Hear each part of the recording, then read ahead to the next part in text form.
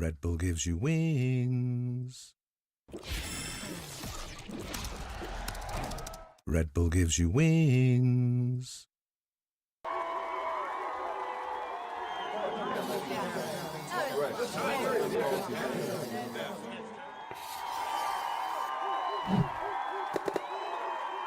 Red Bull gives you wings.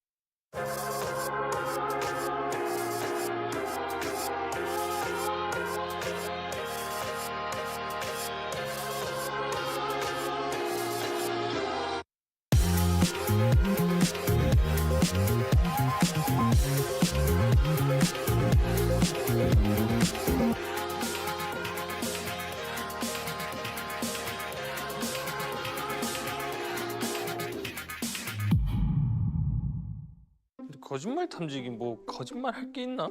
거짓이. 에? 아니 근데 이거 진짜 말이 안 돼. 아니.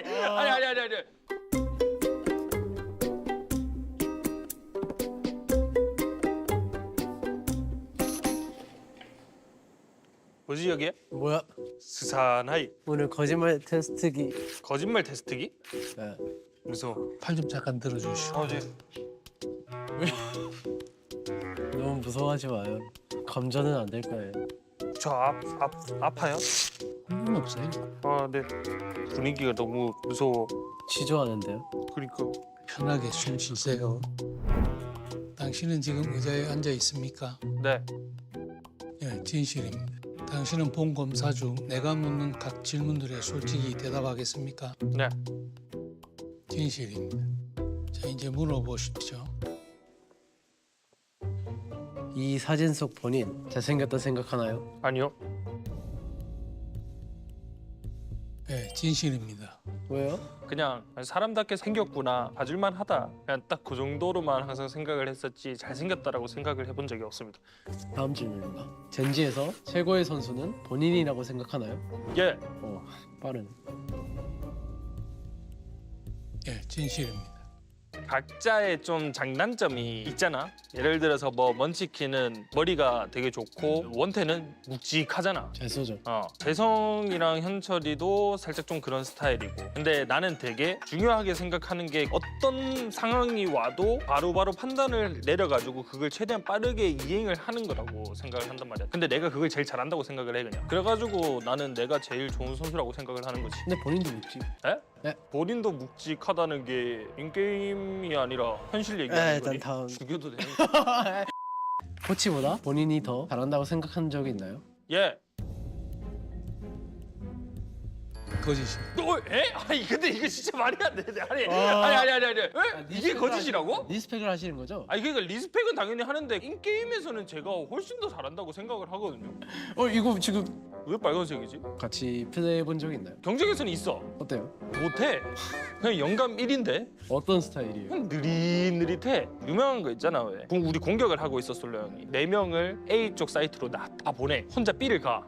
스파이크를 들고 야, 혼자 크로스를 하겠다 설치를 하고. 다 백업 깠을 거다. 그래가지고 나는 솔로 형이 상대 팀에 있잖아. 난 안 움직여. 그럼 솔로 형 칼 들고 오고 있다고. 다음 질문입니다. 예. 4킬의 저주를 믿나요?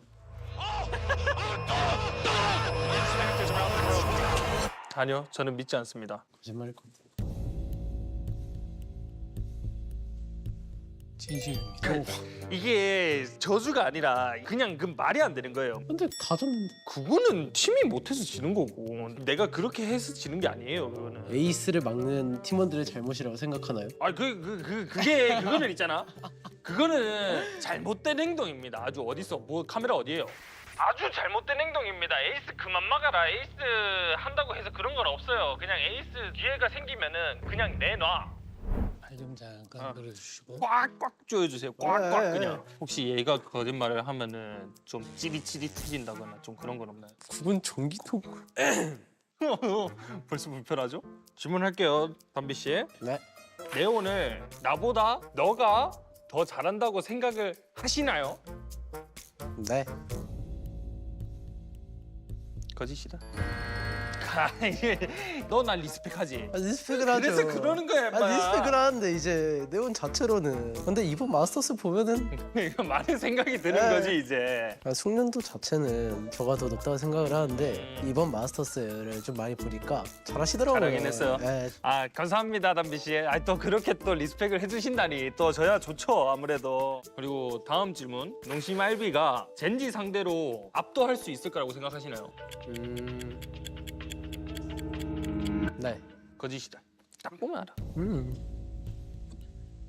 거짓이. 그 말이 안 돼. 이거 말해가지고 아니 말해가지고가 아니라 너는 믿고 싶은 거야. 압도할 수 있겠죠. 아니 생각할 수는 있기는 하지. 뭐 어찌됐든 간에 RB가 들어오면서 되게 좋은 점이 있다. 뭐 이런 거는 뭐가 있어? 일단 분위기가 좀 많이 바뀌었고 확실히 베테랑이 이제 들어오니까 세세한 디테일도 더 잡을 수 있게 됐고 게임 방향성이나 확실히 이제 팀다워졌다. 작년에는 좀 자유로운 분위기에서 상대를 팼다면 이제 자유로운 분위기 대 팀적인 요소가 좀 많이 추가되었다. 바뀌기 전에는 그냥 좀 잼민이들 속을 느낌이었잖아. 아이, 아니 맞잖아. 아니 너네 다 어려가지고 너네 다 동갑이었잖아. 잼민이 소굴보단 아직은 프로가 되기에는 딱 1.5였다. 농담이고 네.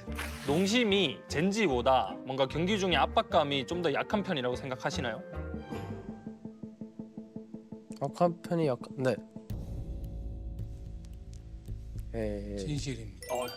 작년에 너무나도 찬란한 한 해를 보냈기 때문에 작년보다 좀 더 좋은 성적이 나야지 이제 팬들도 좋아하니까 네. 이제 그 부담감이 좀 있지 않을까, 압박감이랑. 그래서 너네가 더 약하다고 생각을 한다고? 약하다는 게 아니라 압박감이 약하다. 그러니까 압박감이 약하다. 네, 실력적으로 약하다는 게 아니라 그러니까 네, 말이 그 말이라고. 네, 압박감. 말이 안 통해. 약하다면서. 다음 질문 하겠습니다.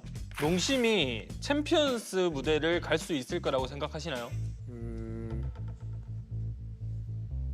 네. 네? 네. 거짓입니다. 네? 아, 이게 이러면 안 돼. 이게 잠시만. 이게. 가고 싶단가?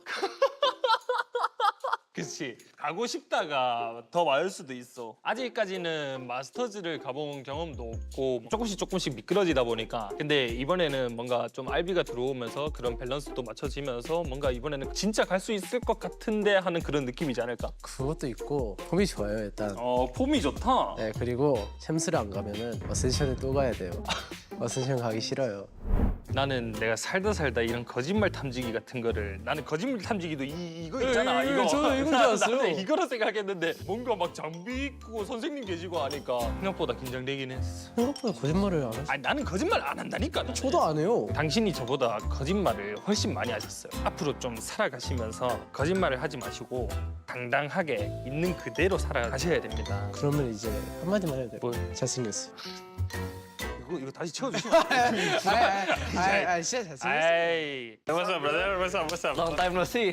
Long time no see. Long time no see. We missing one, no? Yeah. Hey, we're here, bro. Sure. Not invited, bro. What was your first impression of me when we first met? Noisy. Yeah. Noisy. That's true. I remember when I first met him, I wasn't that noisy because I'm still like shy. I mean, still noisy. That doesn't change the fact at the that start? he's still noisy. Did I change since you first met me? In what way? If I did. wait, looking from bottom to top. I think it's still the same, no? The muscles, man. Yeah. That's the muscles now. Pretty much same, Actually, but in a good way. yeah, thank you. Yeah, I think there was like you needed big change. So it's not like I'm disappointed that there's not big change. What about me? Still noisy. Doesn't Still change. noisy. Didn't change at all. I think more calm. Nah. Well, you're crazy, but you also can be more calm. Yeah. Before, like, I always press W, never stop. Yeah. Now it's like, Outside the team, still the same. Yeah. and also shifting role. Yeah, that's true. Roll shift. You were surprised? Kurt? Yeah. I was so surprised. Like how this W kid could play Somehow soccer. he played well. Yeah. Somehow, bro. Yeah, somehow. Because at the time he was on duelist, every time he dash in, like every entering, never check any angles, and I kept dying because of him. And then the most frustrating thing is like, oh, I checked right and left, and then we checked the boss. He didn't check it. Unlucky little bro. But I think it's getting less and less for me, like in my opinion. Now, sometimes. Now I'm gonna check, bro. Now, sometimes it's better than never, you know? I remember I watched your comms video, right? Yeah. This guy like fake info for David. But we have meme in the team. Is whenever he says something is 100%, it's cap. It's cap. Don't believe. There's a lot of fake information. Then every time we call him out on fake information, he says, "Okay, I don't come anymore. I don't give information anymore." What do we usually call each other when we're hanging out as friends? We actually call like our Parents' name. parents' name for fun, but not that a lot. Sometimes. Not the disrespectful way, just for It's fun. only me and Sheldon. I don't think we hang out with you that much. Like outside. Yeah, outside we don't hang out that much. I don't know. It's just like the age difference is actually real, and you're also always working. Yeah, fair Doesn't enough. have a life. Not life, bro. What is your favorite Indonesian food? Everyone knows what mine, bro. Babi guling. Babi guling. You remember the babi guling, right? The frozen babi guling. So I just bring like 10 to 15 pack the whole month. Every single week we just gonna eat babi guling together in the boot camp during off day. I like when people try that can't handle spicy food. Yeah, especially me. Yeah, Especially me. yeah, I can't handle spice. Oh yeah, I remember we were like eating in the couch. Yeah, We were like yeah. eating together, and then you were like sweating red. so much. So red. But you still like the taste. You're still eating. I kept eating, but I need some water, bro. My favorite is bebek kaleo, I think. The duck. yeah, I like with the cabai hijau. Oh, it's so good. For me, Padang. Yeah, Padang is also fire. How did you feel? How did you feel when we qualified? Happy and sad at the same time. Happy for my friends, but sad that we cannot qualify together. Yeah. Oh, they played first. At that point, remember every first seed has lost. And you guys almost choked it also. almost. Also, like one thing that I remember when I play in Pacific, every time you play on the same side as the losing team, you lose also. it's like, Yeah. And we played on your side. Yeah. You guys would have won the game in Toronto, you think? We don't know actually. Don't know. Don't know. But I think it's a nice experience if you qualify. Yeah, if we qualify together, yeah. Yeah. But what do you feel like having the first seed curse in Masters Toronto? What do you guys take away from the team's first global tournament experience? That we lack experience. That's our takeaway. Just need to get more and more experience, I think. I think that's so important. You learn from us, is it? Yeah, learn from you guys. I can tell. Yeah, you guys are such big inspiration. There's such a team coming up. Wow. I'll go. Why do you think Boom choked in Stage 1 playoff? Most of like got pressure because like one game away like from Toronto. Yeah. Yeah, we're not used to it, so yeah, we kind of choked because of that. Yeah, and you guys kind of instantly go deep end, like from winning Ascension to like, all of a sudden you guys are in a position to actually qualify. Yeah. Which is pretty insane. Do you think you guys can start that win streak again in Stage 2? Yeah, hope so. Nice confidence, right? Yeah, I hope so. Yeah. Yeah. For Ewok, what did you think of my performance so far in Stage 1? Why are you laughing? What the hell? I was just generally impressed by your whole team. There's not that there's weak teams in Pacific, but you were beating some of the like ones that are expected to win. Yeah, thank you. So why are you laughing at the start? Nothing. Bro, you also, it's like a pleasant surprise. Yeah. I would say. 'Cause even though we're competitors, because we were on the other group, I'm we like- could appreciate it. I'm like expecting they're gonna qualify to playoff, but Wow. but I'm expecting you guys to qualify to playoff, but not 5-0. Yeah. 5-0 is crazy. I think I just checked yesterday the amount of like the nationalities like in Pacific, and Indonesian is Number the 2. second most. Yeah. What do you think it is about the region that gives us so much strong players? Raw talent. Oh, talent. Yeah. Why? Why do you think? Firepower wise, I think. I think for Indo players at the time they only focus on shooting rather than like strategic or macro Yeah. things. Yeah, they kept focusing on shooting rather than anything. There's one moment the veteran gonna pick you up and then they're gonna teach you all the things. So focus first on mechanics. Yeah. Your way to win is have really good mechanics. Yeah. And then once you join a team, You can learn or something. can learn from the more Yeah. experienced players. For Ewok, was there ever a time you're frustrated with us as a player? You know, the first thing that comes to mind, or just to remember like in my head, is you're on Haven A short and you're holding the angle and scope. At the time, I kept spamming right click with like, my hands like itching. Yeah, he's just sitting on an angle. Yeah. I guess it was like hard for you to just do nothing. Yeah. One thing that I agree, I think the last time you're frustrated at me is during kickoff, the Genji TP. Oh yeah. I think that one is like one thing that I remember for sure. What do you do? Pre-round he said he's going to TP and he has Omen ult and he's playing C and then he said he was going to TP and then he just forgot. It was 12-11. Plus you guys. Yeah, and then we got knocked out of kickoff. Unlucky little bro. Unlucky little bro. I think I texted him and Do texted me like, why you don't TP, bro? Like, I don't know, man. Would you guys rather play against each other or with each other? Again. Against. Yes? Yeah? Yeah. Really? But I think it's more fun to play against each other. Yeah, in tournament. Okay. The last time I faced him is 2021. I never faced Do also. So I want to play against him once. Yeah, I just shoot his body, you know? Shoot both of them. It's not more fun to No? win together? You guys just want to beat each other? Yeah, I want to beat each other first. Yeah. And then shoot their body both of them, you know? Okay, what's your go-to karaoke song? Boy. 3, 2, 1, you guys say it at the same time. 1, 2, K-pop. 3. Yeah, K-pop. Wait, it's a song, bro. Oh, What's the song? Okay. That's what it's too big. I forgot the song name, but probably Aspa. Yeah, fair. Same. You cannot just go same, man. Same Whiplash probably from Yeah, us. Whiplash. Yeah, Whiplash. One look, give him Whiplash. If we all retired from esports in the far future, do you think we would still keep in touch and be friends? Yeah. Yeah. You know, honestly. So wholesome, guys. I think we all still gonna remember each other. Yeah, for sure. I don't think it will just be like, okay. It's like work friends now. Yeah. We're just like actually friends. One thing that I didn't expect to be like really close with you guys. Aww. Aww.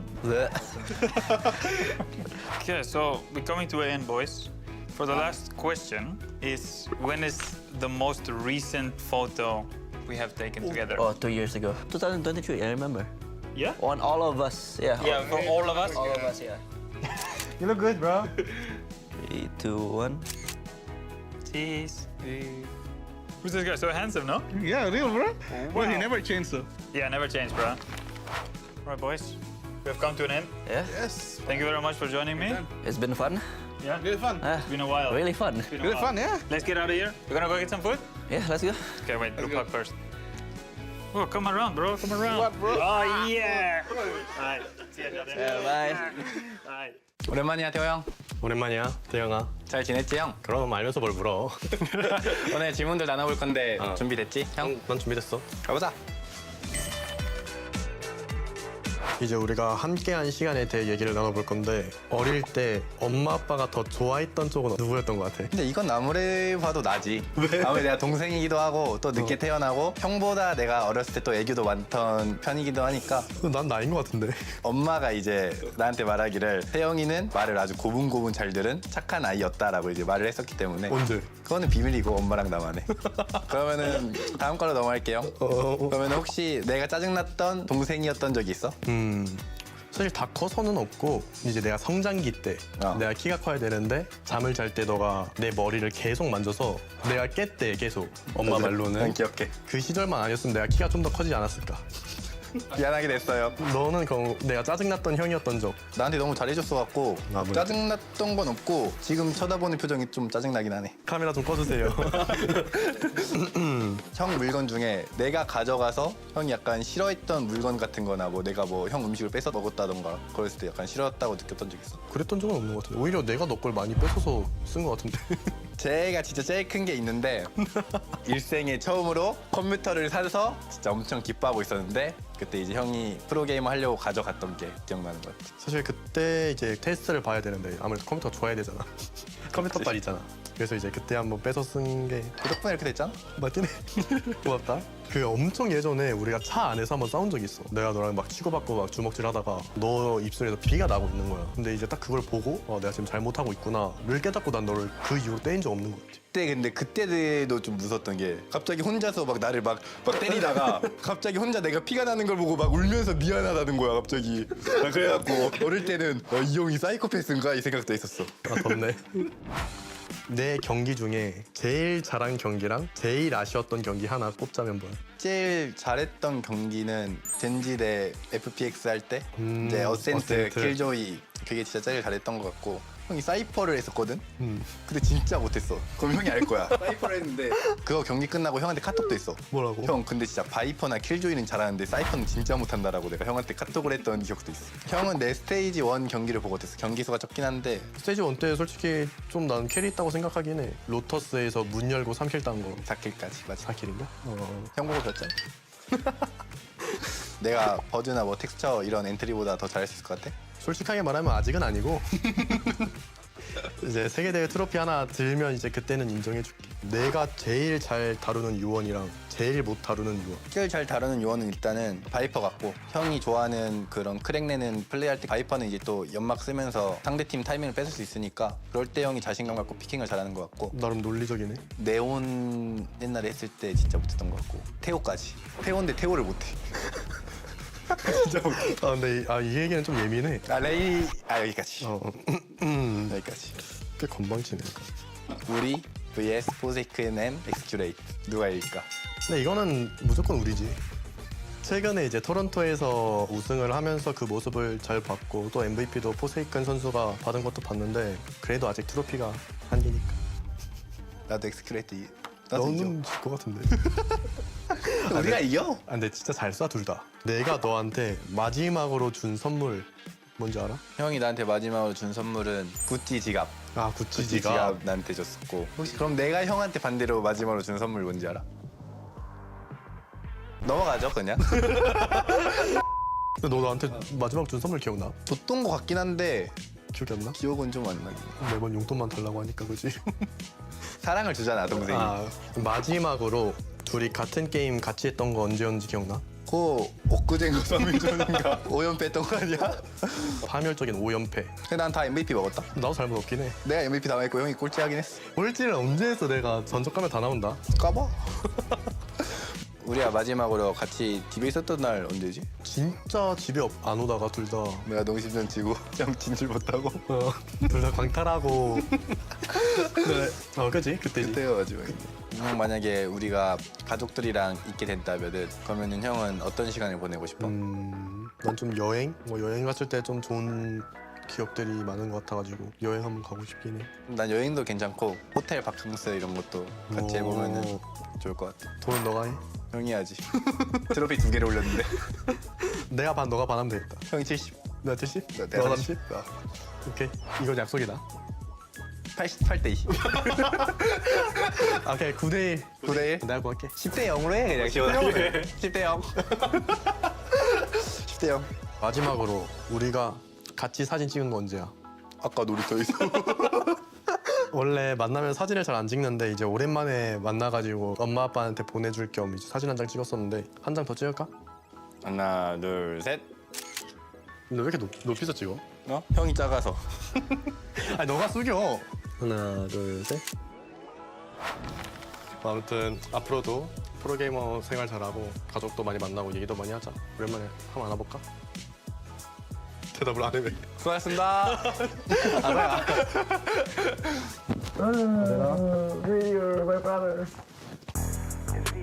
Hi, I'm Yuki Chiba. New song, Shinpai Muyo, is on YouTube and Spotify. Shinpai Muyo is just don't worry, and then just do it. Please listen and watch it. Peace. なんだかんだなってくなるようにユキユキユキ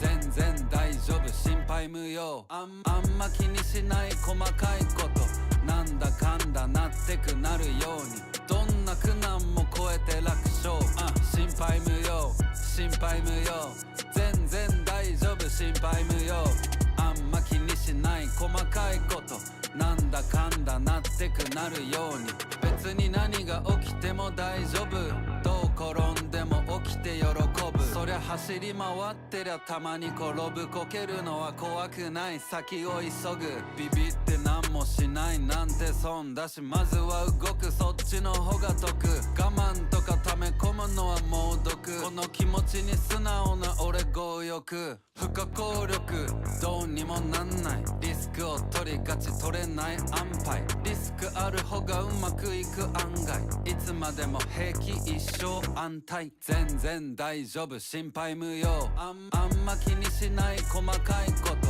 なんだかんだなってくなるようにどんな苦難も超えて楽勝心配無用心配無用全然大丈夫心配無用あんま気にしない細かいことなんだかんだなってくなるようにいつかはなくくなるこの世の全部だから今しかできない経験するいい飯食っていいセックス毎回本番してない練習地元で集まるいつものメンツ心配すんなってよく言っているアトランタで友達持つみんなが厳重平和な連中自信がないとなる心配性俺自身のこと疑ったことはない一回も絶対いけるいちいち考えない失敗を全然大丈夫心配無用あんま気にしない細かいことなんだかんだなってくなるようにどんな苦難も超えて楽勝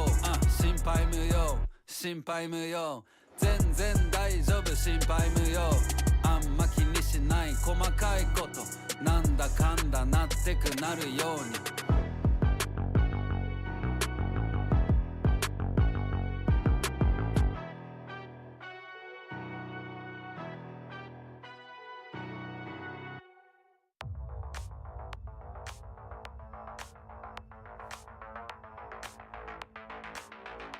to be finding one or two here. Purely barrier mesh from before. RB will alert to check the triple spray. Just all over it. 오케이 역전해서 막 할만하다. Drop down comes through. Does he decide to open fire now? Seems like no, but I think he also might have missed the glance there of Jit Boys, who pushes forward into the smoke, finding one. Use off. Eyes set here on the position.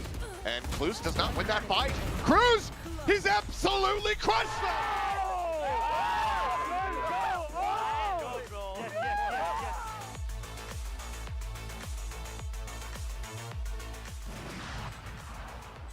Just completely and utterly trapping him in. King reveal there on to Munchkin. Ash able to find one. Munchkin coming up with two. He's going to be trying to drop the pit, playing a ring around the Rosie. Repeaks finding one. Shorty in hand, but Munchkin!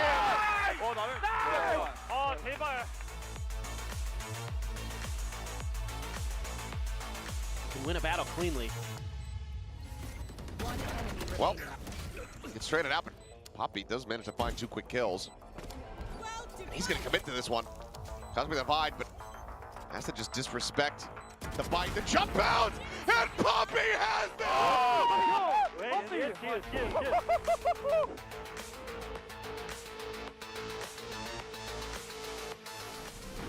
Just sat on the slow orb for now, but Deb pushing in over at screens, able to find one. May dancing around this, has them lined up. Deb and 10-10 both going to be taken down. The safest position for now. Send it, May, however, instantly able to find clues. Eventually on for an ace, as he's going to go for it, up and over the top, the drop down, and May absolutely delivers. Sugar Zero now trying to be the hero.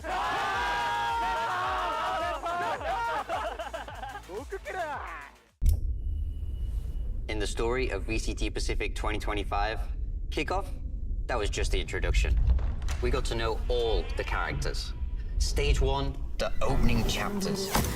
The stumbles, your close calls, they don't define you anymore. And if you were on top, you'd better stay sharp. What you did back then won't mean a thing if you blow it now.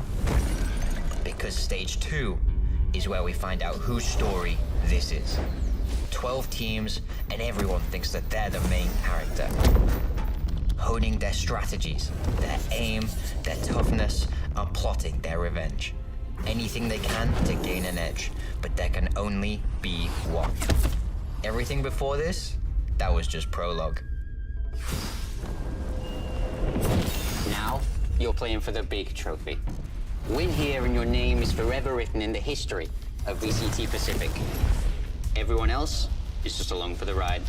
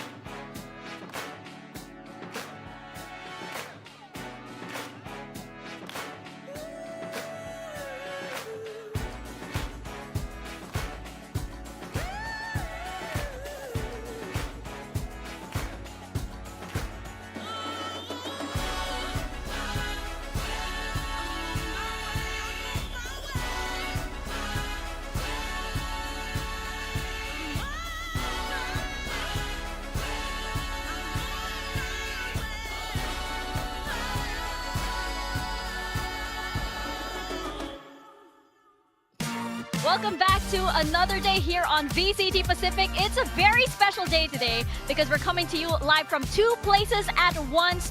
We have games here happening on the Pacific stage and of course over on the 2024 champion stage at Inspire Arena in Incheon.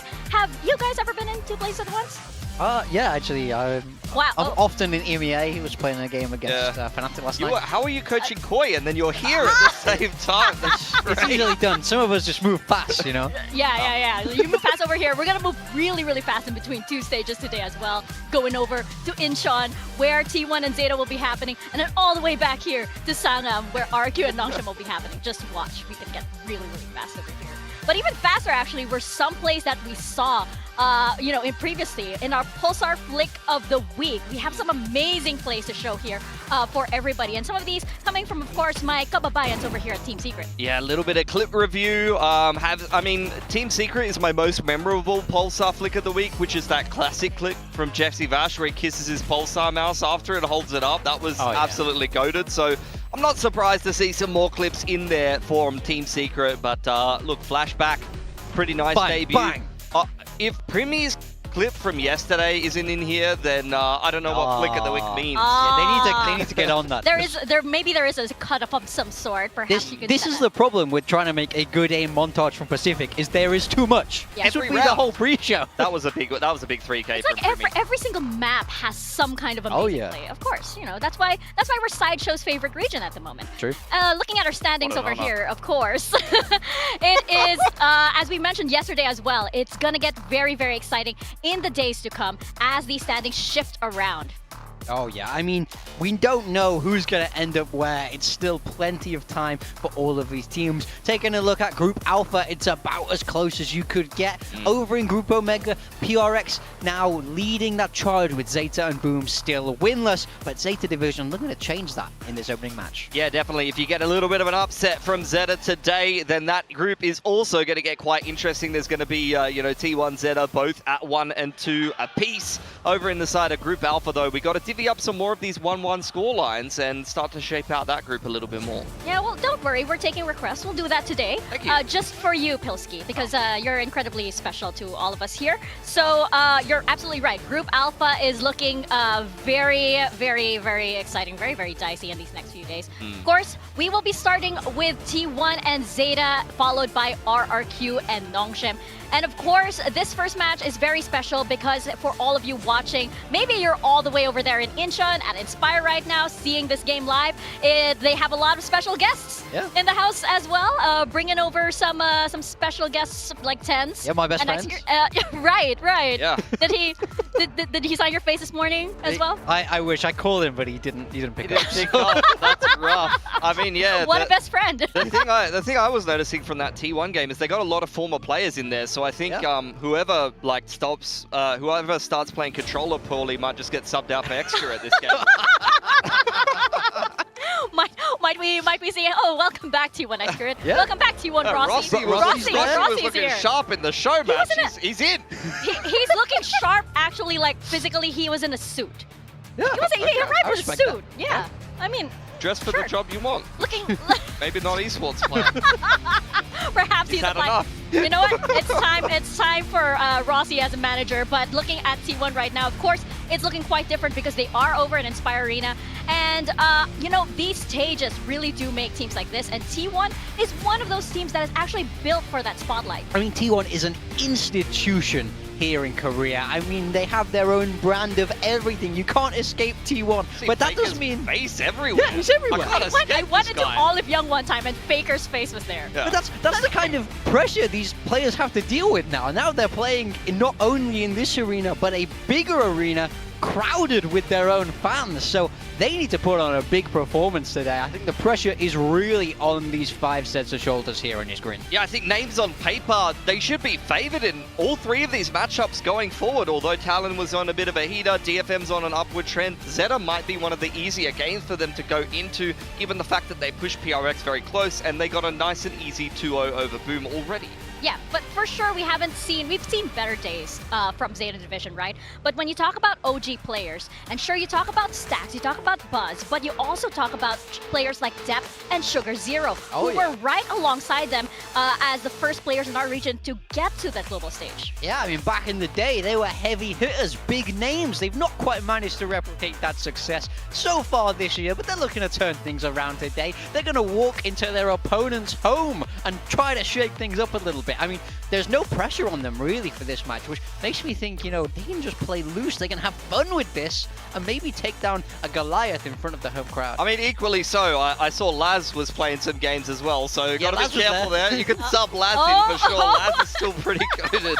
Honestly, an absolute stock standard. Maybe he can give some words of encouragement to the ZETA boys, because he's been there, done that. He's their legend, even before Valorant, of TAC FPS inside of Japan, was one of the shining stars very early on. So I think for ZETA, this is a winnable game for them. Obviously, they haven't got themselves a dub yet, so if you're losing against T1 here and you've got Paper X coming up after that, you can pretty much kiss your chances of going to Tokyo goodbye, except for if you're heading home and having a rest, honestly. Yeah. Perhaps seeing the sights around. But you know who did probably have some words of advice today? It was probably Tentem from his older brother, Meteor. We are actually getting the Tay brothers matchup right here. This is so cute! I don't know how we got childhood photos of them, but I'm happy that we did. Oh my god! So cute. Yeah, okay, decibels going up here with such cute baby pictures. This is Tenten, right? I feel like this is Tenten. I couldn't tell you, honestly. Meteor's on the left, and Tenten is... Meteor's the older brother, right? Yeah.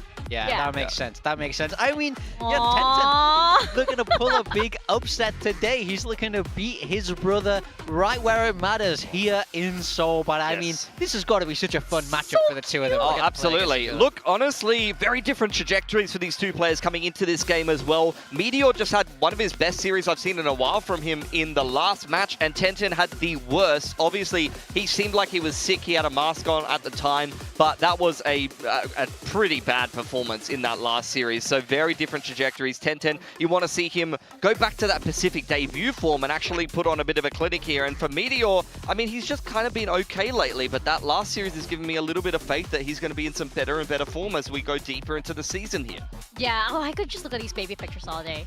Maybe we can just leave this on until the match actually starts. Then we put it on as, like, you know, I don't know, a smaller screen as the match goes on. But anyway, as we were saying, there are a lot of top players on the side of T1. We had them as our super team at the top of the year, and Buzz is one of those players why they deserve that name. Yeah, I mean, T1 have loved this chamber for a long time. They've always loved to use it. Even this year now, we're seeing Buzz play this role again and again, and it's such a good fit. He's able to use the op, this ultimate, so well. He's just so great at it, and they have such a flexible roster around it that people like Izu can then pick up that hard entry duelist. So I think this is a team that is really playing to their own strengths, which I love to see. The meta is what you make it, and this is what, look at this, this is what he does.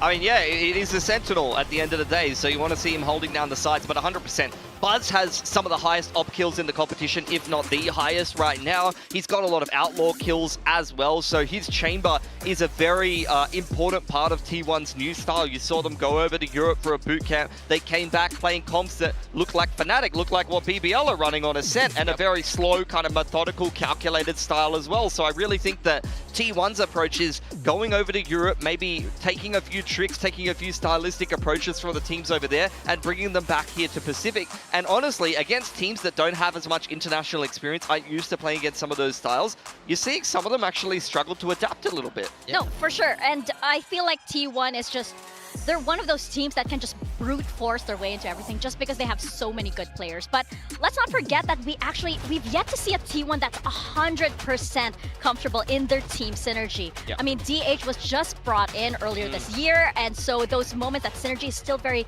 few and far between. Yeah, I mean, we can't not touch on the elephant in the room here. And there's a lot of people sort of looking at this team now, questioning where this synergy is. You know, wanting to see them gel together that little bit more. But I mean, I do think you have to give this team a benefit of the doubt a little bit. They did manage to win Bangkok. They are able to put in consistently good performances. So I do think DH needs that little bit more time to settle in, but he's been looking strong in Pacific. I do think with that little bit more time, this roster could be very, very scary, and they're going to want to get to Paris. Oh, absolutely. I mean, and they're very high on the chance points thanks to that Bangkok win. They got themselves a couple of points over there in Stage 2 as well, going out in the lower bracket. So this T1 team is still very good, is still very dangerous. They just haven't quite discovered the, you know, I guess the magic just yet of being able to actually be a championship contender. But I have hope for them. I want to see them go a little bit further. And this matchup is very interesting to me because if you go back before even kickoff came together in the off-season, this was a grand final in an off-season event between ZETA as well as T1, and you saw both of these teams show some promise. ZETA in the off-season and then T1 kind of touted as this super team going into kickoff. So I think it's very interesting that we're in a very different period of history later on in the year now. Yeah, and turning it back to the stage over at Incheon, right? For the newer players on both of these rosters, I think it's very, very important for them to get that, to build that stage presence. Yeah. Right? Because that's another factor on the stage. Like when we saw T1 over in Bangkok, I knew that they were going to perform well just because they have that aura on stage. Yes. You know, they turn into a different kinds of players when they step on that stage, and it's a chance for these players like Clues, like XDL, and DH also to really get and train that experience. Yeah, I definitely agree. And I mean, when we look at this T1 team, the likes of Buzz, the likes of Meteor, they're so experienced on those big stages. Yeah. We know that Inspire Arena is massive, so I do think it's intimidating. It's a nice little boost for them, I think, in a way. That's something they should lean into. But I think ZETA on the other side, you don't want to get phased by it too much. Try and play without the pressure. That's what they need to do today. And just enjoy the experience of playing in that bigger arena. For sure, not a lot of players actually get this experience. And I do believe we have our map data out right now. We have our vetoes coming up, and this is going to be very important. We have a sent out first for ZETA.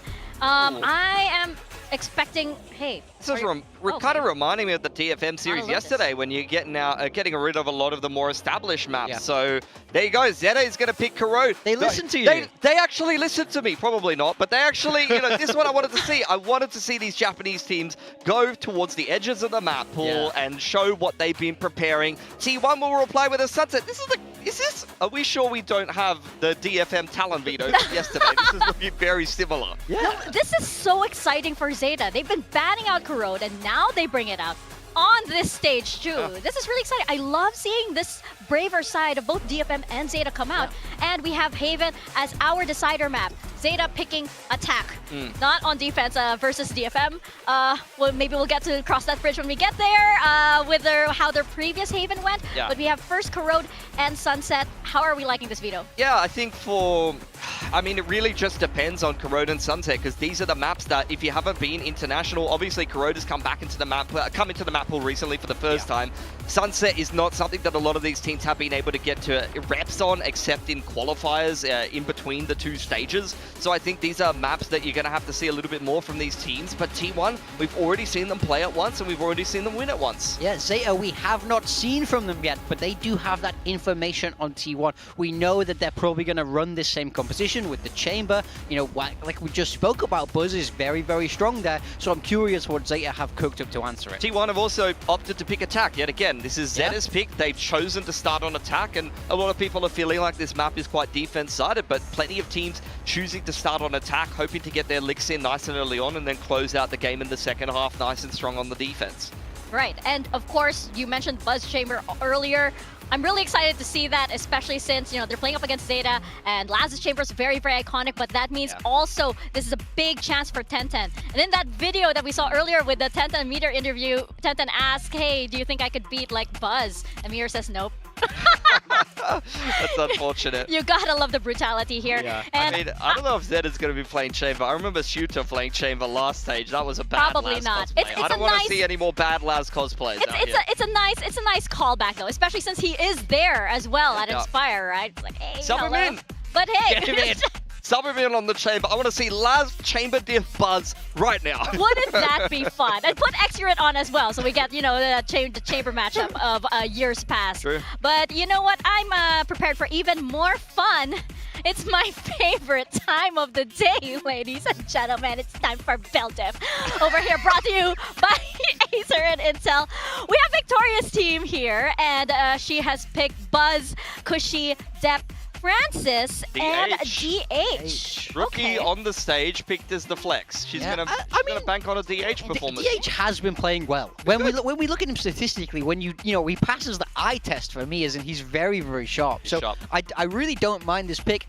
My team is really quite similar, but Mika, go ahead. Talk us through the winning team for today. Tell us about your philosophy. I hate you. Tell us about I your hate philosophy first, okay? I want to get behind the You madness. guys are just patronizing me at this point. I'm calling bullying here. Prod production.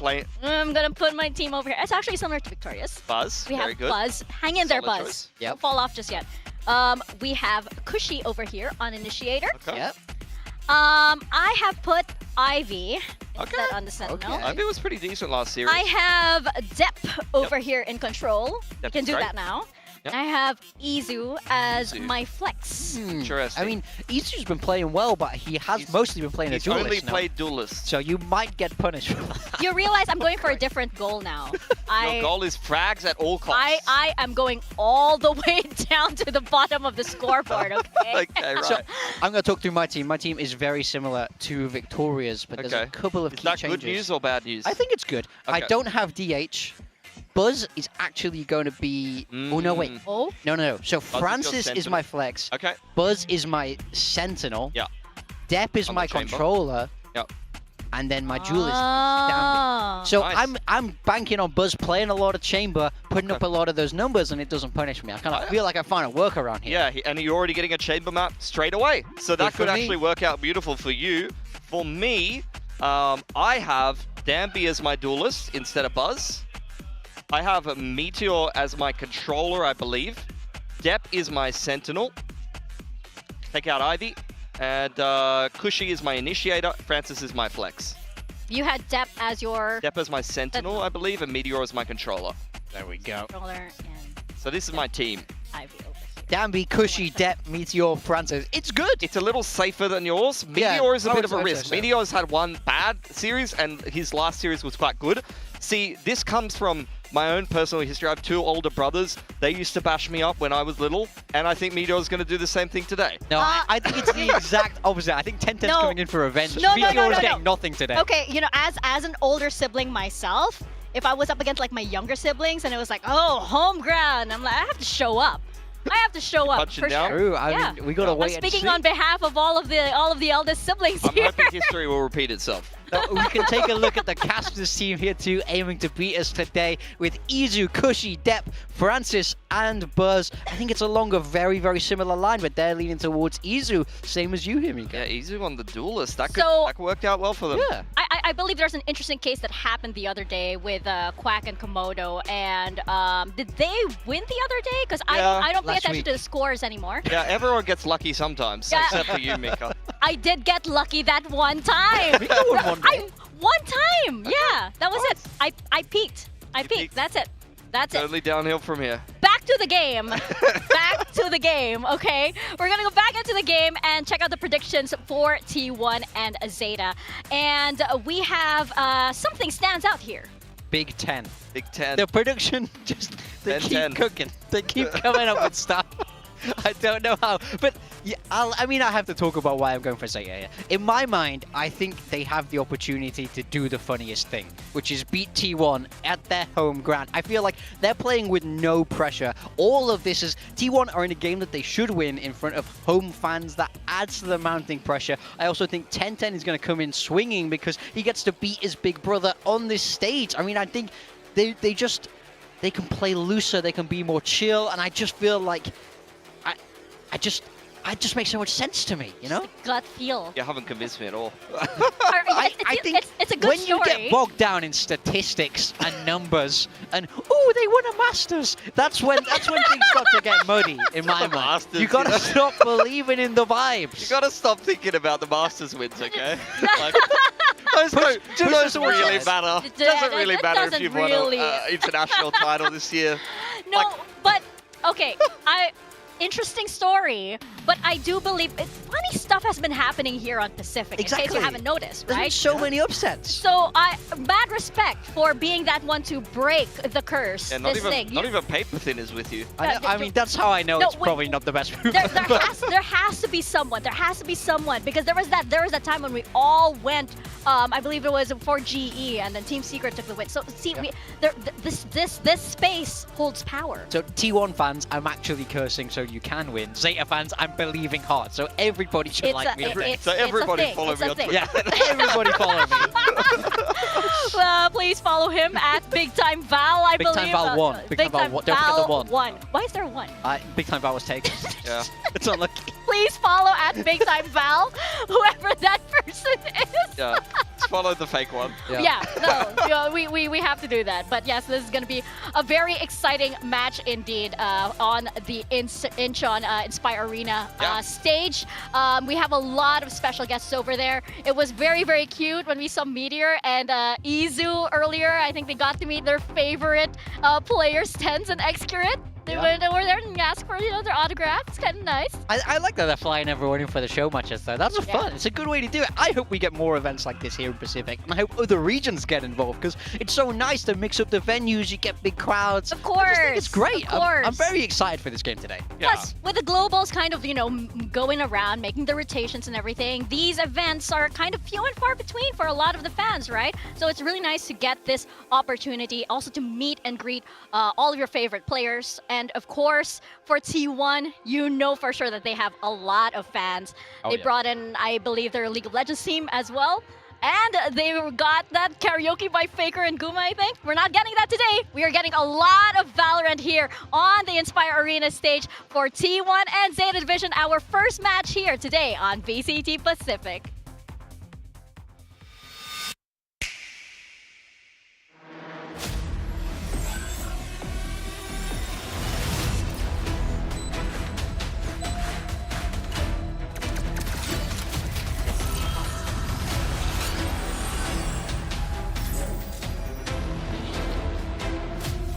Let's fly.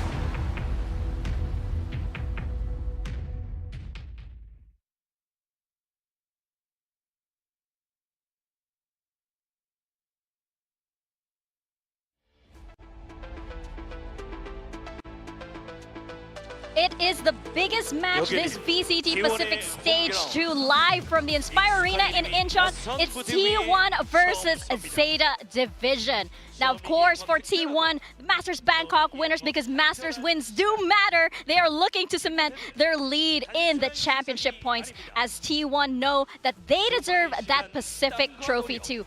The brothers on Zeta are just another challenge that they're more than willing to face, and there's no better stage to do that than on the 2024 Champions stage. Yeah, look at the arena here. Red for T1. They are going to be stepping up to this stage and feeling very confident. These players live for these kind of conditions. You have so many clutch players on T1. So on this particular stage, you know that they're going to be fired up and ready to play. Yeah, I mean, I love it. We just got a glimpse of the PCs there, straight up head-to-head against each other. It's a Easy shooter. walking out there. Look at that. Look at how confident he looks. You see, you just gotta love it. This is where the players can truly shine, because as we were talking about earlier, this stage performance, this is also another factor that comes into professional play. And you have a lot of newbies that might crumble under this kind of pressure with this kind of audience watching, with all of the different lights and cameras and the action happening on this stage. So this is what truly trains the very best of the best. Yeah, like, it's not just the pressure of the crowd, it's also the tech. The PCs are different, the monitors might be different. There's so many different things you have to consider when playing on these different stages, but this T1 team are so prepared for this. They've been there before, and this man is no different. He's going to spearhead the charge today. It's Buzz. Yeah, Mr. Consistent inside of Pacific and at international events as well. This guy just puts up frags. Oh, he's running. Game in, He's game jogging. out. Look at the speed. Go! He's practicing already. I mean, he's might be practicing for that hard entry. Might Is be he on the practicing more so for the Yoru than the chamber. He's going to be doing a lot of walking around, at least on this first map. He's going to be scoped in. We're going to be falling asleep watching him hold angles. Oh, flawlessly for sure. And of course, Buzz is no stranger to performance as well. When we last saw him on that global stage, he was asking who's the best team in Korea now. And for sure, a match like this is going to prove that T1 is still one of the very best indeed. But of course, how can we not talk about Stacks here with the IGL? Oh, this guy has been working the stage since the very beginnings of these events. I mean, when we talk about international experience... Oh, look at him! Look, oh, he's fired up now. Go. This is what I mean. Look at this. This is so fun to watch, man. These players love doing this, love being here. Playing in front of a crowd is probably one of the best things about being a pro player. So I love it when they lean into this. But yeah, Stacks, he's been here before. He's been there, done that, and got the t-shirt, you would say. Yeah, he's always been a bit of a showman on the stage. It shows in the server as well. When the going gets rough for T1 or whatever team Stacks is playing for, he loves to take over the game himself. He will literally look for gaps on the map. He's not supporting some other player to win the round. He's often just dry walking and making the plays. Oh, for sure. But of course, somebody who needs no support rather, is Meteor. Of course, our two-time Masters Trophy winner. How can we not deny that Meteor is one of the best players in Valorant globally, if not the best? I mean, he's arguably the GOAT here in Pacific. I mean, 2 international trophies for this guy. Does not get better than that. And of course, there's the extra spice today that he gets to beat his younger brother on this stage if all goes to plan, which in my mind probably means just as much as a championship point. Yeah, potentially so, potentially so. I think for Meteor, obviously, he was the big name signing for T1 over the off-season, stealing him away for Gen G. And the newcomer here, coming up from the Academy roster, they've had musical chairs in the controller position, but honestly... DH has been pretty sharp. He has definitely fulfilled his end of the bargain thus far in these couple of games. And if T1 go on to win more and more matches and he continues putting up these kind of numbers, I think he's really going to start to win more and more people over. I've really enjoyed watching him play, to be honest. He feels like a really nice addition. When we talk about that pressure of the stage, though, this is the one guy for T1 who hasn't quite done this before. You know, coming up from that academy, this is a whole new experience for him. It's a bit of a baptism by fire, but I do think it's very necessary if they want to make that run to Paris. They're sort of testing the waters here, getting him familiar with these different environments. So I think regardless of the outcome for him today, it will be a very, very good learning experience. For sure, and he has to get used to it. He better get used to it at this point, especially since he's playing on T1, right? Because there are a lot of eyes on this rookie, right? Especially with a match like this. This is such a spotlighted match that he knows that he's under a lot of pressure. He mentioned it in the previous press conference that he had, that he knew that all eyes were on him, so he's going to do his very, very best to deliver. But of course, they will be up against a ZETA division, and what a matchup this is. This is a monster of a matchup. Oh, it's gone blue. Oh, Sick. the light changed. The light changed. This is a monster of a matchup for ZETA division. They have their backs against the wall, and they need to go all in for this matchup because you know T1 is going to push them like never before. This stage makes and breaks the best of players, and both ZETA and T1 know how to thrive in the spotlight. ZETA, they have to remember, this is for playoffs, this is for finals, and this is for Tokyo. Oh yeah, 0-2 so far. Not the start you want if you're ZETA division. If you need a chance to make it out of these playoffs, you have to start winning, and it really needs to start today, Pilski.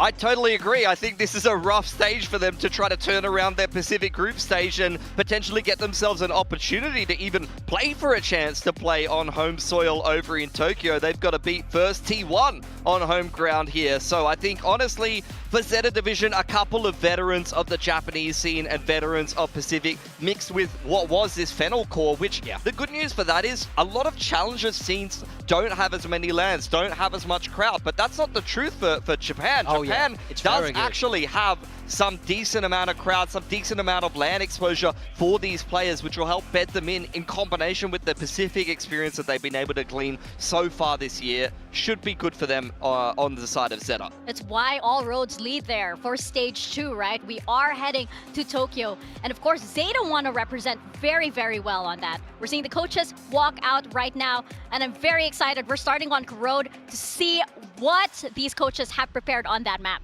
Yeah, it's fun times. I mean, we've seen T1's composition already, and it's very, very T1-esque with that chamber. This is the style that they're known for. For ZETA Division, this is a complete unknown. To me, I love that they're picking it on this stage, though. It shows confidence. They're not trying to shy away and play a safe veto here. They're trying to catch T1 off, and I love that. Yeah, I want to see what comp they bring into this one. They've already had the courtesy of being able to see what T1's style would be on this map. We've seen T1 play this double controller before, playing things like Astra Omen with the Chamber as well as the Yoru in their last game. It went pretty decently for them, so we'll see if the ZETA coaching staff has cooked up something special, because at least so far, in terms of vetoes, in terms of stylistic approach, not leaning into double duelers with 10-10 and depth, I've been skeptical, and they need to start getting some results. Otherwise, I feel like they've potentially kind of thrown away an opportunity here. I will say, though, I felt like last week, Depp really started to click in that role as the Sentinel and the Viper. I think it's making a lot more sense for him.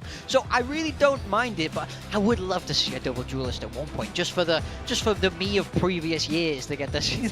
Same. Get to see them both go crazy. I definitely want to see it. And against T1, that's such a good team to pull that out on, right? You gotta love them waiting for Carlisle, of course. That huddle is going to be so important, especially since we mentioned earlier, we have a lot of players that are playing on this type of stage with this kind of grandeur for the very first time. So the coaches, of course, need to tell them what to expect, how to sort of, control their nerves, make sure everything is balanced, and make sure that they play the game that they need to on this stage. Yeah, I think already here on Corrode, I would love to see them go into a double duelist against what is essentially a Sentinelist comp from T1. They're playing Chamber Astra, which does have its ability to be able to hold the sides. You're relying more so on the stars in the choke, kind of how people used to play Ascent, and when Astra was broken in the meta, that was a very good defensive agent for you to run, but the Chamber, the trip doesn't really help you hold. So honestly, I think for ZETA, on the attacking side at least, I could see them be very bursty, honestly, and be able to take advantage of the fact that there is no hard Senti over on the side of T1. Yeah, I'd love to see that. From what we saw from T1, they don't mind slowing that game down a little bit with the Astra, with the Omen, and of course the Chamber. They don't mind walking, slowly controlling that space. So I do think that that's important. And I agree. I want to see ZETA speed up. I want to see them take the fight to T1. Like we saw yesterday in that first match of GE versus Genji, when in theory, Genji should have had the answers to what GE were bringing, but GE ran at them with such confidence. I think that's the best way to challenge these top Korean teams, because that's something that they're not used to. Confidence goes such a long way in matches like this. Whoa. Oh! Well, I want one of those. Crowd synergy here. Production, wow. Give me a light stick. Can we do that too? I will join you from all the way here in Sangam. That is so cool. Yeah, I mean, the whole arena looks sick. I feel like I'm looking at some kind of Sith convention. I'm going nowhere near there. T1 are definitely building that villain status. But look, we got the agent select here. For T1, it is the same as they ran before. They will be starting out on attack. You're going to see a lot of buzz opping around. Izu trying to break through these chokes with the Yoru. And honestly, Meteor was pretty good on the Astra on this map the last time they played it. Yeah, he was. It was a good fit. ZETA Division bringing out the deadlock that we've seen a little bit. Sticking with that Viper that he's become so accustomed to in this stage 2. This comp is very ZETA Division from what we're kind of looking at. This is kind of what you would expect. It's not the double duelist, so 10-10 has a lot of work to do on that individual of the Yoru. But I think it's going to be so fun because he's going to be charging headfirst into Meteor's site, who will be playing that hard anchor. So look for that head-to-head. We're all so excited for it, and I can't wait to see that play out. That is so true. This is going to be so exciting to see the brothers face off on stage, of course. And for T1 to just have this stage, prepare this stage, and say to ZETA Division, you want to go? Let's go. And it's so exciting for both of these teams and this whole crowd that is just so ready to see the very best Pacific action happen. Yeah, I mean, I gotta say, I like this pick from Zeta Division. I like the map veto. I like the composition. I think the only thing is they need to lean into not being stressed. They need to lean away from the fact that this is on a different stage. Just try and play and have some fun on this, and that's what they need to do to upset T1 in my mind. Well, we're gonna find out who takes this one. Is it gonna be T1 or Zeta as we toss it over to your casters, Paper Thin and Achilles. Thank you very much. Glad that one of our hosts remembers our name, so that's a positive there. Hi, I'm Achilles. That's Paper Thin. And Paper Thin, I am depressed today. I'm a bit upset. Obviously, we're here at the Sangam Arena. Yesterday, I got to go over and watch the League of Legends match there at the Inspire Arena where the home ground is happening. That's why the stage is different. That's why there's a different walkout. If anyone was confused about that, it's obviously not taking place here. But that's not why I'm depressed. Okay. I'm depressed because because of someone who is at the Inspire Arena right now while we are not there. He wasn't there yesterday. I didn't get to meet him. He's there right now. We're an hour away. Zeta Guy is in the building. He's in the country. And I'm here. Yep. I don't get to go see him, to meet him, to hang out with this guy, to celebrate. And frankly, I'm a bit pissed off about that. Look, I feel the same way because Laz is there, and I want to see Laz. Big fan, so a little bit of sadness for both of us, I suppose. Love to see Zeta Guy too, but a little bit of an interesting comp that Zeta's going to be running here. As the two brothers, they want to duke it out. A little bit of early contact there, but it is going to be 10-10. Tagged up a bit and Buzz. Yeah, nice little headshot there on the XDL. Some damage going to be exchanged back across onto the chamber as he falls to 35. Well, let's see if Zeta can stabilize here. A lot of pressure going to be on Clues, seemingly. Uses that grab net, but not really much to do. He go 10-10 just through the smoke. Just takes stacks right out. Saw all that hooing and hawing there. That celebration from him, and he wants to try to quiet down that arena, but Meteor. Headshots abound. 2 quick kills. There's Clues and Sugar Zero both going to be on the floor. That's going to give a player advantage down here to the side of T1 as the plant comes in here on the A site. Still a ways away.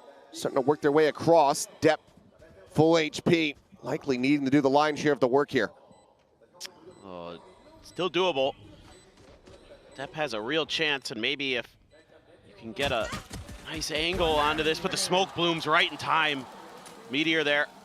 Good for the third. And now it's all onto his brother. 10-10. Time is ticking.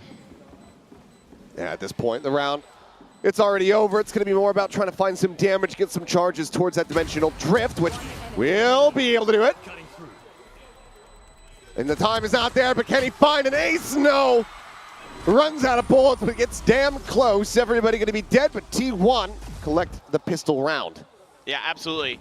I mean, a good effort by 10-10, really wants to show up, try to kind of outdo his brother, of course, but a solid effort here. That is a snappy readjust there from Meteor. Right back into it. And a good start here for T1 in front of their hometown fans at the Inspire Arena. Awesome venue. Obviously, we got to be there for Champions last year. Really, really cool. Have that experience, but Meteor with a Marshall, one of his signature weapons, I'd say. Not able to find the tag. Kind of wonders if him and his brother, looking for those ego battles, want to try to outduel each other, but Buzz going to be on mid-control duty here to start, along with Meteor a bit. Meanwhile, Izu looking to open up some space here, along with Stacks. The IGL still has full util. Right around that corner is Depp. He takes a chunk of damage. Solid tags. It's just going to be held here in position for now. Stiff breeze will kill 2 players here. Depp still able to find one though. Izu taken out, but very quickly after that, the floodgates will open as DH continuing to look good here for T1. Comes up with a 3K to close out an otherwise very clean anti-eco. Yeah, I mean, the more he's getting acclimated with this roster, the better it's seemingly looking, as he seems to be pretty timely with some of his trades. Everything looking really nice there with the Bulldog. Gets a 3K right around the corner. Was the last player alive there against 10-10. Took him down, so he's 4-0 to start. And there's an op for 10-10 early. ZETA really trying to establish themselves on this defender side. Haven't seen Corrode yet from ZETA, so you know, we're trying to figure this map out as much as they are in some ways. We haven't seen Sunset this year either, so it's going to be uncharted territory for them. A really nice flash. Backs 10-10 off that angle, though. And that's going to maybe open things up. 10-10 has to clear the clone, and Clues does find Meteor out in the mid. Shuts down that forward lurk. As Clues able to find another one, just peeking back in towards Ainier from yard, sees the weapon getting picked up, but at the same time trying to open things on B site, cannot. And ZETA Division look to deny the bonus conversion, nearly get it in flawless fashion. DH now, last one alive. Clues in death, one charge away from having that annihilation online now. Is okay. DH, the paranoia not connecting, has to back away, and it's going to be spotted out. So XDL able to collect that in the end. It's going to be 2 players dead here on the side of ZETA Division. Still, otherwise, pretty good anti-bonus.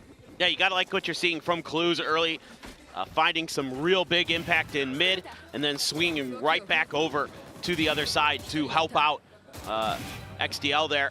That's a nice triple for him. That's a really solid round for ZETA on this defender side. You would love to streak some rounds together here. You know, once T1 switches over to that defender side, that's where they were a little bit better against Boom on this map, so definitely want to try to solidify yourselves as much as possible. Especially with the comp they're running, it looks pretty defender side heavy. And nice reveal. Not able to find anything off of that, really. Slowed down, though, on the approach. As now the barrier mesh has them basically locked out. DH, however, continuing to frag, comes up with a second before being taken down by Clues. 3v3, pivot call coming through. As looks like Buzz is at least going to re-explore back into mid, try to re-clear this. Rightly so. You do have Sugar Zero lurking forward now. And I think, you know, it seems like T1 is somewhat aware of that space they've given up, so Buzz is going to wrap all the way back through spawn in towards lobby. Stacks similarly going that direction. Meteor going to hang back and watch the flanks for T1. But a lot of pressure going to be on Clues. You can see the double TPs there from T1. They're going to have ability to get past some of those deadlock walls, so that's something you're going to have to be really cognizant of.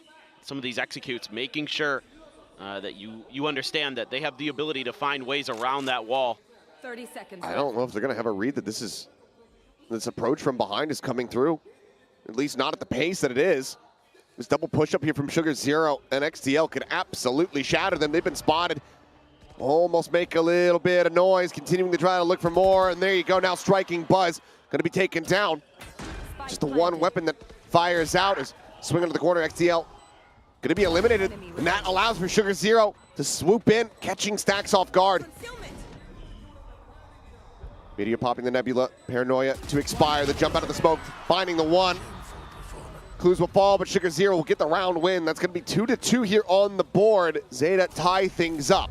Yeah, the timing couldn't have been better for ZETA there. Right on the heels of T1 as they made their entrance into a yard. Really nicely done.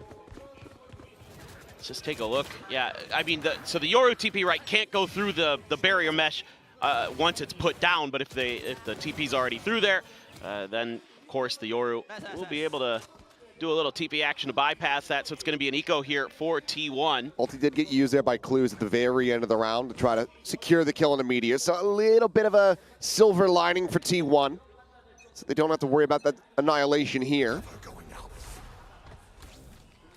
You have a couple ults for T1. If things go well, if you can find a couple picks, you know, of course Buzz has the Headhunter. You can use the Nightfall. You can use that Cosmic Divide. Oh, Yizu. Oh, 10-10. Able to find Buzz there. As very quickly ZETA crunched their way down in towards mid. Stacks will appeal back one kill. That being said, though, it's just 2 more charges for Clues towards that second ulti. As Meteor will try to see if he can get some additional damage dealt here. The economy from the side of ZETA still in a bit of a poor spot. And so too is Meteor. So will quickly fall. That's going to be Zeta Division finding themselves now in the lead. Yeah, once we've gotten past the pistol and the anti-eco, Zeta's been really, really clean, especially at taking mid-control. Clues has done a phenomenal job just playing off of contact with his teammates, holding the extra angle there with 10-10 on the op. XDL sliding up from mid-top. I mean, they've got some good timing, some good coordination, some good communication. So you can see why Zeta opted to go into this map. They've been kind of trying to find their identity here in Stage 2, trying to find the maps that work for them. Maybe they finally found the recipe. Buzz is going to scoop up an op here on the attacker's side. Still those ults to work with. You're one away from Izu's Dimensional Drift. So some big tools in this round for T1 to turn this half in their favor. At least tie it up. Oh, he's jumping. Trying to get he's the jumping. jump spot. Not quite able to get a glimpse there on the Sova. Oh, sees the shoulder, but XCL now backing away from the angle. Meteor, however, looking forward to finding one, but XCL there to trade it. Uncertain if there's going to be more players there on that B site. Gate crash now going to be sent over at 10-10. Getting ready to try to join in and reinforce this B side of the map should he need to, should the call come in.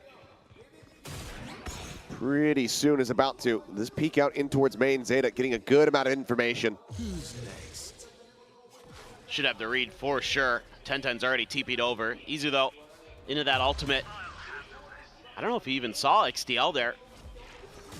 Might have just missed it. 10-10 gonna respond. Pushing forward, spotting them all out, but seemingly not reading that Buzz was there on the flank. Finds the kill. Net gonna be lobbed in, gets the grab, but up against this operator, I mean, what are you really meant to do? Buzz is just holding the angle. He's not even sending out the shot. He's like, I keep winning if you can't get me off this angle, if you can't get me on scope. Finally finds the kill. Buzz just playing it patiently. And T1 tied 3-3. I love that from Buzz. Just knew. You know, at that point, you're the defenders. You have the advantage in that situation. You just wait until Clues commits. That's so good. I'm not sure what happened with 10-10 there. Just kind of came out of the Dimensional Drift and maybe just didn't check that corner. Didn't expect that the chamber would be tucked into B lobby like that, or into B main like that. It's still going to keep the op in their hands. There's been some weird things happening with chambers around the world. Oh, yeah? Somebody in the EMEA had... I thought you were going to dunk on Baby Bay for a second. No. No, somebody at EMEA had jumped out of a Dimensional Drift, and I don't even know why I'm talking about it right now, but T1, they're winning the round. They had a classic in hand. They didn't have a shorty is what I'm getting at. Depth able to find one, try to back away. Snakebite going to be lobbed down at their feet to try to slow down the approach. Meteor, though, great damage going to be found. Pushes out of the smoke. And those aren't even right clicks. Man, just hitting the headshots. Comes away with 3. Depth with everything to do. Gets himself up to 3 as well. He's chasing. Stacks trying to get himself around the corner. Is able to do so. Continuing on the hunt. Desperately wants to try to find this kill. And now they've joined in together. It's going to be an ace here from him. He's able to find this round win. Doable. Very, very doable. Dodges the haunt as well. Toxin screen down. Slow push up. Yeah, having to check in towards tower. Zach's holding the low ground, able to find it, denies the clutch. T1 maintaining control, but that was certainly a lot scarier for them than they had anticipated going into what they thought was going to be just a full eco. Oh yeah, I mean, you get those kills from Meteor and you think, okay, this is good to go. God, that's nasty. And Stacks there with the cleanup. Depth, challenging. Still his mechanics, quite good, but not enough to get Zeta another round win. And those ult cycles, really valuable there. Using Izu's, using Stacks' ult. You still have Meteor's Cosmic Divide that you're sitting on. You could, you know, rock with the chamber ult anytime you want. Which chamber were you? Yoru. Oh, which Yoru? Sorry. It was Carmine Corp. Oh. Remember now. Sunset. B main. Jumped out of a Dimensional Drift and just didn't have a shorty, had a classic. Oh, I remember that now. Wow. Okay. Oh, and he's dead. Okay. Sure. Through the smoke and shooting at the clone. Their own. Sugar Zero dies. It's multiple strays caught all at once. That's a little bit of a feels bad, man. 1010 still has a couple flashes. Still has the clone to work with himself here. 1010 with a nice little check in. Swinging out, looking for a bit more, but it is far more target rich than he might have expected. And as the smoke falls, XTL just able to find a headshot on the stacks. Depth now got 3 in the last round. Can he do it again? He is very quick to try to rotate in through yard to get on this flank. Spike planted. Could go on red, but it's a lot of angles to try to clear. Get to the right, nothing spotted. The jump peek comes in, perfectly timed from Meteor. Catches a glimpse, alerts the rest, swings out, finds the kill. T1 now up to 5. Yeah, a few kind of awkward moments here for ZETA. 1010 tries to make a play. That first kill for DH. Nice through the smoke, but 1010 there, swinging off of his util, trying to see if he can catch him. And then XDL as well. I'm not sure if he was just expecting T1 to make a faster move there through mid-stairs into A-Link, but they did not. So it's going to be a timeout here for ZETA. Desperately needed one. Got to recover this defensive half. Love to get this up to 7-5, but so far, you know, some of that early mid-control that ZETA was taking post, you know, pistol eco round is crumbling. You know, T1 able to find some good entries. They found a good lurk with Meteor at one point. All of those things starting to really kind of make ZETA unstable. So you got to look to shore up the defenses at B main, at A main. Kind of one of the interesting things about this composition that they're running the deadlock is it looked like they had a pretty good idea early on when and where to throw like the barrier mesh and stuff like that to keep things kind of slowed down for T1, but since then T1's done a good job of baiting that out early, clearing it out. You know, with Buzz being able to get those jump peaks with the operator in the mid as well, that's opening up the map a little bit and making things trickier for ZETA to take that mid control back. So Buzz is actually going to go for the Outlaw here, knowing he's going up against an Eco. A lot of Sheriffs, a couple half armors. It's going to be a target-rich environment for the Chamber.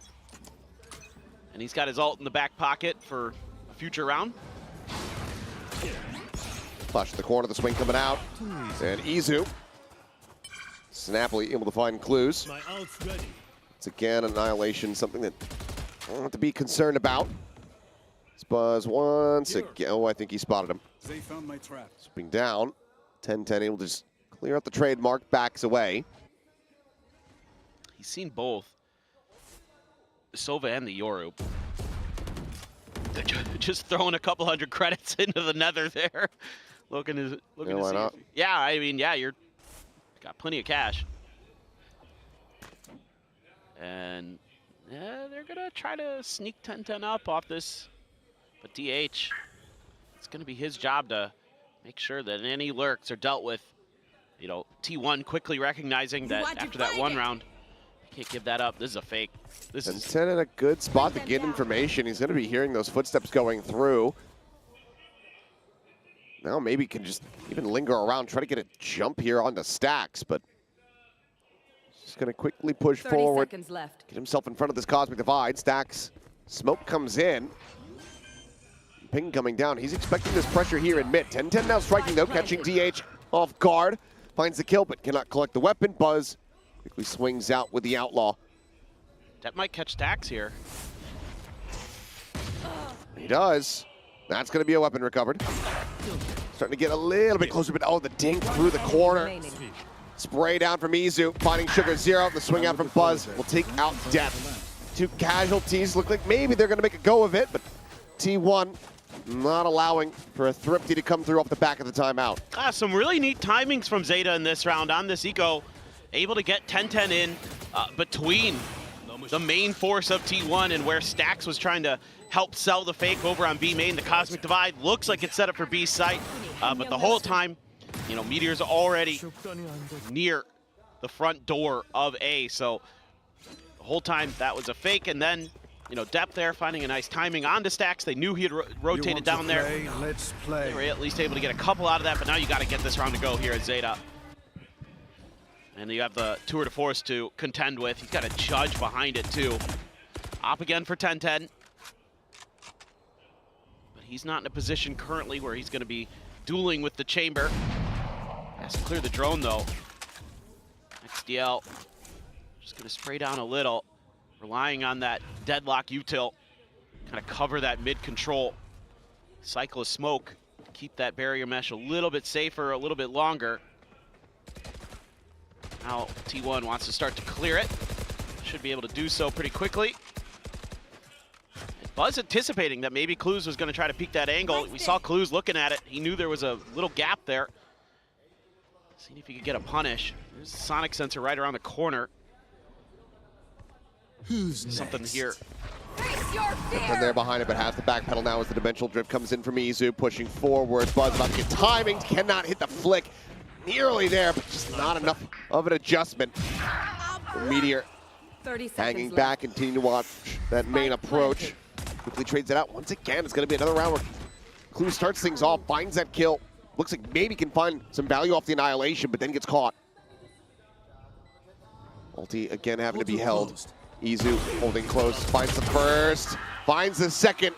Dep now dead. It's going to be a double push out of the smoke here at Yard, where DH swiftly puts them 6 feet under, 7-3. T1 securing a lead at the half. Now looking for a 9-3. That's brutal. That's brutal for Zeta Division. Like you mentioned, you're chewing through a bunch of annihilation opportunities. Not going to be able to cycle a second one in, you would think, at this point. It's your... This is the second one. Right. That's right, he used one. That's right, I forgot because it just did nothing that it even existed. He gave his life up to get the round win, but Good yeah. God. Lost the ult in the process. It's going to be another thrifty attempt, another little hero weapon, and another great start for Dep. TP up into the smoke from Sugar Zero, just the opposite side of this one. Layers in another, anticipating where DH had gotten himself into with that from the shadows. Dep's just going to pop the pit quickly. Yeah, in their face. I mean, wanting to try to secure this as a thrifty. Izu spraying and praying. And he gifted little sheriff headshot to his own skull. But TH, maybe I've been lucky on the fadeaway. Finds Dep. It's the Guardian now down. Meteor re-wrapping around the side. Dimensional drift is in for 10-10. Maybe could try to find a target for this annihilation, but Clues is still on the approach. He's still trying to make his way over. Seen him. Gosh, he has 14 health. Spike is down. They actually have to push back in towards the Yoru. This Meteor eyes in towards that mid angle. Cover going out. Smoke over to the side. Yeah, I mean, 10-10's trying to go on a very late rewrap. 30 seconds left. This ulti gonna be popped. Gets the grab on the one. Meteor being pulled to his demise. TH is just not even gonna clear him out. He's not gonna try to save his teammate. I guess the call is just get the spike down. Try to clutch it here for yourself. Bit more damage suffered. Fakes the TP. Starts pushing out of the smoke. And there it is, death from above. 10-10 with the Phantom recovered. Able to find the round win. We finally get the annihilation. It does find value.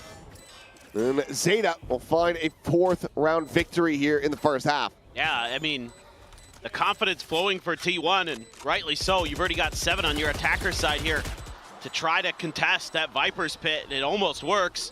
Just too many ults in the back pocket for Zeta. 10-10 carving an X over the T1 logo. As it's a thrifty for Zeta to steady the ship. I like that. Trying to play into the rivalry that's going on today. Nice reposition there from 10-10. Sacrifice the spike to make sure could maybe find a safer angle. Only 14 HP. Probably was worried about challenging a push out back towards B main. A little bit of util thrown out early. Buzz with an operator. Nice cover. Finding it 10-10. Dead off the rip this time. Good damage. It's going to be pushed back. Meteor down to 16. Buzz tagged up a bit. Just taking some pot shots here. Trying to set up for this. Lurk forward and Meteor. Any amount of HP is enough for this guy. Cuts down 2. And T1 quickly shatter any built-up momentum for ZETA Division from the previous round. Peeking towards their spawn. Meteor, I mean, they don't know where he is.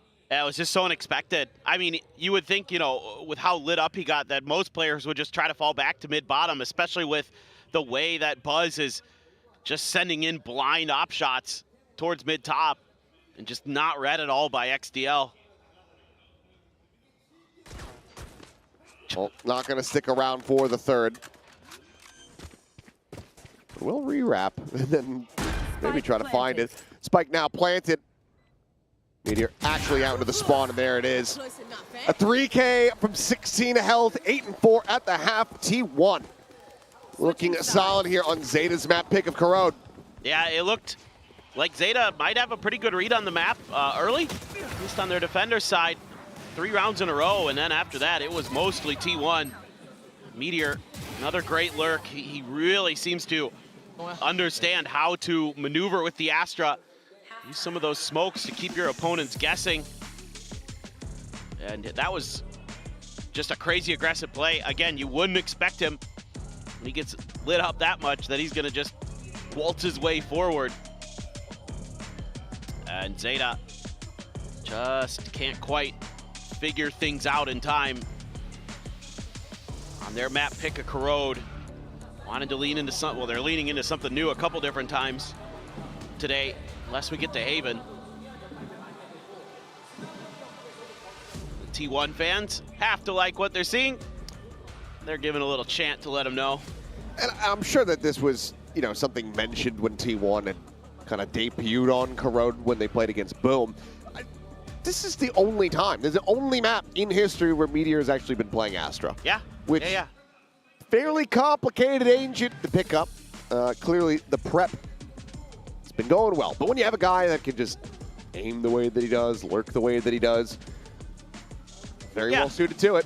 Well, and it's a little bit similar to how he pilots the Viper, right? Like where he's just constantly throwing smokes around to try to keep you guessing where and when he's going to be, so he can run similar kind of ideas, and he's willing to take risks through his own smokes, through enemy smokes, to take a little bit extra space, and he's one of the best in the business at it. You know, his brother said it in an interview that they had, that he thinks Viper's his best agent.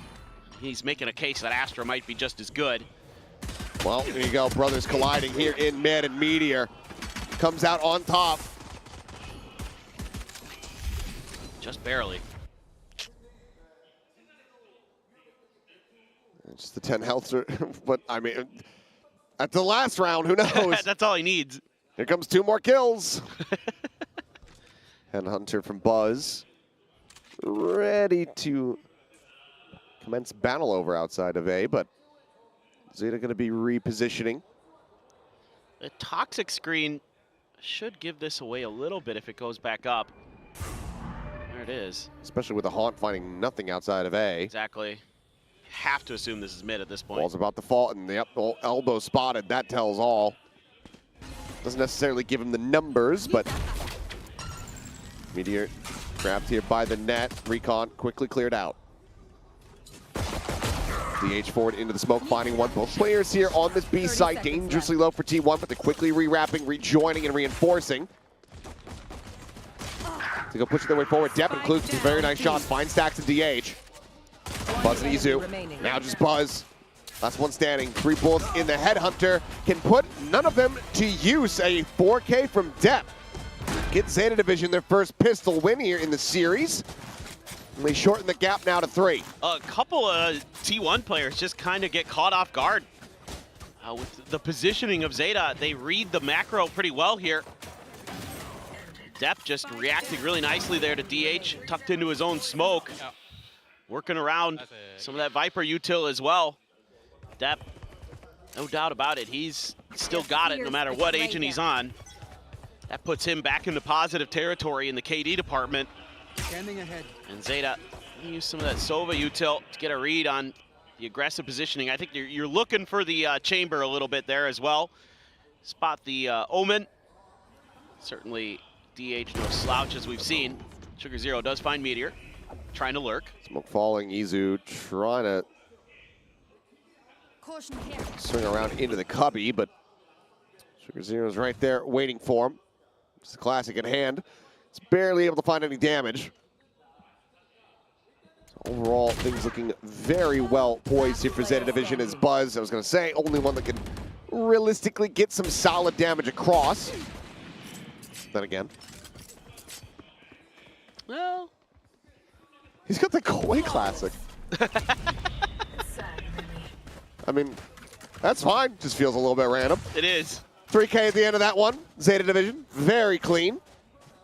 Close out the anti-eco, now going to the bonus. If they can get a conversion here, and we are off to the races for ZETA to still be able to close out this Corrode map. Yeah, Depp doesn't spend any money, really, other than his util. He doesn't upgrade the gun. He just keeps the Ghost, so he's flush with cash. Kind of curious if they're going to try to get another operator into 1010's hands early here on this attacker side to try to establish that mid control. You know, obviously this round, the bonus is going to be looking to hang on and see what you can do. Actually, he grabs a Vandal for this one. So that extra money already going to be put to good use. Izu, that does manage to find 1010 there. Swing in, Depp continuing to deliver. And with Meteor down, start feeling a bit more confident in trying to get this conversion going. Weaponry still not fully on their side. If Clues can try to swap out that Marshall, it's going to be looking good, but now Depp taken down. As Izu finds another, hello, Prius. DH cleaned up Sugar Zero. Suddenly it's a 4-2. Just everybody's catching strays from you today. He regularly catches them. Oh, I mean, that's because we like him. And if it's not me, then it's from Sliggy. That's true. To be fair, we do like Prius a lot. Oh, my. Well, we caught that one. That was snappy as all hell.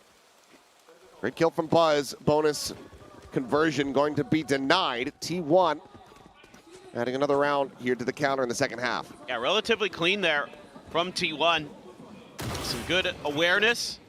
The Yoru v Yoru battle going to go Izu's way. And then there was some nice util from Stacks at the front of A-Maid to get some recognition on where the Sova was and some of the other players. Kind of keeping ZETA Division pinned in there. T1 was able to take full advantage, just pressing the map forward. Now let's see what they want to do.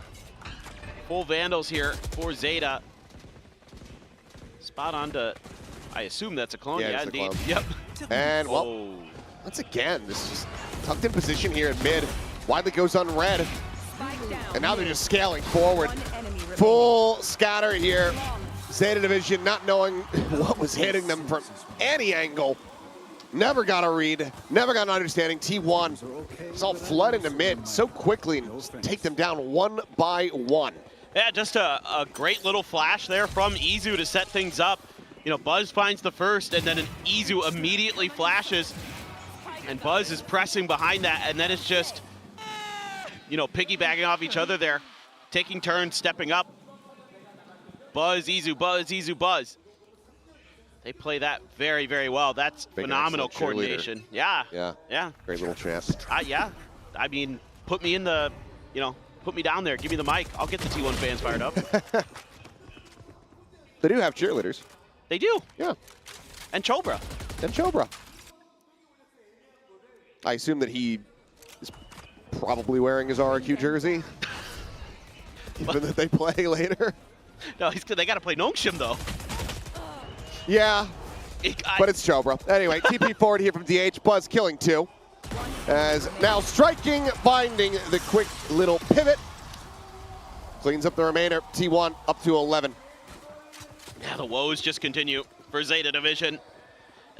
This is kind of what I worried about going back to that first half where they couldn't really get their footing going on this defender side. This comp, to me, looks pretty okay. Sure. Looks pretty defenders heavy. Just good reads. Stacks as well. Super fired up today on stage, so he's a big game player. Loves the crowd. Loves these moments, and he's calling a nice one for T1. They're just so aggressive. You know, Buzz and Izu in particular here in mid, so annoying to deal with. So Depp this time gonna tuck in behind the T1 smoke. He does at least get a Prowler to come through. A little bit of confirmation that, okay, nobody's pressed forward on ZETA just yet. You don't really know, though, what's going on over at A. You've left quite a bit of space open. Not much util either. You're just going to have to rely on good shooting again, but that's something T1 has in spades. Especially with a tour de force there. That smoke has to be mega suspicious. Buzz, okay, for a second, looked like he was considering a swing out. Still is. Noise about to be made. Fight here at his feet, now going forward. Lines up 2, is going to be traded back in the end of 3v3, but now look at the damage dealt. Sugar Zero down to 12, 10-10 tagged as well. Dimensional Drift going forward. He's going to explore all the way in towards backside. For now, Stacks completely unnoted. TP's out. Going for the exit. 10-10. 10-10. This is cute from Sugar Zero, but DH and Stacks not fooled. Thought maybe off that Omen ult that he had gone to a different site, but now he's in trouble. 10 seconds left. 10-10. I don't know. I don't know, dude. Why? I think it's all to try to sell that they had gone to the other side of the map, like trying to confuse them. I'm trying to. I'll be the good cop. You can be the bad cop. Go ahead. If he used confusion, it worked, but unfortunately, I think it also hit himself. 10-10. I mean, apparently, is a Pokemon. Isn't that some Sun Tzu stuff? You know. You don't want to keep your. You want to keep your allies confused too, so it doesn't tip the enemy. I think physical damage is more valuable than psychic damage, but at least in this context. Well, DH top fragging, by the way, for T1. I would like to give a tip of the cap to the rookie. Oh, Izu. Oh, it's just unfair. He had just gotten ahead, and 10-10 didn't anticipate it. Shadows traveling. Now Izu has his ult. Make matters worse. A couple Guardians, couple Vandals available for ZETA.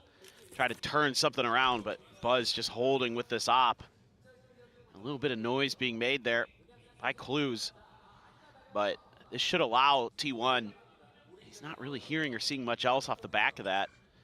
Kind of lean into the other side of the map, and that's exactly what they're doing. Clues doing his best to create attention, grabbing an orb, but DH in trouble maybe. And he is. Sugar Zero. Missile clear. Back to parity, where possible. Depth. Flushes out the enemy fade. Now the push coming in. Cutting through mid into B. Quick on their heels is going to be Meteor. Push out of the smoke now, and Izu able to find one. Depth does note that flank coming in. This Buzz now dropped. This leaves Izu all to his own devices. Flushed out down to 1 HP and killed off. Big round here from Sugar Zero. Keeps ZETA in this. It's also really good stuff from Depp in terms of remembering what happened the last time they tried that 3-man push up mid a little bit later into the round, that there was a player right behind them pretty quickly. And he instantly turned once he's like, oh yeah, my toxic screen dropping. I'd better check stairs. And he nails the timing. I mean, Stacks thought he was going to be able to slide in behind him, and Depp was having none of it. So for what it's worth, that's good stuff from ZETA. Like, good map awareness there. Able to win one of those challenges out through mid. So now you got to get 5 more in a row just to get to OT. Seems challenging, but certainly does. Got some ults. Got the pit. You got the Hunter's Fury. Stacks has a Nightfall. He's going to use it in a retake, but actually he's going to find an immense amount of value just right here. Trail's getting a good amount of information. T1 very quickly justifying having 4 players stacked up on this A side of the map. Yeah, you know Depp's in that corner, so trying to spray for him crossing. Didn't get it to go. T1 going to be a little bit more cautious, especially with this Dimensional Drift. Splash is flying, Paranoia going to be sent into the corner. Izu sending it out, exiting, Shorty connecting. Clue's going to be taken down. Spike now there on the floor. They're trying to flush him out. The swing into the corner, and Meteor doesn't care about your clone. Sprays right through, finds two as Depp. It's very much the same. 2 quick kills, Buzz on the approach. The operator in hand, the headhunter. 1 bullet will take it down. Depp tapping, trying to catch him here with knife in hand, and Depp plays it beautifully. 4K Red Bull clutch. ZETA, 4 rounds left to go. Ults not needed. It just never gets old. Just Depp is so damn good. This is crazy good stuff from Izu in this round as well. The timing with him and Meteor. Izu actually, the recon dart is coming out, and he tucks right into that little corner that the toxic screen creates, just in around the corner of mid-stairs. So the recon doesn't scan him. ZETA doesn't read that he could have done that, and that's when him and Meteor spring that trap. Really well thought out, but Depp just outplays them all. Man's a menace. Paranoia trying to slow up the approach here. DH repositioning. His clone not going to be shot at. Okay, DH snap back to this guy. Just like that, round after round. Every time it feels like ZETA start getting the momentum going here in their favor. It all ends up on Depp's shoulders. Swooping, looking for it, but there's just going to be too many targets. A counter swing from Stacks will shut it down and not allow for any more heroics to come through. Decent little rally back attempt from the side of ZETA Division, making this competitive, but ultimately it's going to be T1 finding a win here on ZETA's map pick of Corrode. Yeah, and I think for T1 here, you've got some really nice stuff going for you in this match. Obviously, some pretty good macro reads. A few times you get outplayed by Depp. Sugar Zero had some nice moments, but really, I think the really nice indicator that things are starting to go well for you as a team is Izu really popped off. He struggled on this map last time, and he was the top fragger. They even struggled at the start of this map. Yes, Wasn't really finding that much value in that first half, but very much started finding his footing. It felt like after ZETA called a timeout, around, what, round 8, round 9? Yeah, is when 8 or Izu 9. really started leveling up, and like you said, he does end up pretty much topping the leaderboard. Depp, the only one that ends up out fragging him overall. So in the end, very nicely done here from Izu and the rest of T1. ZETA Division, no those signs of life are there, but now we have to see how they look on Sunset. Because when I think about ZETA playing that map, I'm thinking about Depp playing Phoenix. Yeah. So. Can somebody grab Laz and throw him on the chamber for Sunset? Could be. Something tells me it's going to be 10-10 back to Neon. Yeah. That would make sense. I think we're going to see Neon be Neon. That's my assumption. We did get a sneak peek at Sunset for T1 during an off-season event, so they are probably going to run double duelist, probably going to be Izu on Yoru, probably Buzz on Neon, but they might change it up because of how good the chamber's been for them, how efficient Buzz has been with that agent. So we could see actually a bit of a change up in their department. I mean, no idea what we're going to see out of ZETA. Maybe Depp on chamber? He can play anything and I'm fine with it. He's honestly just that good. I'd very much allow it. Though if we can get the brothers head-to-head on chamber, that would be pretty sick. That would be cool. Send Depp back on Neon. Yeah. And then have 10-10 and Meteor face off on chamber. I'm about it. That'd be a great gentleman's agreement. Just, you know, quick little chat in the back room, you know. Say like, all right, we're gonna do this for the fun of it. Go out on stage and give everybody a show. I think that would be absolutely sick. As Baby Bay would say, that'd be some real Smeek gaming, and I'm Gaming. all about it. Let's well, go. Map 1 done and dusted. The T1 fans there at the Inspire Arena. Certainly going to be feeling good about the performance. Now we get ready to go into T1's pick of Sunset, but for now we'll send it back over to the analyst desk to break down all of the action on Corrode.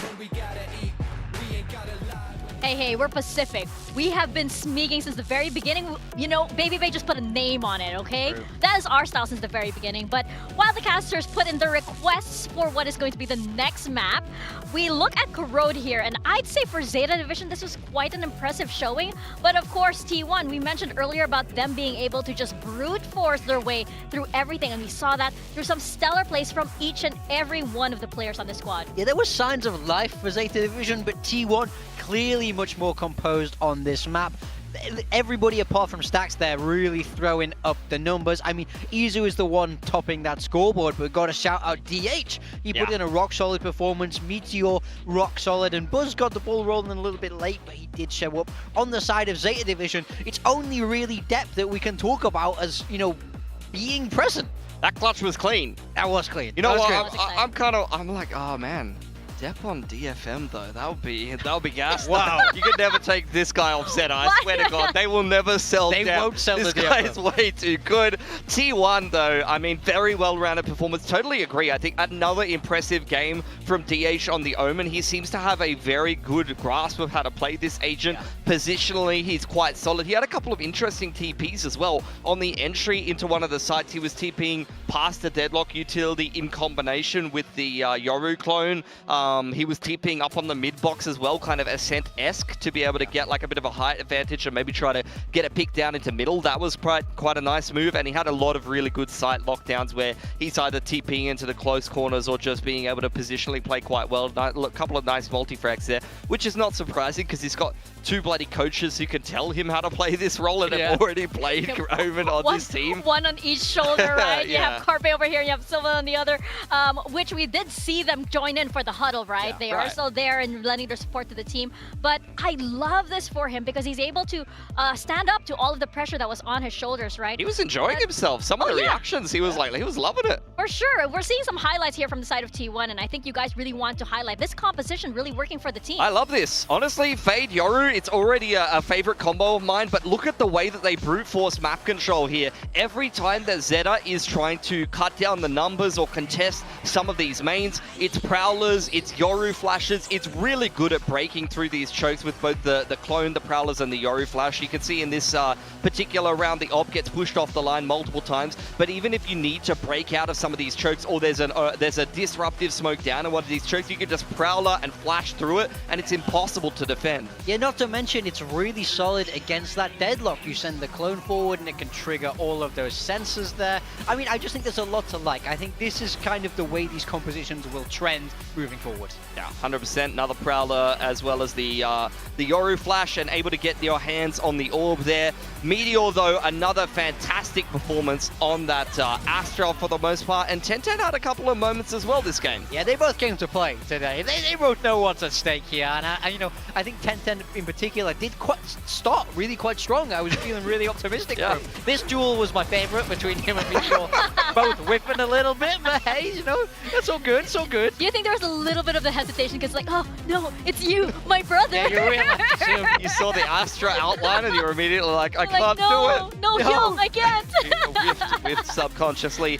Izu, a couple of whippages early on in the game, and then once he moved over onto that defense in the later part of the attack, he really started turning it up. He's just a player that can just pop off. He can be quiet for a little while, and then he can just explode in a couple of rounds. And once he starts building that momentum, he just starts putting these multi-frags together round after round after round. This was another one of these games from him. And in this current T1 team, I mean, he kind of is the primary duelist. Like, you're seeing Buzz flex around a little bit. Izu's played nothing but duelist. He's on the Neon and the Yoru every game. He's loving these movement agents right now. You know, ever since Masters Bangkok, because he had an amazing performance then, especially in the grand finals, right? You really see Izu becoming more and more confident and really becoming more and more that player that can actually steamroll, right? You have the majority of the T1 players being able to actually be this very momentum-heavy kind of player. They just need one round to be able to take the entire map or the entire series sometimes, and they all are players that can do that. DH is working on it, but it's nice that he's on that stage today to be able to train that, to be able to build that. On the side of ZETA Division, though, as we're heading into our second map, I'm not sure if I really see that from any other players other than Dep. Yeah, I mean, as we head towards Sunset, we don't know what to expect. Right? Yeah. You know, as the casters pointed out. Well, they wanted Phoenix. Hey, I wouldn't say no, but from Zeta Division, we have no idea. T1 did play it in an off-season with that double duelist. So it's about, do we really feel like they're going to stick with that, or do we think there's going to be some kind of change? They could definitely stick with it. I wouldn't hate it, to be honest. Over on the side of Zeta, they seem to be loving the deadlock at the moment. I really wouldn't be surprised if they're going to play like Cypher deadlock or something on this map, or even a solo deadlock with 1010's definitely going to be on the Neon. I could see Depp again on the Viper. I could see them playing that Viper deadlock comp that you've seen from Talon as well as CFM in the game literally yesterday. I definitely see Zeta playing that. I'm seeing Depp on Viper for sure. I think when you look at how they were using their Viper wall over in Corrode, it's for B main control. The modern way of playing Viper on Sunset is you have that wall for B main control, so it wouldn't surprise me if a lot of that translates across. But I kind of want to see Buzz on the Chamber. I think Chamber can work on Sunset these days. I think there's a lot of good TPs. I think that's why he naturally fits. Have you seen any like other regions playing that though? I haven't seen it I haven't seen a lot of it, but I do think it's possible. I think if there's one team that would push to make it work, it would be T1. Yeah.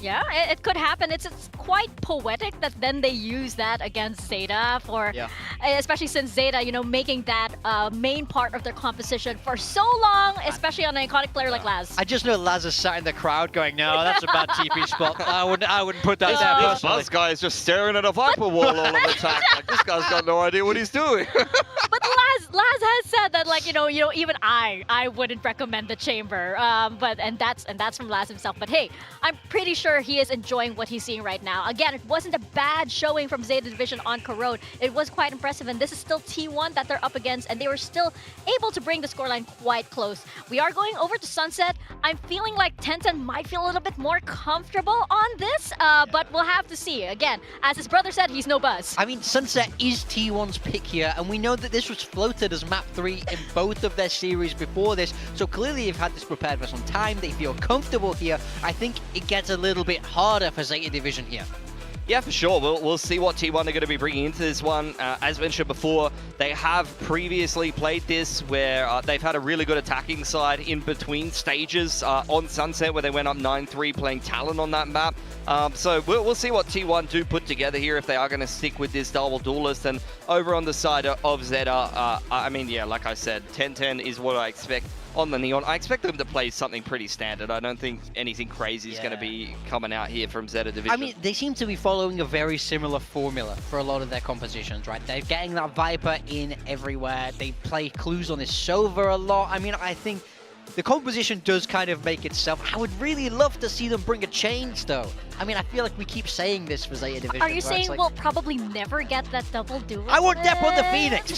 Now's the time. It's not the style that they've been bringing, honestly. No, but you're they right. they are starting attack. I just don't think they're going to play double duelists, like you know, especially not on this map. Come on, man, he can do it. I have bad memories of playing Chinese teams playing Phoenix on this map in practice. It's good. Again, Ati? Ati is his name, Ati? Oh, the little Phoenix? Yeah, the little Phoenix. Well, There it's he not little, it's massive. Look at that. He's the size of the stage. He's so cute. Someone's been overfeeding him. He's so cute. I mean, he's on T1. Of course, they're gonna feed the little Phoenix so much. He's eating good. Yeah, for sure, for sure. What are we talking about? I got distracted with the cute Phoenix on the side of T1. Yeah. Of course, on the stage, we're seeing. We were saying how intimidating this stage looks, especially for Zeta Division. Yeah, I feel bad for them. I feel like they're being offered up as a sacrifice for T1's fans' enjoyment right now. Like, they got the winless team in the league. And everything's in red, right? But, you know, we're bringing up the agent composition right now. Again, no surprises much on the side of Zeta Division. Seeing double duelists from T1. Yeah, T1, they're sticking to what's been working for them onto the double duelist. You'll see them play this exact same comp on the next map if we even make it there. This is the same as their Haven comp, a very bursty comp. You're going to see a lot of fast A's where they're just coming through the fast lane with the Yoru flashes and just getting on in there and get work done. Yeah, it's going to be aggressive over on the side of Zeta Division. Is more or less what we would expect. Depp staying on that Viper, where he has grown to become more confident. 1010 on that Neon, clues on the... Wait, apologies? Clues on the Cypher, yeah. They're not playing Deadlock this map. I wouldn't mind seeing them play the Deadlock. They have opted to start attack, though, and they don't have a super fast comp, so you're going to have to see them be able to actually read the rotations well. And look, I think, you know, someone's having a good time over there in the crowd, you know. for ZETA. So Yeah. hopefully they can, He's here! they can be excited about I mean, that. excited for him. I love that for him, and I love this for us. We are going over to Sunset. We're gonna pass it back to our casters, Achilles and Paperthin. Thank you very much. Well, wish I had a cast. But we have a cast instead. That's so, right. Let's get ready to go into this one. Izu, not going to be playing the Yoru. Just trading hands here with Buzz, who looks like maybe we'll have a bit more familiarity with the setups on Sunset. So, ZETA first on this attack. 10-10 going to the Neon as we anticipated. How's it going to look is the question. ZETA needing to try to rally back and take this to 3. Yeah, I mean, I think the big question here is, how much value can you find on the Viper on Sunset? Obviously, it is an agent that some teams do like to run. Quick trade there. Clues goes down. Izu gonna grab him. So you also lose Buzz. Not gonna have to worry about, okay, I was gonna say Cam in the post plant, nor the trips, but 10-10 with a nice headshot. Spike planted. Just find Izu, and that's gonna be ZETA in with the spike plant and a player advantage. See what the retake looks like here for T1. Paranoia at the ready from Sugar Zero. Stacks swinging in, finding one, gets a quick peek, tries to get out. XDL pushing forward, however, nearly has him lined up. It's going to be Stacks coming away with a second kill. Now DH on the approach. Recon flying, headshot connecting. 10-10 pinged out. And DH continues to excel. Another pistol here for the side of T1. As this rookie seems like he is very much ready for the big stage. Yeah, no kidding. He is thriving today. Stacks as well, showing up huge. That recon just catching 10-10, but really it's the shooting from Stacks. I thought this looked really nice for ZETA for a second, but Stacks gets death. That's a toxic screen there that would have cut off all of A site. Just down quick. 10-10 trying to sneak through, but Stacks not having any of it. And now you got a bunch of Bulldogs. Stacks gonna stick with the Ghost. Bank up a little bit extra cash there. And it's one Sheriff. That's for 10-10 on that Neon. He just ran through the corner playing anti-flash over at A main. Expecting that maybe Buzz was going to be throwing a fast one there, but instead... Oh, okay. Good trade. This trade, but weapon's not going to be collectible. Buzz, if he does go down, that could be a Bulldog that they're able to find. Toxic screen up, about to drop. Buzz into the open, a great headshot from Deb. Still have to get across Meteor sights, which they're able to do, and oh my god, ZETA is hitting damn near every single shot. Stacks able to find one. Regen shield will come through here for him, but this is a monstrous turnaround from ZETA Division with just a Sheriff behind this. And now you're calling upon Stacks and DH again to clutch this out. Stacks just got he saw Sugar Zero's feet, but Sugar Zero able to get a little bit of damage in. Finds a shot with the clues. XTL low. DH on the approach. Paranoia sent, clears the first corner and gets timinged. Trying to set up a smoke, and now it's all in his Stacks, and he cannot make it happen. XTL finds a 4K, and ZETA pull off the eco win to tie things 1-1. Wow. I mean, this is crazy good stuff from them. Able to recover from a winnable pistol round that they tossed a little bit, and instead they're able to get these classics. Oh my god, XDL, that is nasty stuff. Headshots into body shots. No problem. That is insanely clean. And now it's an eco for T1. A couple goes. The Sheriff for Izu. He does a little bit of peeking. Gets some info there. Kind of finding the larger stack of ZETA. Question is, how much did he see? Paranoia out. It's going to keep ZETA just a little bit behind. But they are going to use that drone pretty quickly. See Meteor making his way over. That's just DH gone. He's been one of the raid bosses so far. So getting rid of him is going to be a very positive sign for him to slide in. And very quickly, all of T1 just get dispatched. Looking for a flawless Buzz, just a classic. Now going to be noted by the tripwire. As Clues swinging back through the spawn. Not going to be able to meet with him, but it's going to be a double face from top mid to go ahead and secure the flawless end, the lead for ZETA. Wow. The XDL is going to have his Hunter's Fury coming into what is effectively their bonus. They're going to have full rifles. This is really clean with a Vandal there in the hands of 1010. Anticipating the push out from Meteor, shut down quickly. 1010 there to deal with Buzz. So great start. A map that these two teams have been shying away from. Buzz is going to have the operator though. Quick paranoia. 1010 pretty far ahead though. Ooh. Sean not connecting the slide forward. Izu eventually able to stabilize. Hunter's Fury now going to be opened up. Just fishing for any kind of tags that he can get. Clues with a very nice lurk though. Up in towards the spawn. Catches Meteor off guard. Comes away with a kill. Swing in from DH though. Snappy. Finds one. And what? Spike down A. Whoa. So quick to find it. XTL now on the floor. That's a two-player advantage here for T1 as they look to tie things up. DH continuing the instant tap into the spray down. This guy. Wow. I mean, from his debut was looking rough, but as soon as he got into VCT proper, here on the big stage, now on an even bigger one at the Inspire Arena, he's just been electric. Sure, dies, but he's killed everybody else basically in this one. destroyed. I mean, he's won the round, most likely. This Clues goes crazy. Operator doesn't get shut down. It's a good kill, good clear. They're all online for the next round, but Op's going to be just scooped up by Izu, carried forward, and T1 tied up 2-2. What do you do against that? I mean, this is filthy stuff. Nice hold there. This one. This one right here is... Whew, stops just in time, right on the head. That's a really nice mechanics.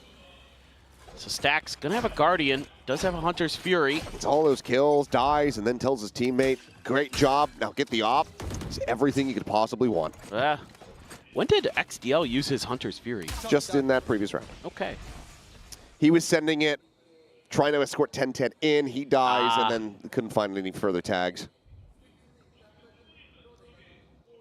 I was just so in awe of DH. I was just lost in the sauce.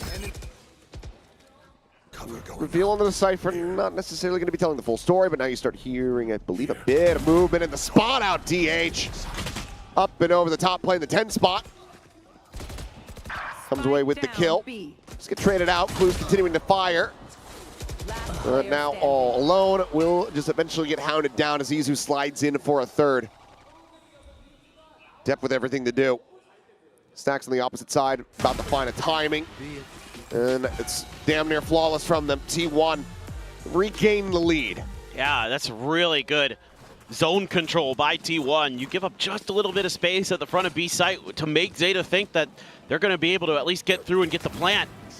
Because of DH's position, he shuts down the entry, and by that point, XDL and Clues are already committed. And that just opens things up for Izu on the Neon. To find those two players and deal with the problem, and Depp was trying to make his way into market. They're the lead, and Buzz and Meteor have had zero involvement, basically. Yeah. Timeout's going to be called. But, I mean, they're both they both died in pretty much every round. There was 0 kills, 0 assists. But that's okay. Yeah. Hard to believe that you would be saying something like that and be like, yeah, it's fine. And it's still a 3-2 after losing the anti-eco.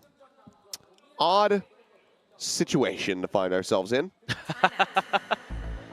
Oh, it's just kind of a special day, I guess. Yeah, I suppose so.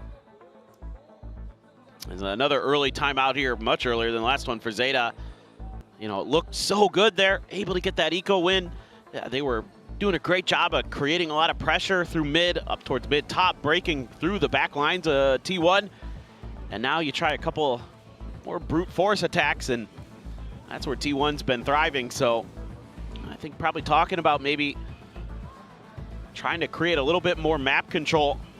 You know, went for a fast hit there, tried to get 10-10 accelerated, and DH was just in the perfect spot to deal with it.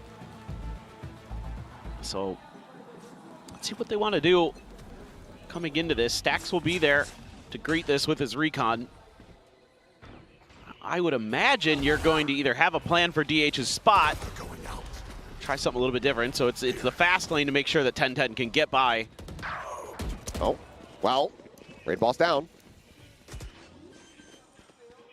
Push forward, 10-10, trying to scale, find a timing. He's able to find another kill, takes down his older brother.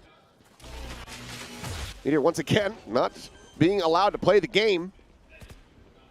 Spike planted. Now you got an op and two rifles here as T1. See if Buzz can find some involvement.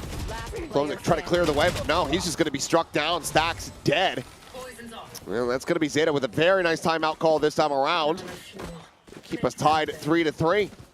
Yeah, all it really took there was just a couple little adjustments in the util for 10-10 to make sure that he's going to be able to clear all the way to backside efficiently. Sugar Zero is going to be the one asked to deal with DH's spot. Good read by them, just assuming that DH was going to try it again. And that's just little micro things that work out very, very nicely. Still enough here for T1 to put together a pretty strong buy. Still going to have an operator for Buzz. 10-10.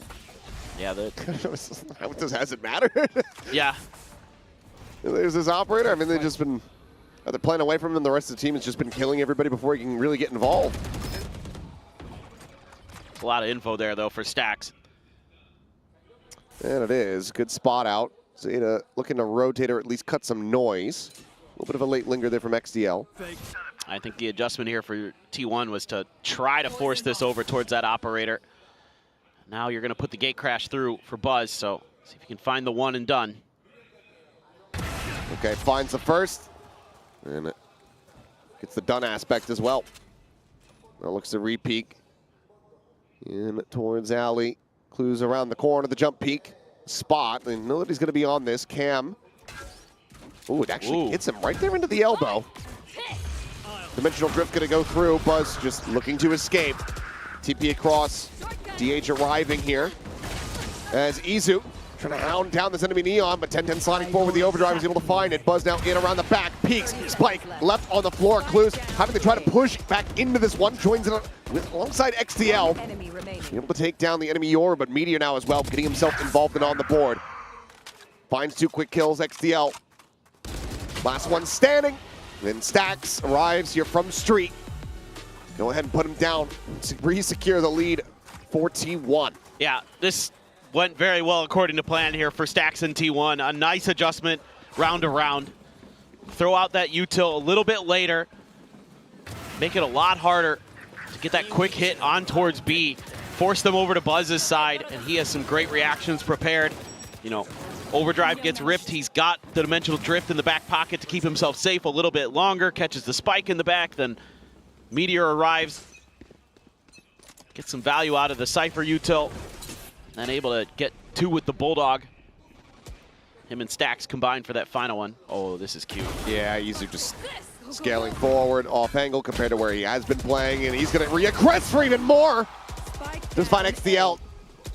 Depp only good for the 1. Now down to 8. Good for a second. Scoops up the Stinger. There's Stax now. Trying to isolate here, divide and conquer, but it's going to be Depp re-swinging, and Meteor, just catching a stray shot there on the Depp. It just didn't have nearly enough HP to try to survive. Narrow margin still. It's decent damage, decent effort here from the side of ZETA Division, but they cannot get that round win, so T1 stretches the lead ever so slightly. Yeah, just little repositionings and a good combo play between Stax and Izu there initially. Nice read by Depp, pre-firing a little bit on the re-peek. 8 HP, and therefore that last bullet gets him through the box. Looking at that op, it's going to be heading in towards mid. A lot of players stacked up here at B main again. I'm going to try to dig into this well, but look at the change in the Cypher util. It's out on the fringes. Some damage suffered there. As there's the reveal, Buzz able to find the shot. Sugar Zero trading it back, putting the operator down onto the floor. The push forward from Meteor is far too much, far too overzealous. As he ends up getting caught. Pit now try to escort them forward here for the plant. Spike still back into the corner. Stacks pushing. If he lingered, he might have actually been able to have an angle as the drone going to be coming through. Tucks into the pit. Stacks plays it beautifully. And he's able to slide back into safety. Sugar Zero, however, still firing. Finds himself a third. Izu dead. It's a player advantage, but there's smoke here in their face. 50 seconds remaining, though, so ZETA, they can pretty much play this whichever way they want to, and it seems like T1 are anticipating maybe a rotate. Yeah, it looks that way. Question is, does ZETA actually commit to it? Seems like they are. DH. No. Cut of the noise. A quick peek in towards tiles. Nothing seen. Oh, they read that really nicely to ZETA. They knew that the drone hadn't been used by Stacks yet, and they anticipated it and just waited it out. Stacks is going to be looking for that recon, though, from XDL. That should be the confirmation. DH needing to make a go of this one, but Stacks, snappy with the first, brings it back into parity, 2v2. Shock darts at the ready. Sends the recon, that's going to be cleared. Now he knows where both players' position roughly is going to be. Get to the corner, some more damage going to be suffered there as Clues just trying to whittle away at this Sova. Paranoia going across, connecting on to both. No, Clues actually on skates by it. Swim forward and DH. A glimpse is enough. Finds the kills. Once again, it's T1 coming out on top by very narrow margins. It's a great back and forth in this round in terms of trying to outguess each other with the util, but it's just Stacks a little bit better on the Sova, just kind of reading the situation. He's 12-5-5. Yeah, well, he's playing out of his mind, but it's the reads that he makes there. Dodges the drone, dodges the recon, able to get the kill, patient enough to wait for that Paranoia to get DH back over. Just trying to buy time the whole way through. And I like the read from ZETA to wait out Stacks' drone as well, to go back in towards B. I mean, good ideas back and forth. It's just Stacks was just better. Yeah. That's all there is to that. Maybe Stacks is just one of these players, his ability and his game mechanics just, as Buzz going to be taken down. Great little rundown here from Dab. Does eat an immense amount of damage, and he's going to die next to XDL Shock Dart. That's a little bit of an oopsie, but they're looking to make up for it. As Meteor now dead, overdrive popped, Izu lost in the sauce, doesn't know where the hell he's looking, slides around the backside of market, finding one, finding two, Spike now on the floor, spots out the last player and will massacre them. That's a very weird round, but T1 get up 7-3. What were you going to say about Stacks? I genuinely wanted to hear your opinion. Well, now that chaos is over, I was going to say maybe he's one of these players that just, his game mechanics and his ability scale with audience size. I think so. He loves it. Yeah. He thrives on it. I mean, we saw the walkouts from him. Yeah. He loves to work the crowd. I mean, you saw it at Bangkok. You're seeing it here today. It is. And there's going to be somebody in the chat going, well, there's not that many people in the audience. Look at the shot. There's a ton of people behind the camera that's facing the stairs. Yeah, that venue holds a lot of people. Because that's the T1 fan zone. Is where they walked up, and the camera is positioned above them. Yeah, I can't remember what the exact capacity is for Inspire, but it's more than 10,000. It's a lot. Yeah, I think it's like 14,000. Yeah, and they pretty much have all of the seats in. Depth, though, in the top mid, loses his life. Clues striking, however, has himself a real opportunity, but Izu finds the headshot, surviving with 30. Buzz, swing in, spotting one, quick exit over to the side. Still going to be dazed up a little bit, but 10-10 does not push the corner. It doesn't read the reposition at all. Bounds into the open, dies. Meteor now on the lurk, dropping down. Cage will fall, instant headshot as they basically line up. 2 kills going to be collected, T1 getting up to 8. Yeah, now they're just starting to react really quickly to what ZETA's trying to do. ZETA's actually been pushing the pace a bit here on this attacker side, trying to rely on that neon of 10-10 to, kind of break things open, keep T1 a little bit off balance, but T1 very happy to play that game. That is a sick shot from Buzz, even though he can't readjust for the second. Meteor gets the dink, anticipates the re-swing from XDL, and deals with it nicely. Now Buzz can go for the Outlaw.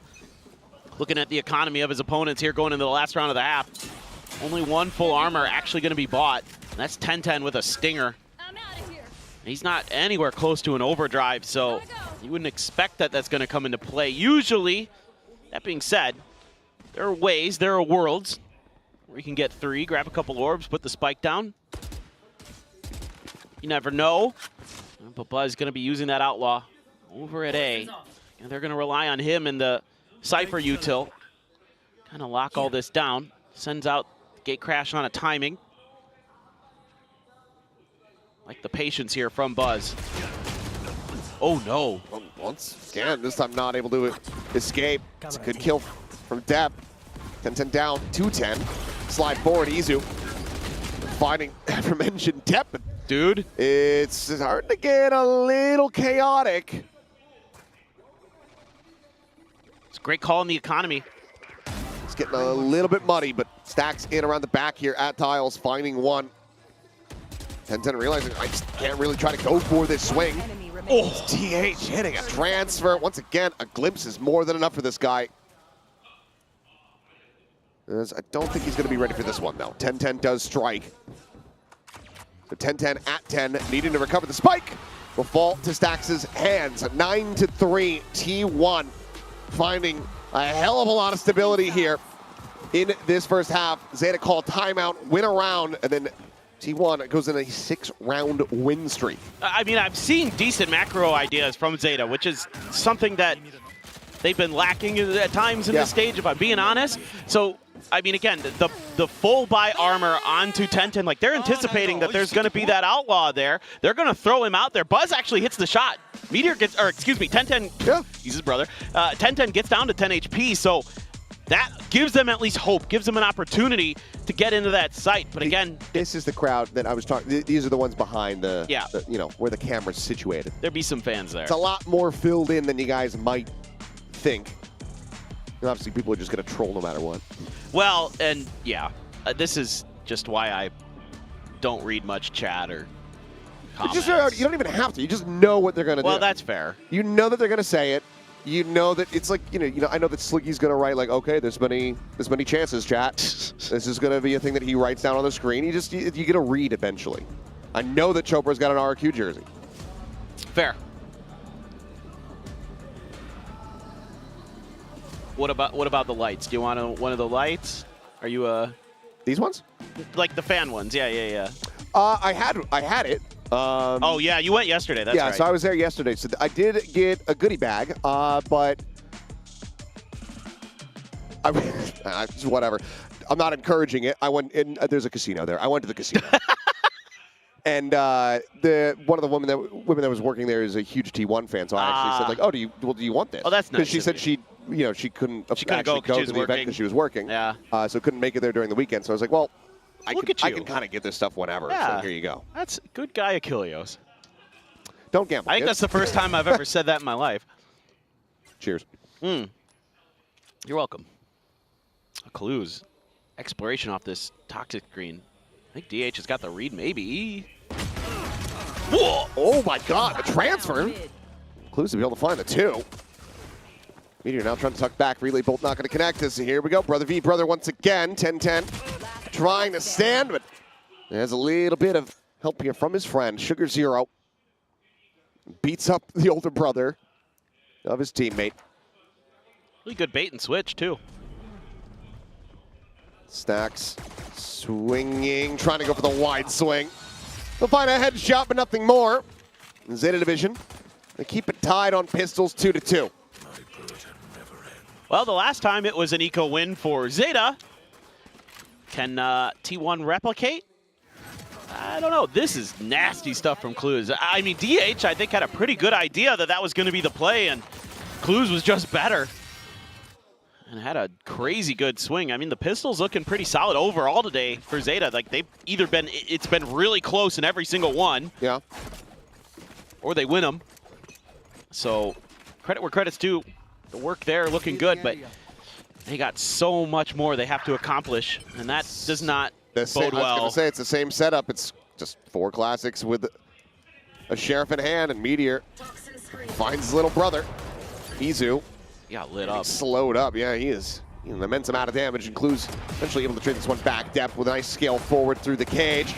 Tension getting turned in multiple directions, but Depth is continuing to find these huge rounds. And in the end, it's only 10-10 as a casualty. The weapon's going to be carried over. Zeta Division not allowing for T1 to wiggle their way back into this one. They start the half off exactly the way they need to. Yeah. That's going to be an op online very early. No kidding. That's a round 3 op.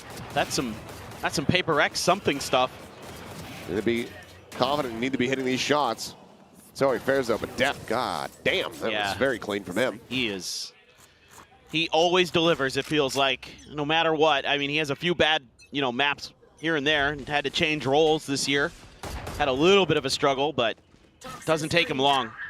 He is just gifted at games. Always has been. And I dread the day that he retires. I'm sure plenty do. And he is going to continue with that dominance, finding an early kill. Player advantage now here for Zeta as they look to try to convert the bonus, but quickly traded back. DH able to find Sugar Zero here on the entry. Comes him out of market, but does eat a good amount of damage in the exchange. How much util for this post plant, though?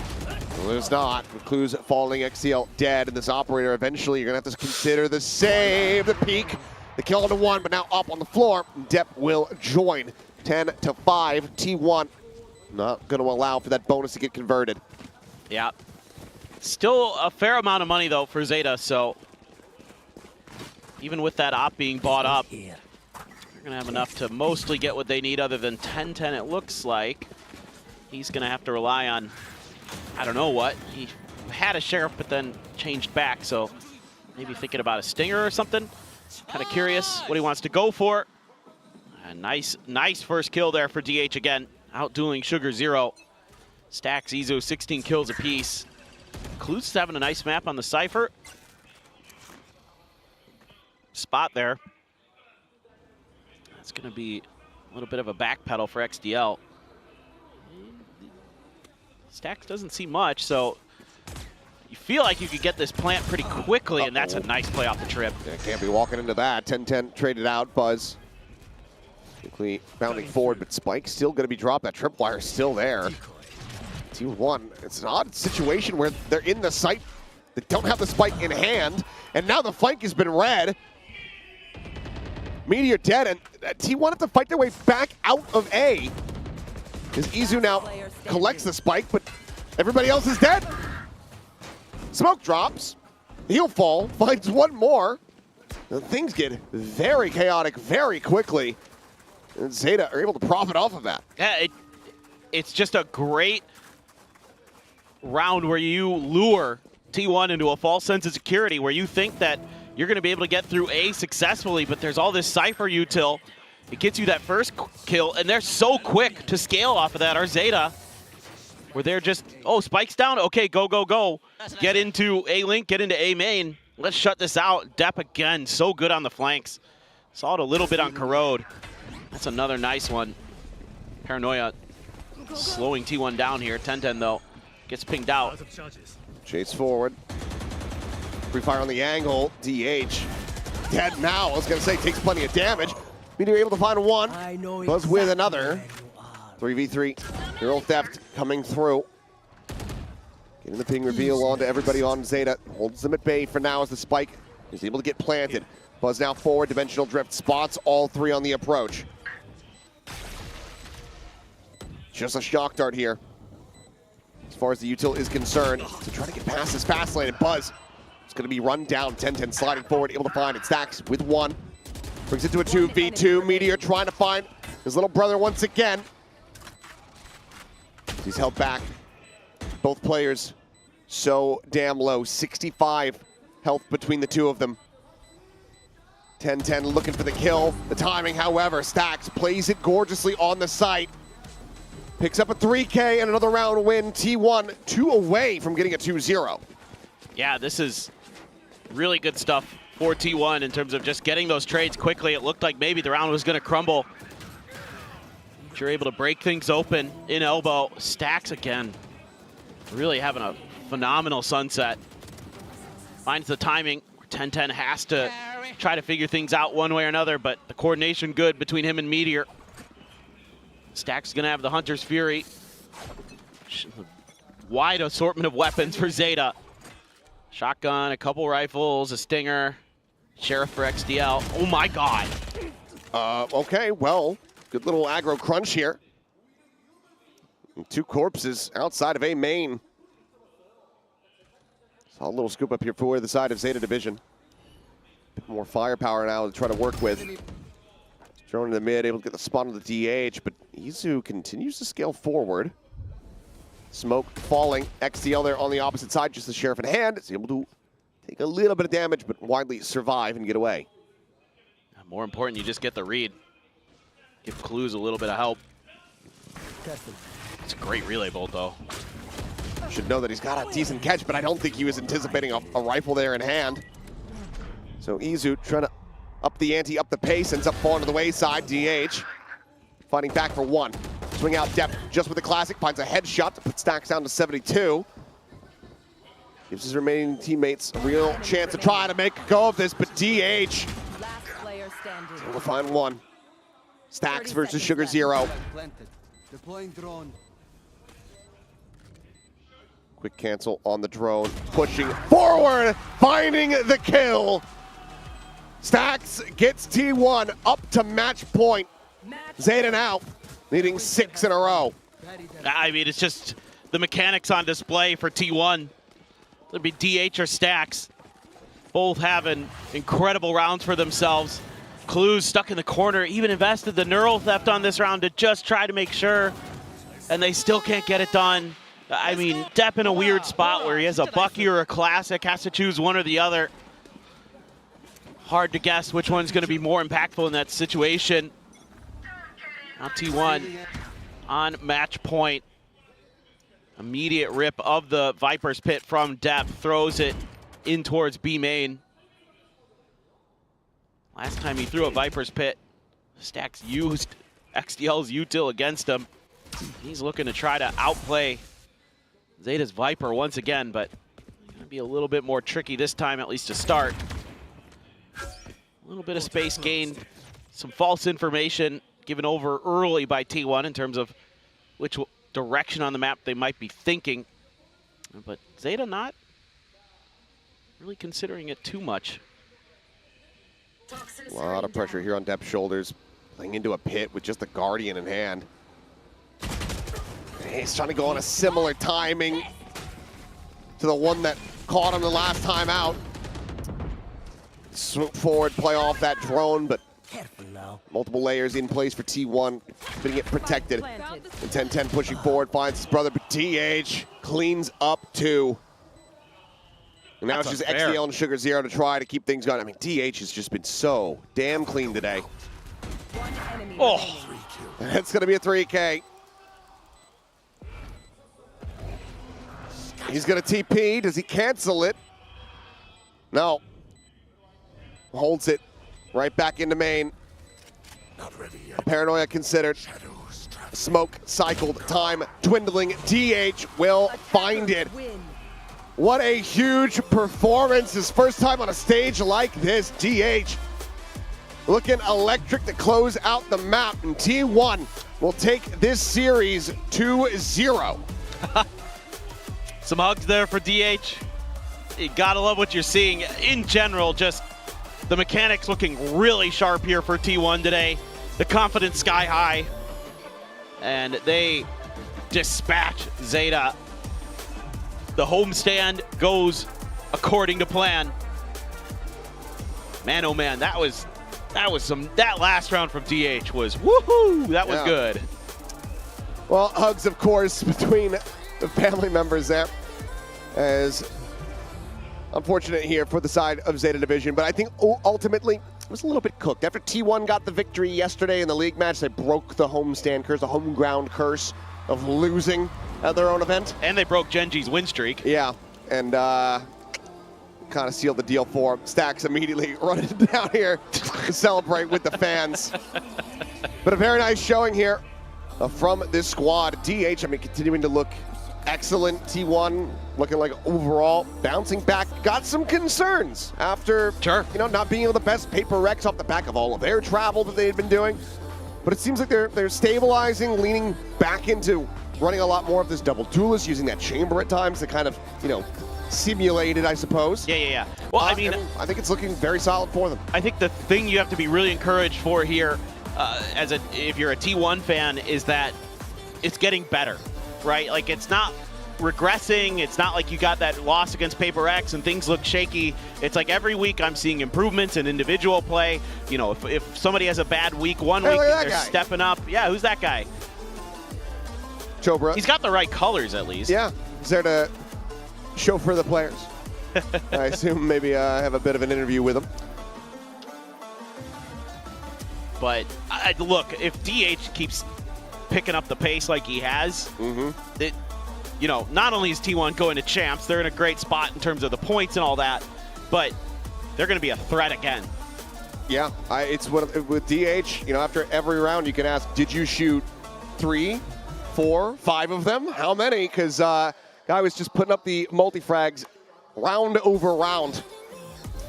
The clean stuff, and this starts becoming a bit scary for every other team here in their group.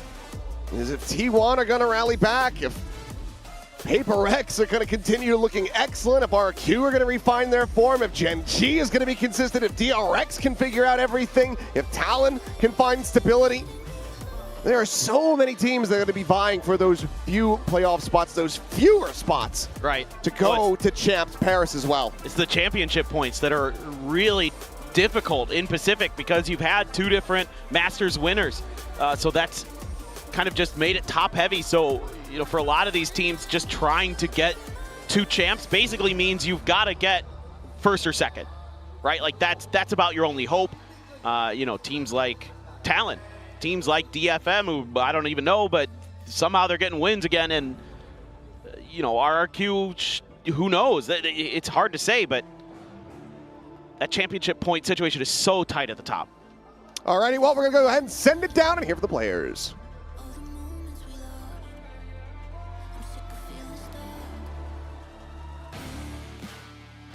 T1 홈그라운드에서 승리를 거머쥔 T1의 메테오 선수입니다. Ladies and gentlemen, just securing their first ever T1 home ground victory, we have a chance to speak with Meteor.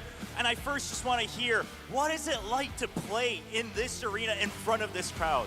제일 먼저 제가 물어볼 수밖에 없는 질문이 끝나자마자 이 뜨거운 환호와 이게 찐 홈그라운드잖아요. 처음으로 접해보시는 느낌이 어떠신가요?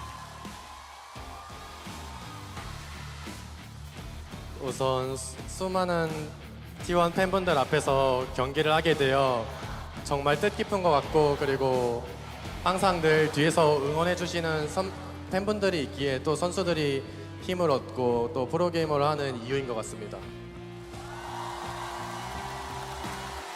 First of all, I think it's just so meaningful to have all these fans cheering for us behind us, and we always knew they were behind us, but I think that's the reason we can play as professionals, that we can be pros, is because we have the support and the cheer behind us every time. Next, we got to talk about, of course, Meteor's picks, the Astra. A lot of people have had questions. Is that his pick? Is it the team's? We got to hear about the Corrode. 자, 먼저 1세트 경기 얘기를 좀 나눠보고 싶은데요.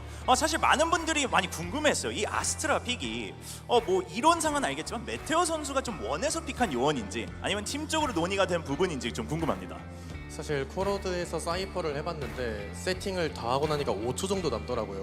그래서 나 이거 힘든 것 같다 해가지고 이제 아스트라로 바뀌게 되었습니다. 좀 더 자유로운 움직임을 위해서. 네. 알겠습니다. So I actually tried Cypher on Corrode, and every time I finished my setup, I only had about 5 seconds left to get into position. So I said I need something else with a little bit more freedom, and so that's why we were able to try the Astra. 물론 아스트라로도 좋은 모습 보여주셨지만 팀 전체가 사실 오늘 분위기가 굉장히 좋았잖아요. 그렇죠, 여러분? 자, 그 비결은 또 무엇인지 한번 들어보겠습니다. So now I want to just hear about how are the vibes so good on stage. Obviously, T1 home ground I'm sure helps, but I want to hear what it was like on the comms. 네, 그래서 오늘 경기 중에 약간 T1 홈그라운드의 그 분위기도 많이 힘을 얻었나요? 아니면 전체적으로 팀의 분위기가 요즘 성장세인가요? 사실 좀 하락하다가 다시 올라가는 추세이기도 하고, 그리고 또 경기 도중에 T1 응원을 좀 들으니까 저희들끼리도 지금 막 소리 들리냐고 재밌게 즐기자고 그런 얘기했습니다.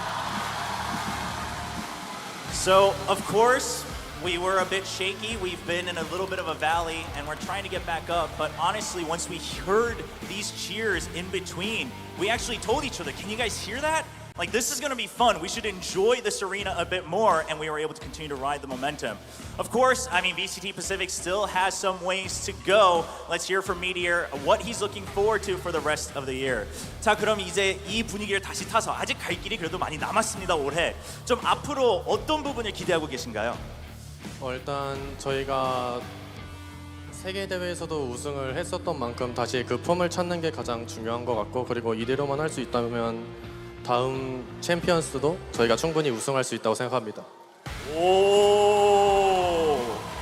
So, of course, we have won an international tournament, so what's most important for us is to rediscover that form. And if we're able to do that, I think we can even look at the Champions Trophy. 마지막으로 현장에 오신 팬분들께 또 한마디 부탁드리겠습니다.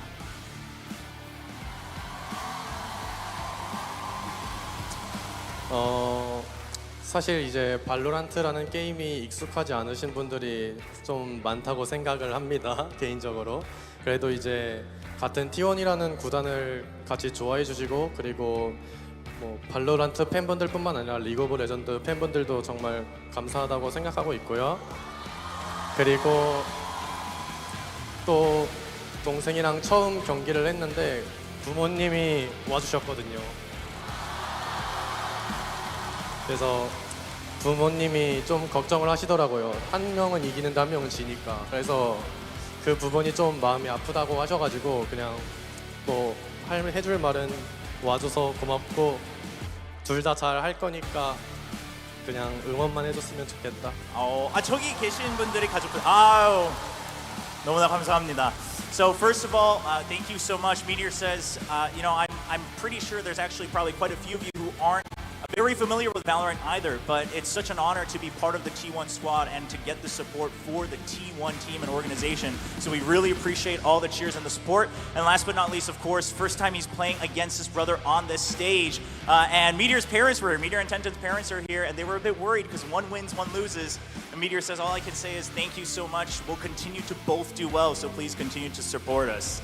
그럼 다시 한번 승리 축하드리고 오늘 또 T1 홈그라운드에서 역사적인 첫 승리 축하드립니다. 감사합니다. 자, 이렇게 인터뷰를 마치고 저희는 VCT 퍼시픽 방송에서는 다음 경기로 돌아오고 또 홈그라운드에서는 마련된 이벤트까지 맞아 진행하겠습니다. That's gonna be it for today's match. Of course, we'll be back with another match on the broadcast, and for all of you here, there's still more for the fans here at T1 Homeground. We'll see you in a bit.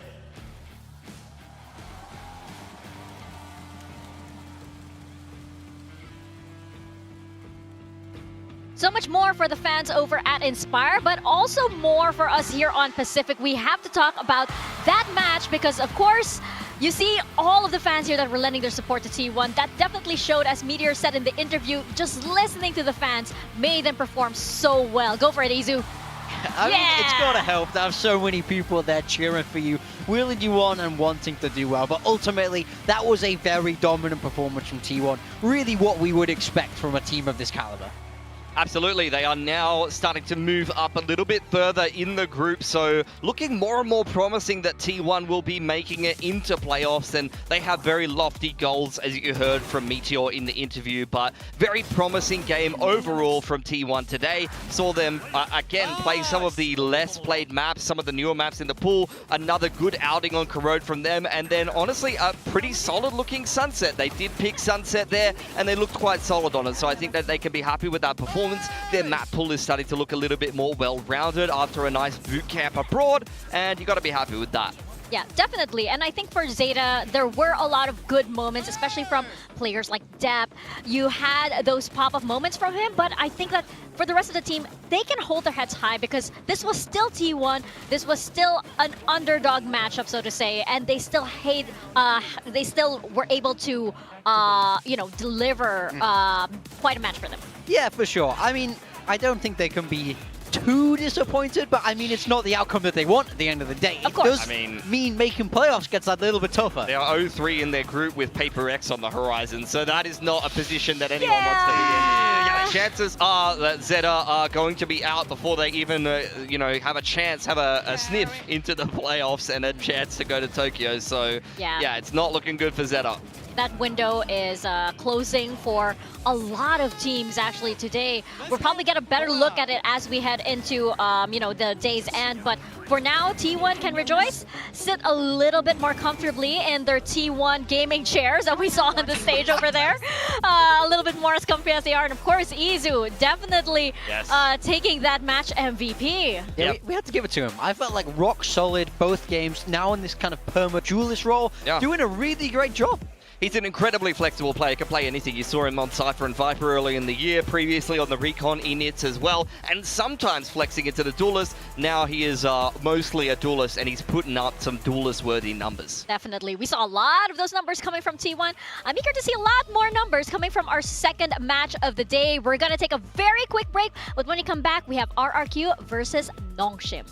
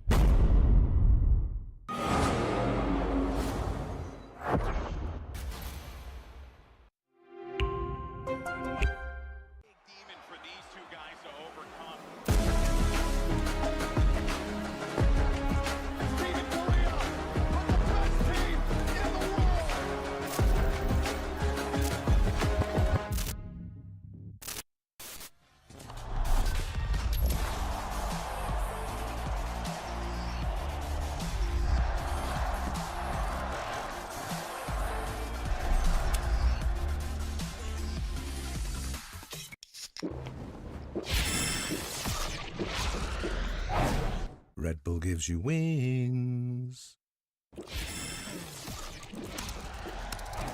Red Bull gives you wings.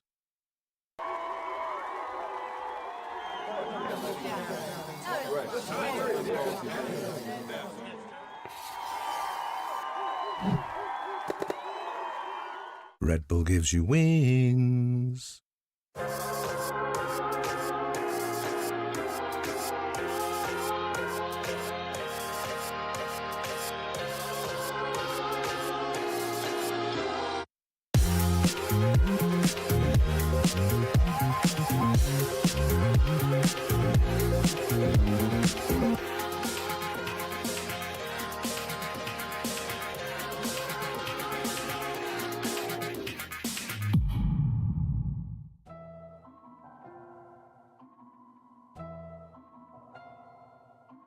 I'm up, we winning the race.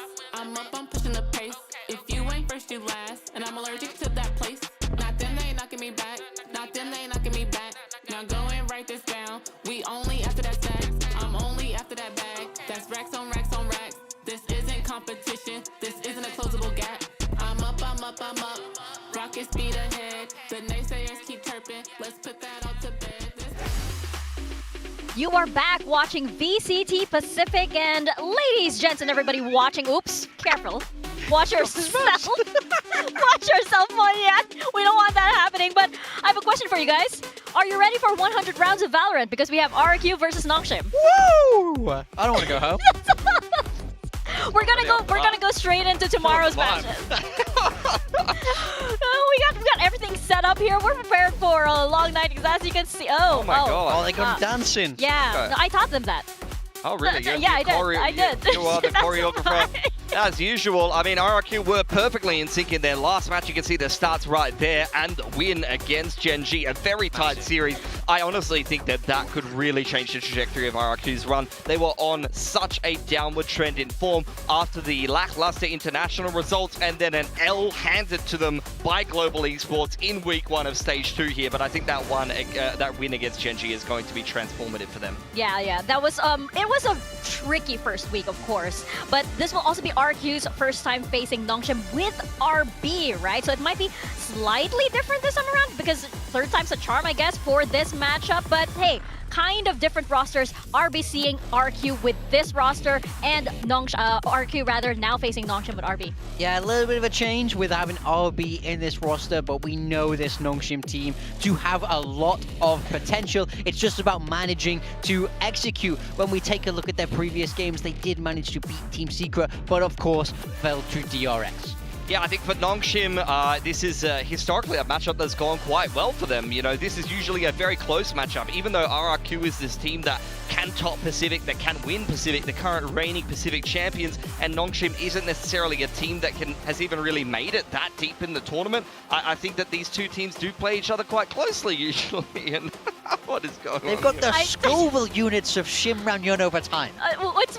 Hey, this Indonesia. Is the kind of did you work on this graph? Can I just say Indonesia Spice is on another level as well. So I think that Monyet can actually take the heat, especially since you look at this face-off. Spice aside, Scoville level aside, between Monyet and Dabby, and we know how this match can be very, very messy. Yeah, I mean, that's the key there, is that Nongshim have come out on top both times against RRQ, and I mean, this is, of course, the key head-to-head. Monyet versus Danby, a lot of similar crossover and agent pool, but with Monyet taking that Omen, they've been the two standing out here. Yeah, absolutely. Danby's in fantastic form. In fact, this has been his best stage of Pacific all year for me. He has really been putting up the numbers. Monyet just had an excellent series against Genji after a pretty poor run of form, honestly. He's had some very, very lackluster series in the last little bit for RRQ in particular. So I'm hoping that this Neon head-to-head today is going to be fireworks and Danby's going to be doing tricks on him like that. Oh, yeah. I mean, they're both just so chaotic. It's kind of crazy.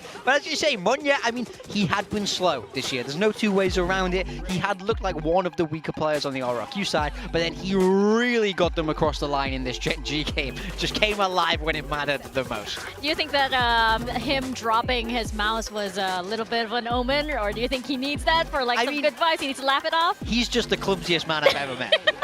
So I'm not shocked at all that he dropped his mouse. Were you? I think you were the one who told me that like he has to spill something on himself. Yeah, it's good luck. Good luck when he spills food down himself. So he has to be clumsy. Yeah. Does the mouse thing count? I can count it. But he's going to need it today because he has to go head-to-head with Danby. We know they both love this Neon. Man, I really hope we see them clash on this agent. Yeah, look, Danby might be giving Texture some respect, but I don't think he's going to be giving Monyet any respect in the server today. I mean, that overlap in terms of agent pool, it's not a duelist head-to-head so much as the primary duelist for RRQ, as we know, is Jemkin, but Monyet obviously giving them something a little bit different, does love to mix in the Neon and the Waylay, so they love that double duelist approach for over sure. at RRQ. And I'm just, okay, I'm happy we get Corrode, but I'm kind of sad that we don't get Lotus for this. Did you want to stay here overnight? I'm not too sad about it, I'll be honest. Lotus already You don't want to stay? I mean, like, set up here with, like, my penguin, lean back and go to sleep here and stuff. I will say, I like this pick of Corrode from Nongshim. We've not seen this yet from them, right? So, nice to them to take this in a little bit of a different direction, trying to catch RRQ off guard. We have seen RRQ's Corrode in that opening game against Global, and, yeah, it didn't look fantastic. Didn't go well. RRQ will start on the defense, though, so that might help them out a little bit. Haven will be the pick here for RRQ. They do love the double duelist with the Neon for Monyet. That will be definitely a Neon off. I mean, Nongshim's game against Full Sense in Ascension, where they 13-0'd them, lives rent-free in my head on Haven. Yeah. And then that third map decider as Icebox will be an interesting one, because that won't be a Neon map. You will see Danby on the Jet, so that will be more of a Jet head-to-head between Danby and Jemkin. We're getting so much Corrode here, and Nongshim also showing they initially banned that map, and they're bringing it out here. They're like, hey, we're ready. Why not? What else do we have to lose, right? Bring up, I believe our predictions here. I think you were the only outlier, if I'm not mistaken. No. I think all of us here went for RRQ. Except for Quack. That's a mistake. Really? It was Quack. Yeah, it was Quack who went Nongshim. Well, let's find out. We're going to send it to the stage for RRQ and Nongshim.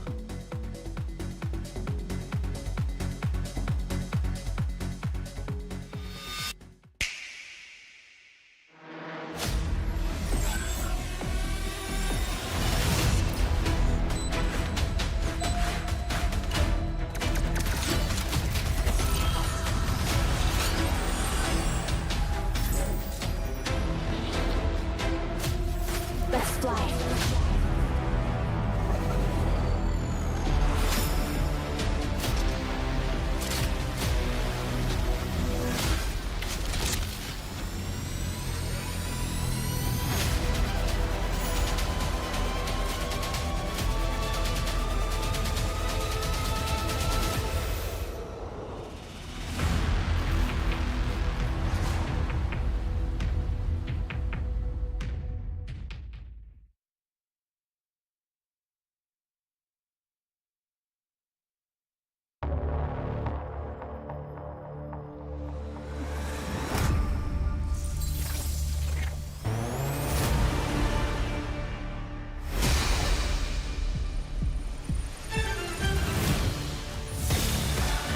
Team RRQ. We are back on the Sangam stage for our second match of the day. RRQ and Nongshim Red Force. Even though they have the Pacific Trophy, RRQ are not out of the woods just yet. They need to make their way to champions, and that means winning it all as perfectly as they possibly can. And we know this team can win, and they have. But RRQ's struggle has always been closing out matches definitively against Pacific teams. Can they hit a much faster stride today? Yeah, they just beat the big brother of Korea in Genji, so now they're going to take on some of the little bros over at Nongshim. It's a matchup that historically actually hasn't gone well for them, but they need the win so much more today because they're only 1-on-1 in their group. As you mentioned, the Big Brother texture called this team the team of Gen Zs, I believe.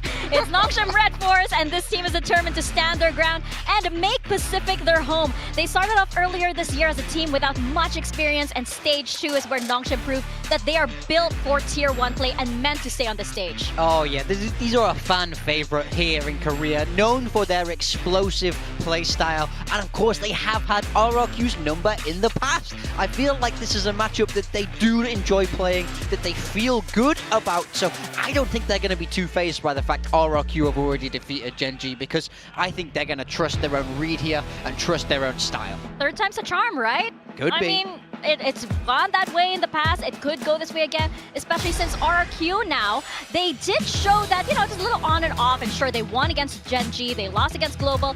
RRQ now, I'm seeing, now that they're well rested, I hope to see that without the exhaustion of that first week, we're seeing a much better RRQ in peak form. Yeah, I would agree. I think, honestly, that win against Genji is going to give them so much confidence. It's going to be a feel-good win for them. Now they've had some rest, they've had some more time to prepare. We know they've been cooking for a while after some lackluster results internationally. They've had more time to practice and come up with ideas, but now they're well rested enough to execute those ideas well in the server and get back to playing their A game. Yeah, that's the key. We know that the ceiling for this team is so high. Oh, it wasn't you. Yeah, no, it was Quack. It's always respect. Quack. Honestly, respect. I think they've got a reasonable shout today. Yeah. I don't think that the predictions are as one-sided as this in terms of the odds and Nongshim's chances of winning this series. No, that's the thing. The predictions aren't like, oh, it's like 50-50. Sometimes it's like 10% and then it's 90% on one side, right? So it could go either way this time around. We've seen it go either way. We've seen it go to 42 rounds in one map also.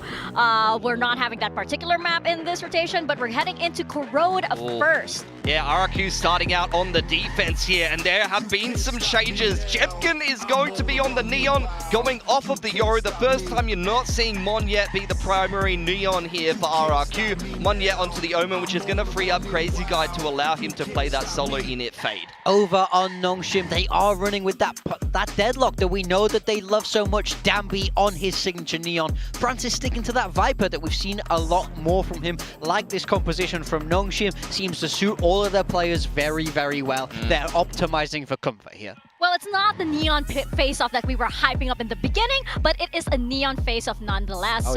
I'm still very, very excited for this. We are heading into Corrode for our first map of the day as well. And this is an RRQ again that is well rested, and we hope to be in peak form up against Nongshim that, of course, needs that second win to stay in the game. We're going to toss it over to our casters, Achilles and Paperthin.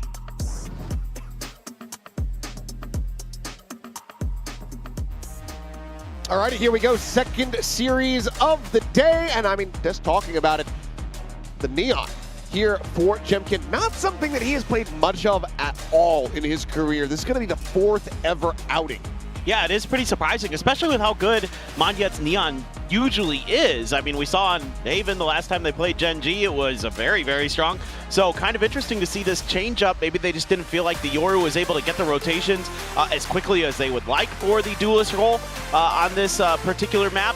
Felt like that was kind of a weakness against Global Esports the only time they've ever played it. Nongshim, you know, trying to lean into things a little bit where they feel comfortable, where they feel like they can get Dombi's knee on the through, because he has been stellar so far this stage as a duelist, and they're going to need more of that because obviously for Nongshim, you want to avoid that relegation if you can.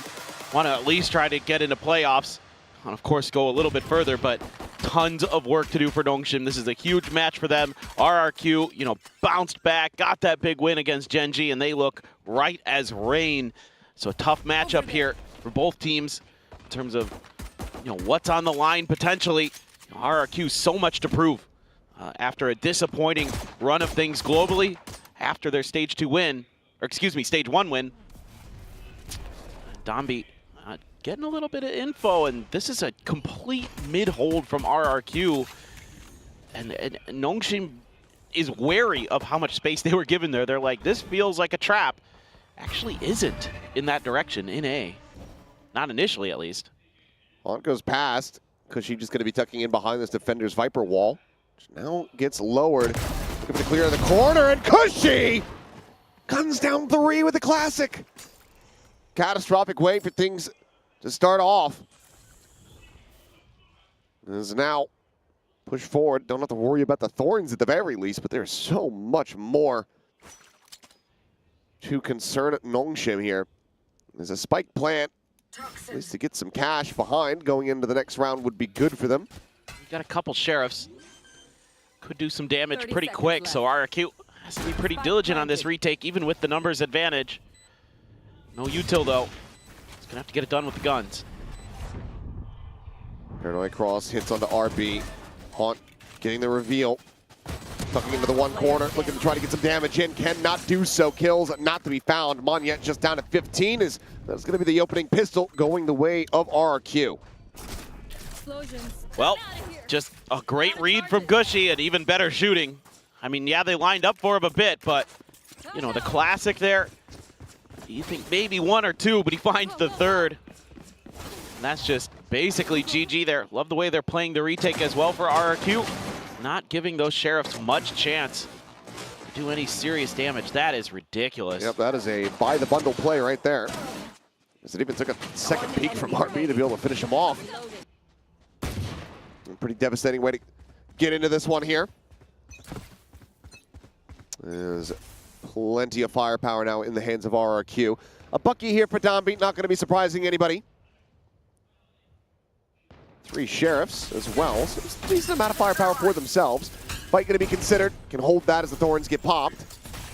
Fishy trying to scale forward, the sprint coming in, and there's the bite. Held on to wisely. Dombi dead, smoke dropping, RB able to find one, Francis with another, but eventually they will get flushed out. So, tiny little bit of damage going to be dealt here. As Crazy Guy, I don't think he's going to be able to get there in time. So, 2 weapons going to be carried forward. Otherwise, RRQ, 2-0 start. Yeah, I can see a ping out on the map there from Nongshim about one of those kind of unexpected placements of one of the Razor Vines. That's what really slowed up that hit. Didn't allow that Bucky for Dombi to do any damage. But it's great layering of the util to follow up with the snake bite. Well held onto by xFaro. And that really just stalled out that round. So that's a good read from RRQ. Good prep coming into that eco. A little bit of just shots into the nether. Seeing if anybody from Nongshim was going to give him an opportunity to find a freebie, but actually it's Francis going to take down Jemkin. Does eat a shot, though, from the Outlaw. Down to 10. And flash out, confirming some presence. It's going to be a triple scale in towards mid. I'll be trying to avoid these shots. That was the one player who could challenge that Outlaw. So well thought out by Nongshim in that regard. Monyet could have scooped it up though. So that's still very dangerous now. Here in this bonus for RRQ. Sparrow looking for a shot. If you had found Francis, would have been huge value. Bite will go ahead and delay. Looks like Cushy maybe considering a push down around the flank. Recon will go out. Relay bolt going to be avoided. Xfero finds a great one. Dambi on the floor. Knocked off here by the wall. Persia trying to slide around the pack, and Prowler trying to make its way through, cannot do so. Xfero not going to be spotted. Should be able to read that he's now going to be forward into the smoke, especially as that sonic sensor gets cleared. Francis unable to go ahead and try to hold that flank. Things are now falling apart as everyone loses their lives. Just Jemkin dead. The first casualty in the round. The only one suffered here for RRQ. They get a bonus conversion. This is brilliantly played by Xfero. Just falling back immediately. Took the one shot, didn't try to greed for any extra kills. Bought a ton of time for the rotations. And they are so ready. Just covering every angle so nicely there. Thought Persia maybe is going to be able to do some damage from that position, but he doesn't anticipate Crazy Guy getting there that quickly through B-Link. He gets shut down, and that Outlaw, again, going to be available. And Francis going to try to challenge, potentially, if he can get to it, with full armor, but he's on the other side of the map. Jemkin trying his luck again, this time against the half/no armors. We'll be able to find a one. Crazy Guy going to be hounded down, though. Slide forward from Dambi. The Bucky not in hand, but the Stinger will get the job done. He finds himself forward onto A, but the spike is cut off. As shot not flying, but they will just go ahead and overwhelm Ivy. Now, Nongshim, a rough position where, once similar to what we were seeing on Sunset the previous series, you have to fight their way out of the site to try to regain control over the spike. Smoke going forward. Jemkin missing a shot. And now leaves Monyet in a bit of a rough position, but Cushy is coming to the rescue. Swooping forward, finding Francis to bound out of the smoke. Dambi with the scooped up Phantom quickly finds 3, and suddenly it looks like Nongshim might just be able to make a go of this. Xfero still alive. Noted on the flank thus far. Just chasing in behind them. Swing of the corner. Dambi. The field of vision not going to be wide enough. Xfero continuing to scale forward, looking for the jump. Finds it. Dambi dead. Persia, no health to speak of. Swings off of the plant, and there you go. A Red Bull clutches Xfero. Goes 7-0 here on Corrode, guiding RRQ to a 4-0 start. Man, this is such a heartbreaking round for Nongshim. Dambi plays this so well. Gets that initial kill over into A-Link and just puts on the afterburners in towards A. And that puts RRQ in a really awkward position because they have a couple different angles that they have to worry about where the spike is down. Sure, they've got control of it. Cushy kind of gives away the, plan there. Starts spraying into that smoke, but Dambi just hits a phenomenal double. Crazy Guy with that Odin. Wants to take some mid-control there. Don't think anything connected. But now you've got this A-Link control. I think Dambi actually caught a glimpse there. Monyet, a bit of his head poked out of the smoke for just a brief moment.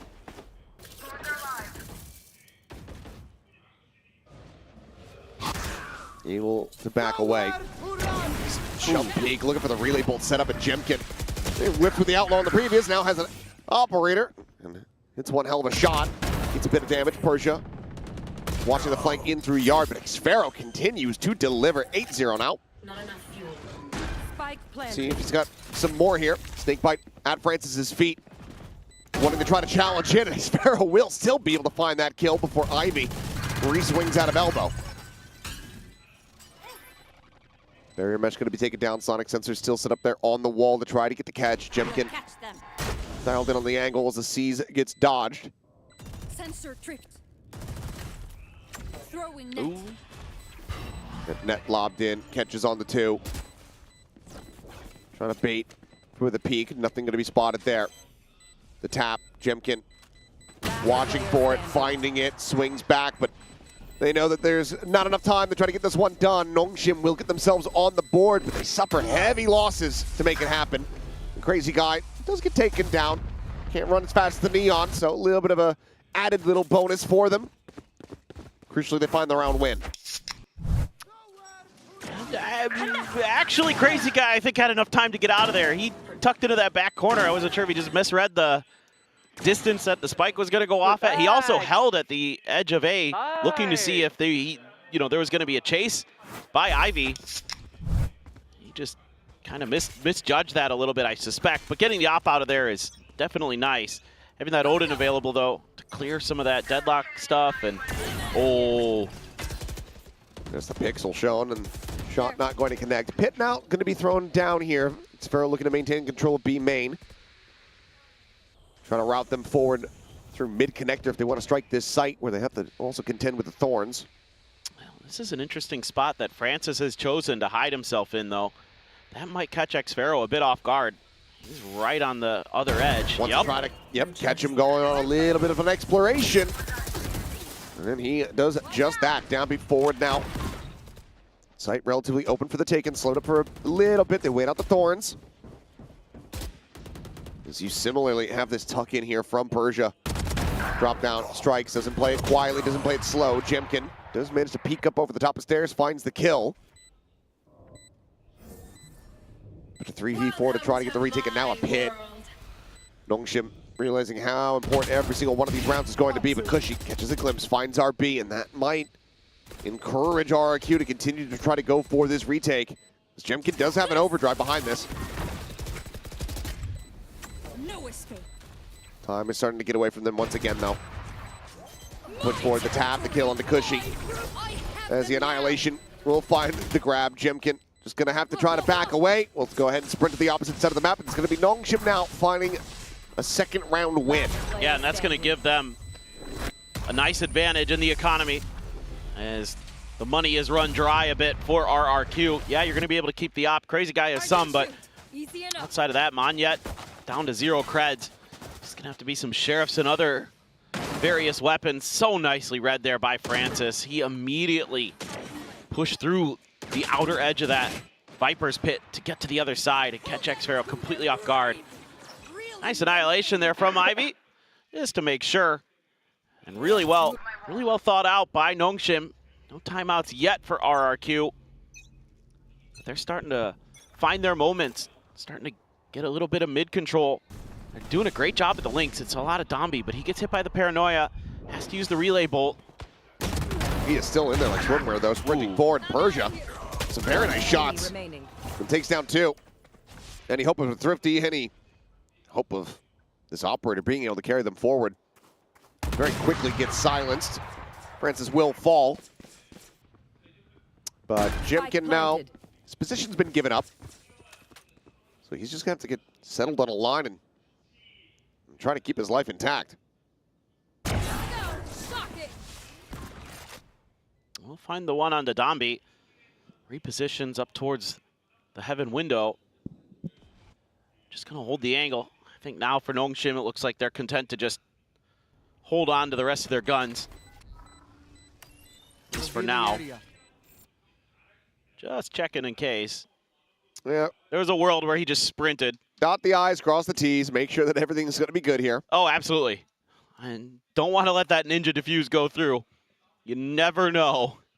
I have to suspect that now. Giving up 3 in a row after a very dominant start. RRQ maybe considering a pump of the brakes here as they get ready to go into the next buy. We'll see. Okay. So They far, might be leaving it for now. All right. Saw a judge there in Monyet's hands. Persia. Nice to see him step up for Nongshim. Was so good in their run to Ascension. He's been a little bit quiet at times. Nice! Ever since they qualified, and some laughs, some smiles. There's Ivy having a good run of it here, 5-5. Some good rounds strung together. I mean, creating a ton of map pressure, our Nongshim. Need to see a little bit more value there. Out of some of this util. Spot towards yard, but no info here on Jemkin's position to slide forward. And Tommy just cannot find him fast enough. Jemkin able to just go ahead, re-scope, re-steady it. That's the right idea. He got ahead of the relay bolt. Don't mind that at all from Dombi, just couldn't convert. And now, this is what sucks, is that operator was locking down that A main angle. And Monyet's just waiting. Hello. Goodbye. The plans here from Crazy Guy, so well thought out. just piece by piece on the map. Everything just set up to ruin Nongshim's day. Throw a haunt there in the main just to check, but as we can see, Nongshim looks like they're already in save mode. Looks like this round is done. What do you think it's like for 30 seconds left. Chober to experience like this just weird mishmash of happiness and sorrow simultaneously? Well, I mean, the problem is that the joy has never come when he's been supporting the team. So I don't know. That's why I'm saying, like, it has to be that, like, finally. I believe them for so long. They're great. He's like the anti-Sliggy. God, my yeah, but it's curious. I think he should be studied. Yeah, for sure. I definitely think we should be calling Seoul University up and getting that man hooked up. I think maybe we should call a shaman. Yeah. This guy's cursed. Yeah. Can we get that guy who blessed Paper Rex for Toronto? Is he available? How much does he cost, I wonder? The Mandate of Heaven guy? Yeah. You give it a go. This is... they're going to keep the judge somewhat in the same spot. It's in Link. And yeah, he's going to TP into that same corner, but let's see what the response is going to be from Nongshim, how they're going to want to deal with it. This time there's a Prowler there. So trying to show a different look, trying to keep it hidden, but that clear that drone that quick. They are very suspicious about Ivy's position here, so wall raised. Try to slot him back out into a safer spot. There goes Dombi. Bounding forward, slides back, and kind of just ends up selling. Ivy short as a sparrow. How does he find that? Oh my God. Oh, that one is just borderline unacceptable. Crazy guy? Cushy. Crazy cushy? Cushy guy? Cushy guy? Well, this has been a weird round. Persia with a nice shot. Able to find Jemkin before Jemkin can get things lined up. Wheels are coming off now. As this feels a bit more APAC. Monyet sliding forward. Shot to the face. Francis able to shrug off the majority of that damage, but Crazy Guy, quick peek, quick kill. Persia dead. Now the 1v1, the slide out, and Francis with a fast one will continue to keep things close. That is a rare mistake from Cushy. He has been so good this year. You don't see that too often. Another great play from Xfero. This is switching into the snake bite. Dombi tries to go for the double down. Oh my God. Yeah, Pat.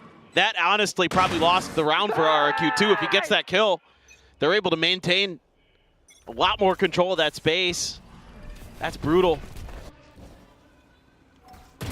Okay, drone set up here for Jemkin. He's trying to get the catch, but just barely fast enough. RB gets out of there. That was the spike too. Picked up. They're just turning up the tempo. Able to escape, and now barreling forward. Ivy fighting one. Xfero flushed out. They're reading the tendencies quite well. So I think if you're RQ, I mean, Money is in a little bit of a wobbly spot. Playing a 3v5 into a retake with Deadlock Util, as well as a Hunter's Fury. Yeah, I mean, and you do have some ults, but nowhere in a position to use them. So yeah, it looks like definitely a save. And this mid control really starting to hurt RRQ. And you can't get that value out of the Vice Util because you're not able to maintain your footing in mid. And so you can't get the walls, you can't get the Razor Vines to slow up this Nongshim team. So once they break through into a link, the rounds just get really chaotic and you have to rely on really good shooting. So like, you know, Xfero is stepping up early, sure, he's had some good moments, but that's not a consistent recipe for success. Sure. You gotta find some different answers, and now I think finally we're gonna get that timeout. I assume. Yeah. I saw the clock stop, so I was like, please? Timeout called. We'll just go ahead and try to slow things down as we hit 5-5. This becomes obviously increasingly worrisome as well because Nongshim and then starting on the attack, yes, often tend to be a bit more of an aggressive team, but they're going to have that deadlock as they pivot over to the defense, which can cause even more headaches here for the side of RRQ. Yeah, I'm kind of curious what the response is going to be. Mid control has just been a real issue because you've been sliding Jemkin over to some of the mains to try to put pressure on that part of the map, but then you're not able to reinforce mid effectively. And Nongshim is just grouping players up time and time again to overwhelm. And, again, going back to the pistol that got shut down by Cushy's hidden position outside of stairs where he got a 3K. There's been a few moments here and there, but 5 on an attacker side on Corrode, you got to be feeling pretty good about that. As Nongshim, you got to be feeling pretty good about your map picks so far. And as RRQ, you either need to, double down on the mid control or play for, retakes a bit more, especially with a Nightfall there, especially with an overdrive. Neither. Well, let's stack A main. We'll see though. Well, that's catch them off guard. Yeah. And it's kind of playing for retake if it comes down to it. Recon over the top, however, pings all of them. So now they know that this is going to be stacked. Weapons going to be stolen away. Monyet trying to push forward. Hunter Sphere around the corner.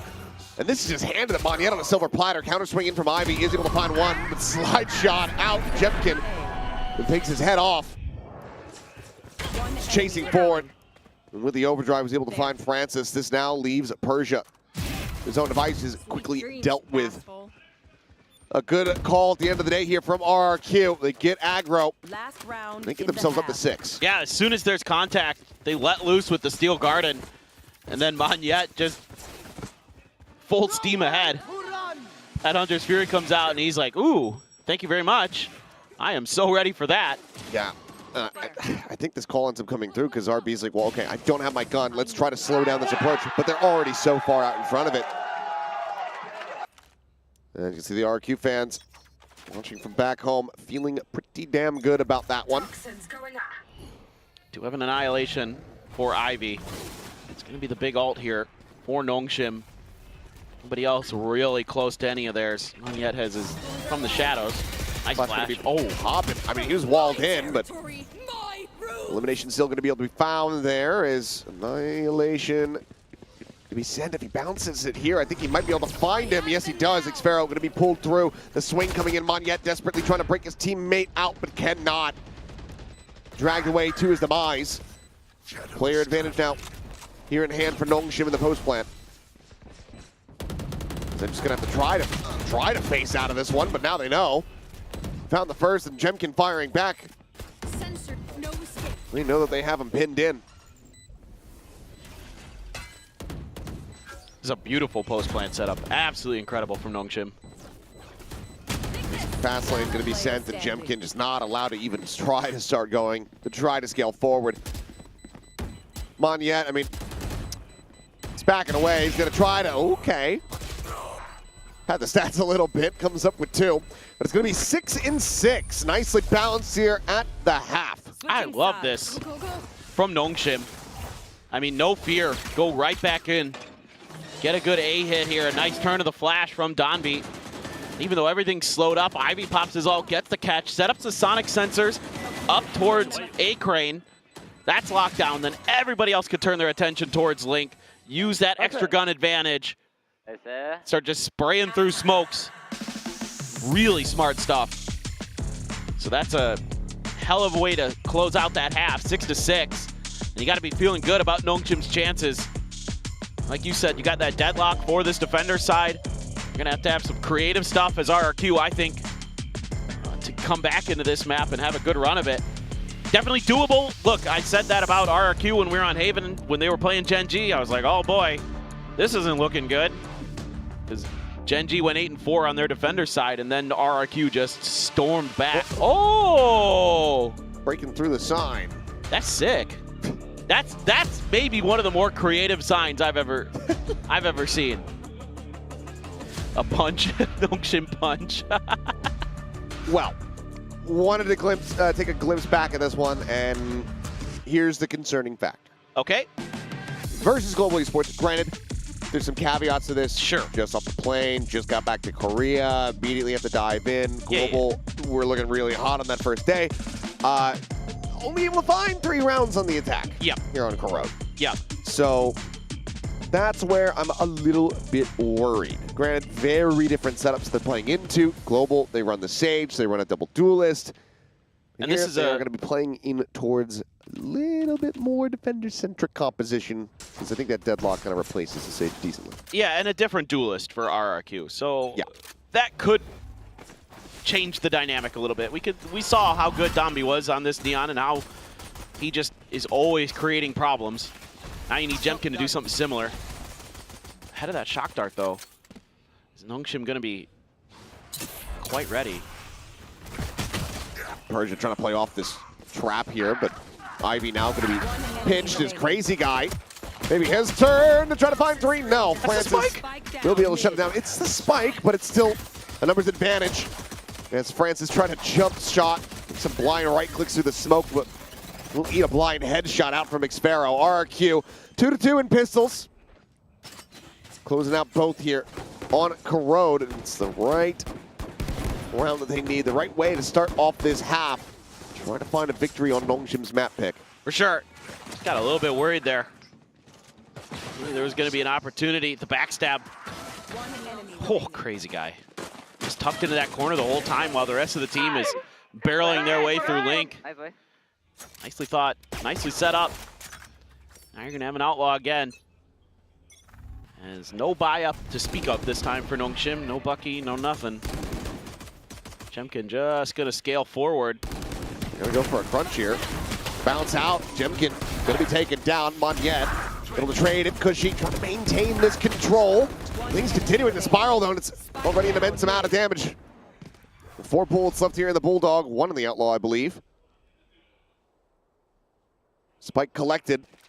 And that's gonna leave RRQ no choice but to go to this B site. Push forward. Persia take a little scout around, but he is able to find a Bulldog at the end of it. And he's coming from a weird angle. No vice wall to give you the info. This, well, but this tucked in position from RRQ, they're reading this really nicely, and the longer this takes, the easier it's going to be to figure out that Persia came all the way through their main. Next from here, you don't have to be that concerned about the approach if it's through mid. Smoke going to be cycled in. Snake bite thrown down. Persia eats a bit of damage. The Dragon Cross, however, able to find Xfero. Tucks back into the spike. Monyet with the reposition. Seems like this might have been heard. The drop down. Oh, and Monyet living up to the name. It comes away with a 3rd kill, and he can't escape. Even with a teleport, he doesn't get away. That's nothing saved. So as the dust settles, RRQ, okay, yep, 2-0 start here in the second half. But it is a insanely high value eco round from Nongshim. Yeah, I mean, love the call here from Nongshim to just challenge them in mid, just throw everything at them, see what happens. And they find a great response initially, especially to slow down Jemkin and RRQ. Great timing from Donby on that relay bolt. He's able to get out there and just make a meal of things. Big util dump. Forward in front of the bite, Jemkin dead. Francis a little while, he's frantically jumping around as quickly as he possibly could. Scale forward from RB, looking for the quick transfer. Does put a good amount of damage down onto Cushy, as all these players trying to scale forward are very quickly noted and dealt with. Nongshim not going to allow for a bonus conversion, but given the weaponry, I don't really think RRQ had much of a chance. So Nongshim now 1 away from tying us up once again. Ivy out in front, looking to get that annihilation online. Yeah, I have to assume it's just that snake bite initially from Francis. You know, they try to TP alongside of the accelerated Jemkin, and that's nice stuff from Domby. But all it takes is that one snake bite. The rest of RRQ is just stuck at that door. They can't really scale off of that util dump the way they'd like. Just little things like that, just good protocols. Okay. Jemkin dealing with the aggression here in mid. Shuts down Tomby. Good sign as RRQ tries to maintain this lead, not allow for Nongshim to tie it up once again. Shock dart forward, Jemkin down low. Pinned into the corner here by the snake bite. Spurgeon doesn't want to make a noise. Ooh, crazy guy. Surprisingly, the ones to fall as Jemkin does manage to bring this back into a 3v3. Paranoia forward. Annihilation going to be sent. Grab onto one, the slide forward. Jemkin trying to save him here, but now that is just going to be a GG go next on the rounds. Nongshim able to find it in the end, but it's just continued chaos here. I mean, again, Nongshim is so good about changing up the timing of when they're going to hit you with these mid crunches. This time they give up a little bit of space to Jemkin. They kind of lull RRQ into a bit of a false sense of security. I mean, okay, Dombi loses that, you know, that exchange this time. But then they're just so diligent. Great stuff from RB, being patient with his util, getting that ping reveal. And you're kind of expecting that they're going to be trying to take Jemkin out, where Nongshim actually clears 2 other players. Stingers, some Sheriffs, just a classic from Monyet. So a weak bye for RRQ. They're trying to be the ones who are a little bit more patient this time. Nongshim sending RB out in front. Okay. Trade, a little bit of damage. They would love to get the weapon, but so far forward here top mid. Not looking to be very possible here for them. Barrier mesh now going to be sent through. Locks off this angle of approach. Crazy guy going to try to maybe open up something here at A, and at least throw up some interest. Able to at least clear that sensor and get out. So he's mission accomplished. And let's see what he's going to do about that deadlock wall. I'm not sure if he can. I don't think he can fit through it. Gonna have to try to clear it. So again, Francis going to be called upon. Still has the snake bite. So RRQ needs to make sure that this is well coordinated, but RB slid in. There it is. There's the spot out. Bite sent. 22 seconds now remaining. The wall gone in mid, but no other recourse but to just join the rest of the team here at lobby. Push forward coming in. Francis, yep, that 90-degree angle, able to mow down 2 quickly. Crazy guy trying to push forward. Does manage to find 1. Finds another. He's got just enough time to be able to plant this. Wow. Spike now in play. And suddenly this is far closer than we could have anticipated, but there's a spot out. Since that the Nightfall is committing for this, confirms that it's only going to be 1 on that approach, but he has no idea where Ivy is at the moment. But Ivy very much the same. Does he think about it? Does he just send the net here? Yes, he does. Crazy guy now going to be pinned in. Now position is going to be confirmed, and oh boy. A sigh of relief can be breathed here. As every single round just teetering on an knive's edge, it would seem. That Nongshim take the lead now 9-8. Yeah, I mean, that's, again, so well thought out by Nongshim. I love their protocols they have built into this map. Happy to challenge mid.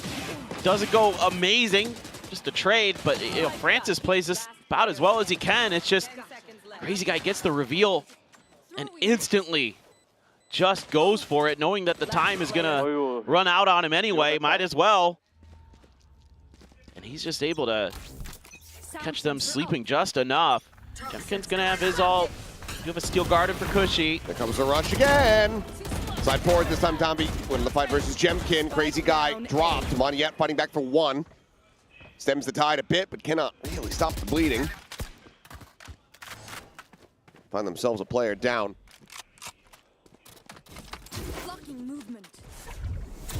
Oh, that cuts off Cushy, so now he's gonna have to try to clear this one out just to be able to join in with the 2 other players here. This is, oh boy. Trade's there, but yeah, I mean, yeah, you have your pit, but are you gonna be able to get in a spot to use it?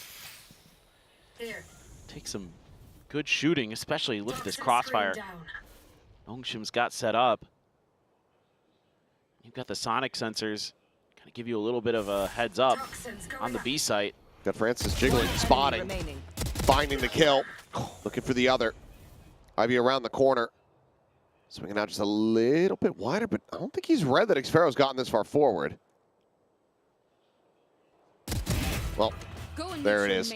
Makes for a quick adjustment. Xfero similarly not reading Ivy's position, so ends up falling to the wayside as Nongshim get up to double digits. Yeah, it's 4 in a row now for Nongshim. Love the way they play this map. The aggression early. Again, get what you need. Don't overcommit too much. Throw up that wall in mid, reestablish control of that space, get this crossfire going. Really well thought out. They are just so ready at every twist and turn. Yeah, gotta take another timeout. Nongshim hasn't even burned one. Very happy with what they've been seeing. And I don't know, RRQ, how are you gonna deal with this? You know, are you gonna have some answers for some of these crunch plays that Nongshim's dialing up in mid? You're gonna be able to take some control of A-Link a little bit more, B-Link. And every time you've tried, you've been thwarted. Now you try to go towards the mains a little bit, you're thwarted there.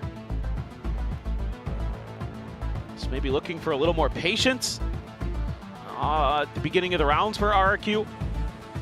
Maybe intentionally give up a little bit of space to see if you can bait a reaction out of Nongshim.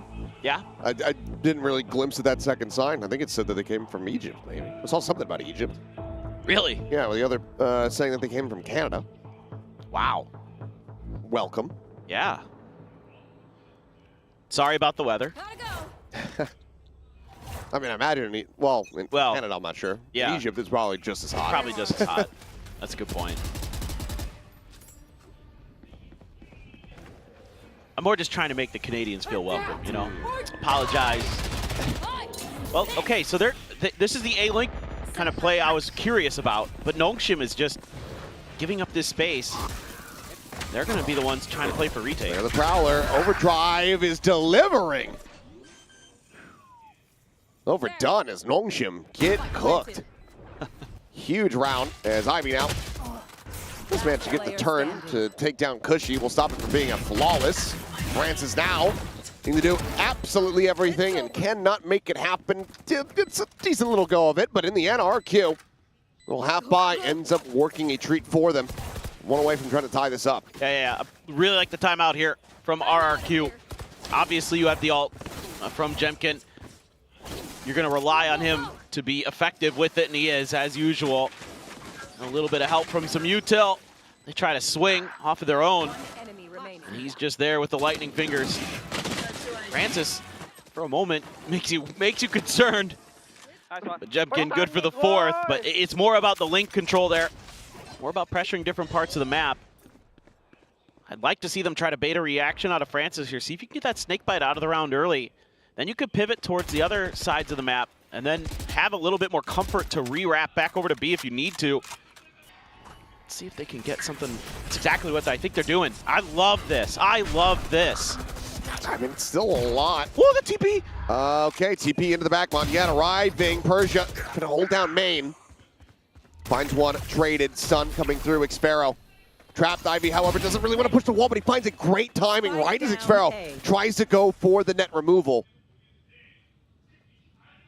Pings are coming down. They're reading Monyan's position incredibly well.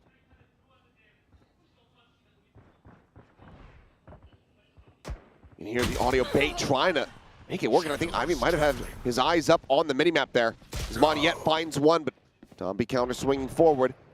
Catches him off guard similarly. Now they're going to maybe try to go back in, try to get the spike through over on the left-hand side door. Are they going to just try to push through A-Link? 30 seconds left. Got to win this battle pretty cleanly here. Oh, the timing here from RB. Backing away, now re-peeking. Snapping, however, to find Crazy Guy. There's no ambiguity anymore. Neons parallel to one another, sprinting across onto the B side. The plant getting ready to come through. Spike planted. Here underneath of tower, Jemkin to try to clutch it out, but the timing is not on his side. Down from above. Keeps Nongshim in the lead now, 2 rounds away from closing out their pick of Corrode. Yeah, I like the ideas initially by RRQ in the macro, but Then they try to make kind of a weird play with Monyet going for the TP. The real issue is you get caught by the sonic sensor at the front of the door, and Ivy, that creates a contain onto Monyet, so his flank angle isn't really effective. Then you're scrambling to try to figure out a way to get to the other side of the map, and just a tough situation to read there for Jemkin, and Domby plays it really well. Fakes the footsteps like he's going back in towards elbow or towards the arches, and instead just stuck around. Bamboozled his opponent Neon. Domby certainly just one of the best Neons around. So I mean, smart. He damn well better be how much he plays it. True. It's true. Quick clear of this barrier mesh. Ivy having the backpedal, the Prowler chasing forward. Net not going to find a catch. Paranoia, however, catches onto a couple of them to the push forward. The Hunter Sphere kind of obfuscating there is Persia. This could take it down. Good amount of damage. I mean, everyone in tatters on the side of RRQ, but there's still the ones profiting here, still coming out on top. A 2v5 to try to get up the map point. Should save. Absolutely should, but at the same time, you're going to have the consideration as the calls come in. Like, all of them are wrecked. Everyone destroyed. They're all so low. I know. It's one of those just... if it's ranked, you go for it. Oh, I mean... if you're ranked, your teammate's not even hearing you call out that they're one shot. That's true. They have everybody else muted. That's true. Just listening to whatever music and not commenting at all.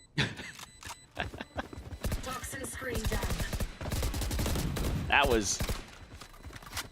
And then when they die to a flank that you called, they go, what the hell? Yeah. Why wouldn't you let me know? I'm like, I said it. Yeah.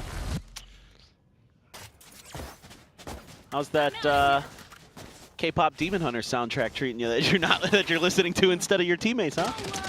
Yeah. This is weird because every time you mention this, I feel like the old person. It's not bad. You've watched it, Yeah. and I still don't really know much about it I mean, at all. it's solid. You still haven't watched Andor, have you? Nope. You're dead to me. Was I ever alive to you? No. There you go. Can't try to dangle that over my head. Not going to be having that. That's true.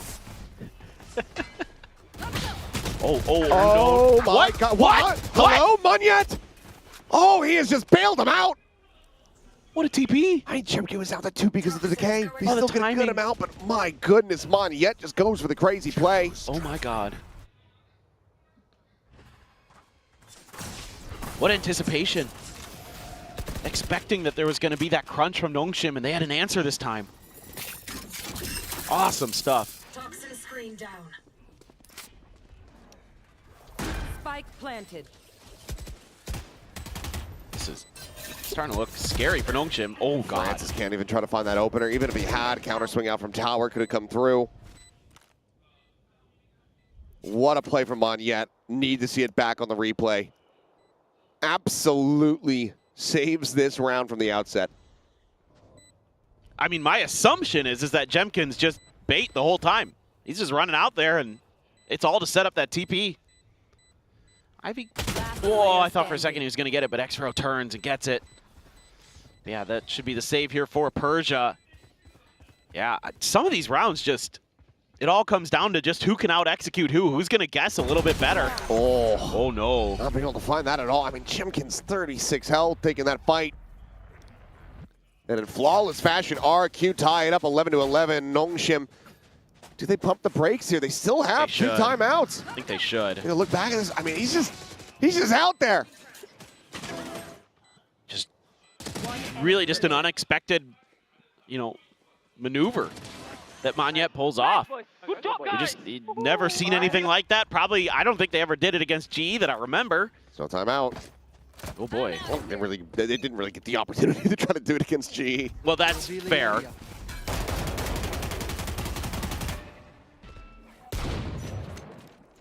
Clear the drone, a reposition here from Cushy. Look at the deadlock util over on A. Oh, it's just a dump. This is a landfill of deadlock util.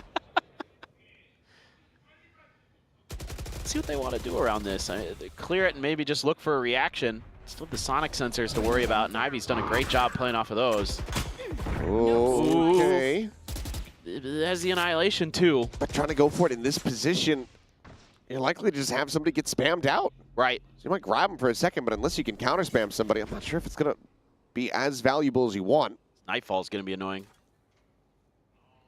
Jemkin's so weak already. Down to 11 HP off of that spam battle. Crazy guy has to be, is he just going to try to sell the fake off of this? Oh, it's a crunch in towards Link, pretend? Yeah. Okay, grab does come through. Crazy guy. He pulled forward here towards his demise and will end up dying. And their frantic spray, trying to clear him out. This is going to give the position here over to the remainder of the players. Relay bolt bounced out into the corner, stops the plant. As France is now getting closer and closer. Finds the first, looks for the second Xpero. Cannot make it happen.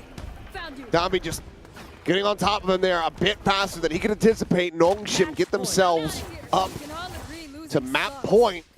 Given how this has been going these last couple rounds, RRQ could absolutely still take this in OT. That's true. Nice little reveal there, but that's a gamble and a half from Crazy Guy. Trying to sell a little bit of a different direction where the pressure's coming from with the Nightfall. And with Jemkin only at 11 HP, that's what makes that so challenging. And you think maybe you can get there. He knows he's going to get hit by the Annihilation. He knows that Ivy's there. Outlaw. These Neons, one away from the overdrive. You said Outlaw still there. 2 players susceptible.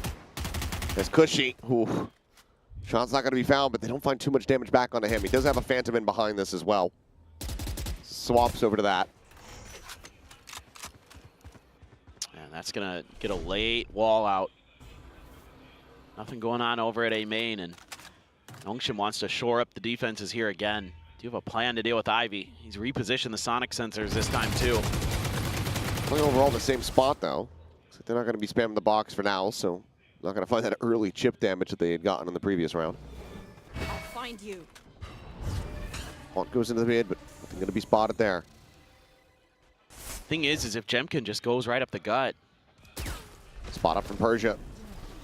It's the Sonic sensor, now the Sand. They're all lined up! Ivy and RP absolutely massacring them. It's Monyet trying frantically to make something happen, but that's going to be Crazy Guy by himself put down. 13-11. Rocky start here from Nongshim, but they find their footing. And they close out their map pick of Corrode. Yeah, these are some great rounds at the end by Ivy.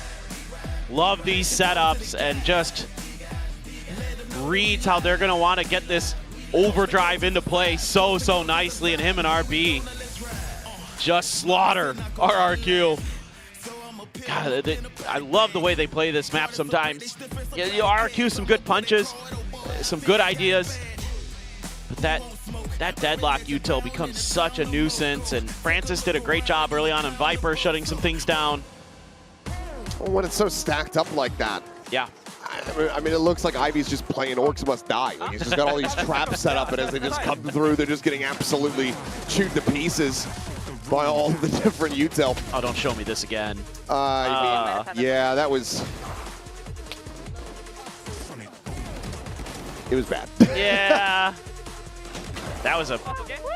Yeah. Couldn't really finesse that one.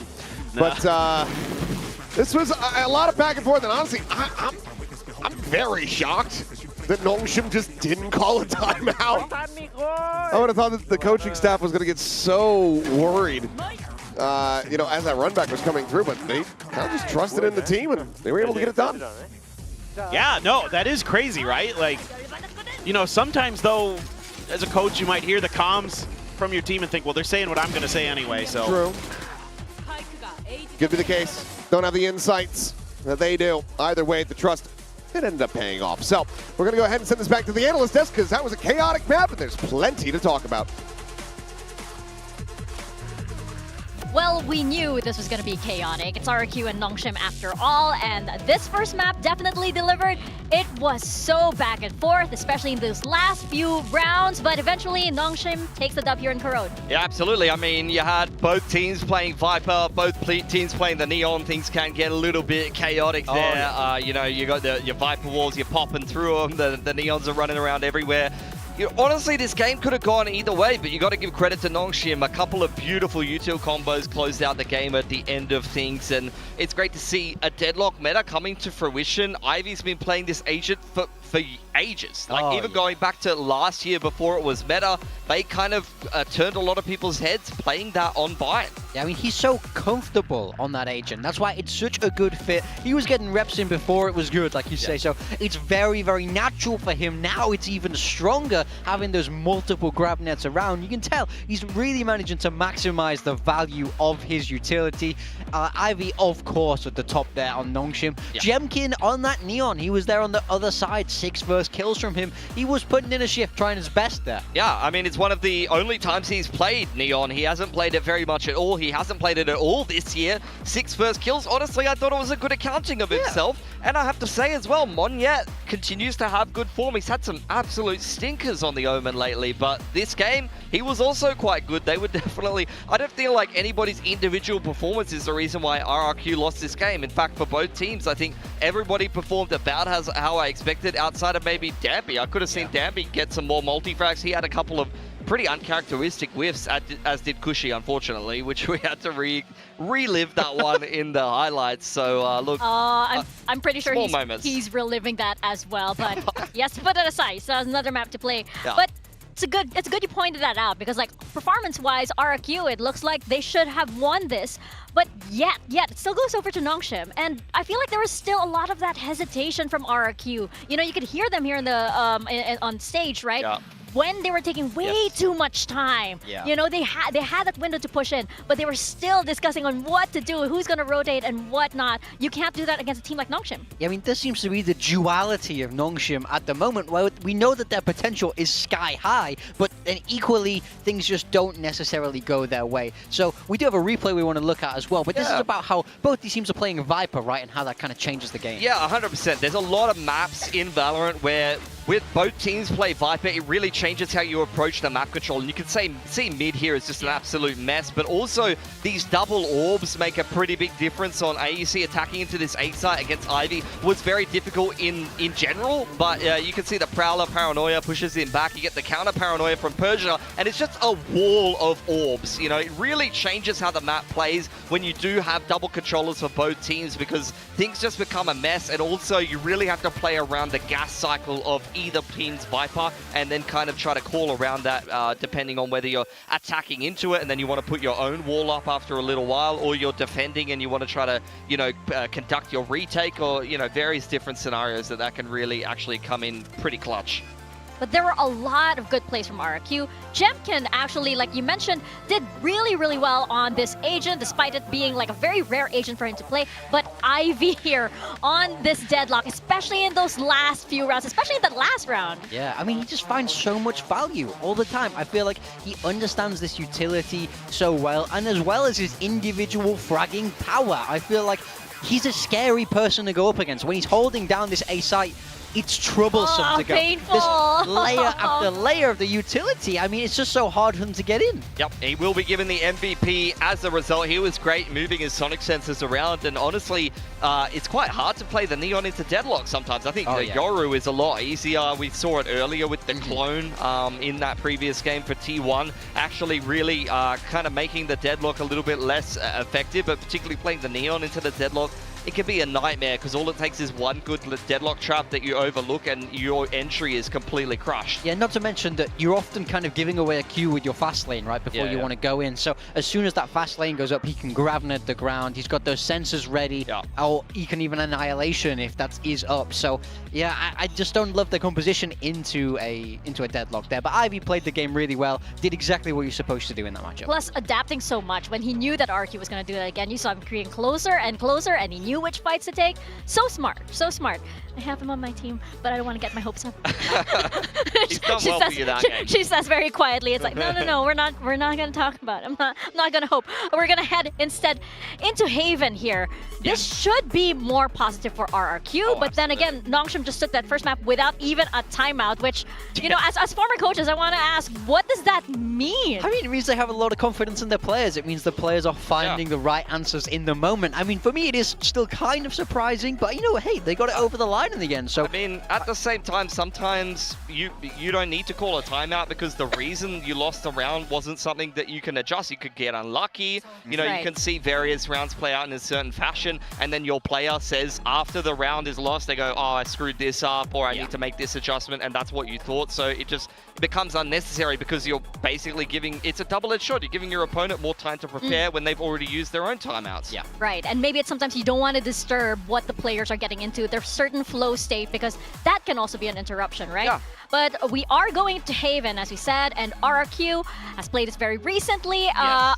Are we going to expect RRQ to take this, or is Nongshim riding on there? It's been a very good map for RRQ. Recently, we've seen them move over from the ISO Yoru to the Neon Yoru. Monyet on the Neon, he had a fantastic performance against Gen G just the other day. Really carried them across the line to that win. For Nongshim, one of the last times that they played Haven, it was actually Francis playing Neon and Danby playing Breach. Yeah. That was this map. I forgot that existed. If they load into the server with those roles, respect. I cannot wait to watch.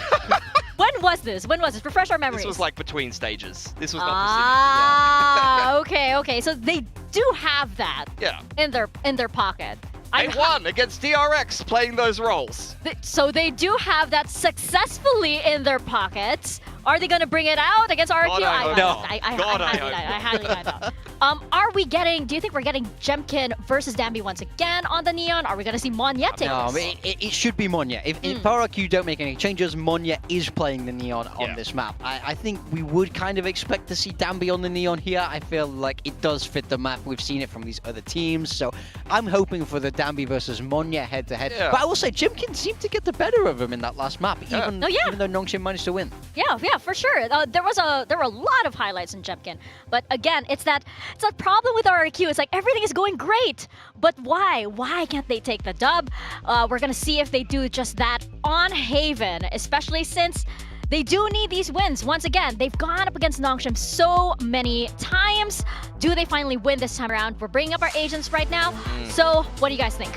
Yeah, look at RRQ, no changes there. Monyet once again on the Neon, and he had a pretty good game on the Omen, so I could see another Monyet pop off on the Neon, and that is that Monyet versus Danby Neon head-to-head that we were looking towards. Yeah, Nongshim bringing out a new comp. They're throwing it over to Gen G. Seems to be getting more and more popular here in Korea with Francis on that Viper. He hasn't played anything else. Has he played a different agent yet? They seem to just be locking him into this role right now. Bro thinks he's Munchkin out here. What are you doing, brother? Some Munchkin cosplay. Well, I'm excited to see it. He seems to be improving more and more with every match that passes, but we'll see if RQ can make their comeback here on Haven, or if this goes the way of Nongshim. We're passing it over to our casters, Achilles and Paperthin. Thank you very much. Here we go. RRQ needing to extend this to a third and final map if they want to walk away with the win, but we've been talking about it, the Nets was talking about it, how important of a victory this could be for Nongshim. That team that is looking to try to get themselves into the playoffs, avoid that relegation, at the very least have an opportunity to defend their spot here in Pacific over at Ascension. We'll see if they're going to be able to do it, as they are just going to be busting out the Gen G style here. Yeah, for sure. Really love this composition usually, but obviously something RRQ would be fairly comfortable going up against. Big ol' execute, nobody home. So it's a free plant. RRQ looking to set up a retake. Do have a lot of util though. Got that paranoia, got a flash, got a relay bolt. Turn around the back as well to watch. So flank about to be noted. There you go, and a couple gunshots as well going to be heard. As Jemkin had eaten a bit of damage. Down to 82, relay bolt going to be sent flying. Monyet able to find one, Ivy dropped. Cushy going to be stunned up, overwhelmed. Persia comes away with that kill, but Monyet finds his second. Trying to go for the reload, Francis able to find him there, back plat. Quick little jump peek around the corner. Tries to take down Crazy Guy. They now need to try to go for the stick. Sparrow cannot make it happen. It is a monstrous round from Francis. They're talking about trying to go for that Munchkin style. Well, multi-fragging the pistol rounds. That seems like Munchkin to me. Yeah, it's not a ghost, but it's good enough with the classic. That is beautiful stuff from Nongshim. The retake set up pretty nicely, but they can't clear back well enough. The slide out there into open space, nobody to cover, nobody to trade for RRQ. That's a really nice quick push out into C-Link as well for the side of Nongshim to make sure that that extra angle is not going to be able to be created. It's dealt with really quickly, and that allows them to just turn their attention back on towards the site. Wasn't sure if Marshall and an outlaw. Excuse me, Crazy Guy was going to keep pushing up there. From the check in. Sphero not going to get blind tagged by it here, as Crazy Guy does slide back down through sewer. Oops, trying to slide across and does manage to escape before the outlaw can get on the line. Just trying to get info, but Nongshim just playing it so close to the vest. They haven't given up a darn thing. They're trying to figure out where the stack of RRQ is. So the good news for RRQ is you also have kind of hidden where everything is, but they changed directions again. Yeah, now wrapping in towards B, a chance to pivot towards that C site should they need to. Sphero similarly just sliding back. Nano forcing him even further away, so can't even try to go for any spam here at the moment. Try to get a little bit of exit damage there, but Dombi is a bit faster with a significantly better weapon. Catches him in the head, so kill comes across RQ. Given that there is no movement, Widely just going to sit back and wait to die to the spike. Yep. Good stuff from Nongshim. Good read there with not a ton of information. They could get the B plant down pretty safely. Going hunting though. I mean, Downby with the ghost, might as well. Yep. Over the corner, the headshot, looking for the transfer, the double face out. RRB, okay. He's gonna die. So will Crazy Guy and Cushy. So, not really any significant damage dealt, just a ghost and a Marshall gonna be lost. Nongshim, they get the 2-0 start here on the attack. Okay, not bad at all. So far, so good for Nongshim, making some good reads. This is, you know, a side of the map where RRQ was fantastic the last time they played it, so gonna need to get engaged, gonna need to get some of that magic going from Monyet. He was devastating on the defender side on that Neon. Now you're going up against a very different play style. And the way Nongshim pilots that Neon, they're happy to just go. Speaking of which, still going to be suspecting that perhaps Xfero is alone here on this side of the map. Monyet to be taken down. Xfero able to hold his own into one. Jimkin now joining in the fray. Does find Francis. And right now it's looking damn good here for RRQ. RB now last one standing. Will falls. Xfero at plat. Finds the kill. Quickly dispatching the enemy team. RRQ will play the anti-bonus out relatively cleanly. Yeah, pretty good there. Getting some good info from Xfero, staying tucked in next to that box. And Nongshim trying to find some answers, but nice opener from Ivy. After that, TP forward by Persia. Dealt with. Cypher Util giving you a little bit extra info. And this time RRQ much quicker to react on the pistol round. The pieces on the board were moved much quicker. So RB with just a Guardian. It's going to be the only non-rifle, or well, non-full automatic rifle coming into this round. Everybody else, Vandals and Phantoms. Slow approach towards B. Monyet could play the tight angle. Persia TP up over the top, now in the back sight. Thing spotted so far, but Downby eating a big chunk of damage. Pulls the 10, RB taken down here. Downby, the one to collect the spike and now trying to rotate it out. Slide forward, Monyet trying to regain some space here. Ends up falling to the wayside, but Jemkin has managed to find Persia, and that's going to be a trip needing to be cleared as Xfero narrowly cannot find that kill. Came out, I mean, they're just running all around the map. The spike is now in Cubby. He clears the trip. Boy, I can't and he's believe just he going got to go pounding out. I can't believe that. This is wild. Jemkin, however, re-explore down mid, finding one. Francis trying to be the opener, trying to find something here. As this is just chaos. Yeah. There's so much to talk about, but certainly that's the end. Yeah, indeed. 2-2 now. I mean, just Nongshim just trying to answer quickly to the responses from RRQ. You know, too much pressure at the front of B. Jemkin. Whoa! That is a hell of a readjust. Oh my God, Jemkin. That is disgusting. That's what RRQ is going to need. But then, you know, Dombi's just running around trying to find somewhere to get the spike. Just can't quite get the read in time. And, you know, Francis, he's known to be in garage, dealt with the win in courtyard. Huge. X-Pharaoh. Yeah, just through the smoke, able to find Persia there. Looked like maybe he was trying to pick up the orb. Either way, good first step towards denying a Thrifty here. Yeah, you got that Bucky, but pretty far back with a lot of info. Oh, that's a nice pickup from Monyet.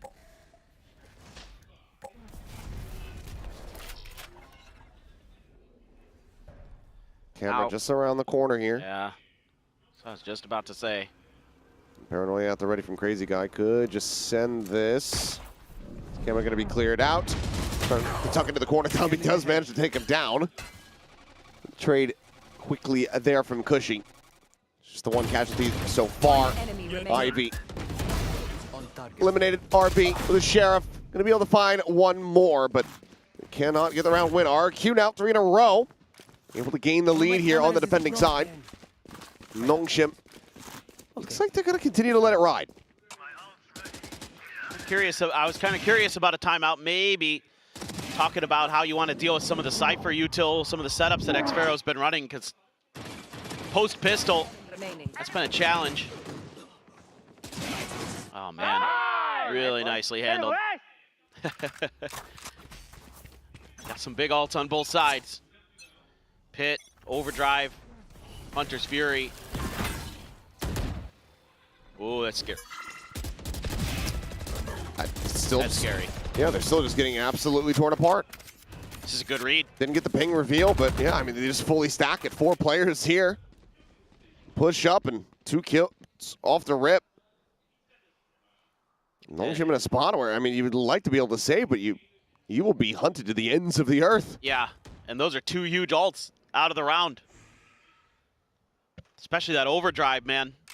You'd think that'd be a great space creator. Just, I think, a good read from RRQ, realizing that, you know, Nongshim couldn't do anything on the other side of the map now with the Cypher setups, so they would try to make some kind of presence at A. Just a great read. They will be given the site, though, so seemingly it's going to be a post-plant here. Paranoia is used, though. Do have a Hunter's Fury for RB. I don't think you're going to be able to feel any comfort in trying to utilize that at all. No. These 2 players left on the site can find an immense amount of kills. They cannot. Ivy Persia quickly going to be taken down. RB having to back away, but the chase is coming through, and he is tagged up to all hell. Slide around the corner. Monyet with 3. The defuse it being stuck. RRQ now get 4 rounds in a row. In flawless fashion, and you have to suspect that this is where the timeout needs to be called. Yeah, I would think so. That was so efficient. I mean, that dimensional drift gives you all the info you need. Persia tried to tuck in the middle of the fast lane to see if he could catch someone off guard. They weren't fooled in the slightest. He was dealt with it. Oh, he tried to slide out of it. Just shot in the back.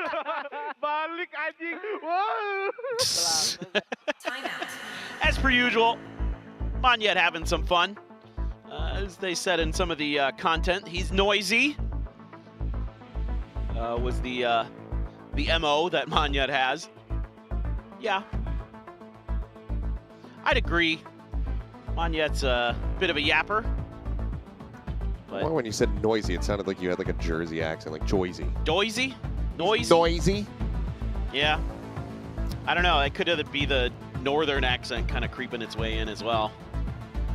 Yeah, I mean, you don't have too much of a... Not anymore. It used to be. Wisconsinite? Yeah, Wisconsinite. That's correct. Okay. Yeah. Wisconsonian was going to be my follow-up guess.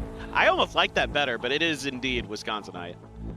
But a lot of people in Wisconsin have very thick accents. Oh, yeah. Oh, yeah, they're a. Yeah, I don't know if we'd work together if I had to listen to you guys. You want me to try to just go like full northern accent? I don't know you if do I that, can. and I'll try to go full. I'll try to go full Jersey. Full Jersey. I don't know. Which if I really can. isn't a Jersey accent. Everyone just kind of connects Jersey Shore, but those people aren't even really from Jersey. Yeah. You've never struck me as having much of an accent, for what it's worth. Trained it out of myself at a young age. Did you now? Yeah, actually, quite literally. Oh. Standard American dialect is one of the things that you go for when you're doing theater. That's true. So, growing up doing plays and studying at high school. I'm out of here. Anyway, let's see. Go, go, go. Full cluster here from Nongshim.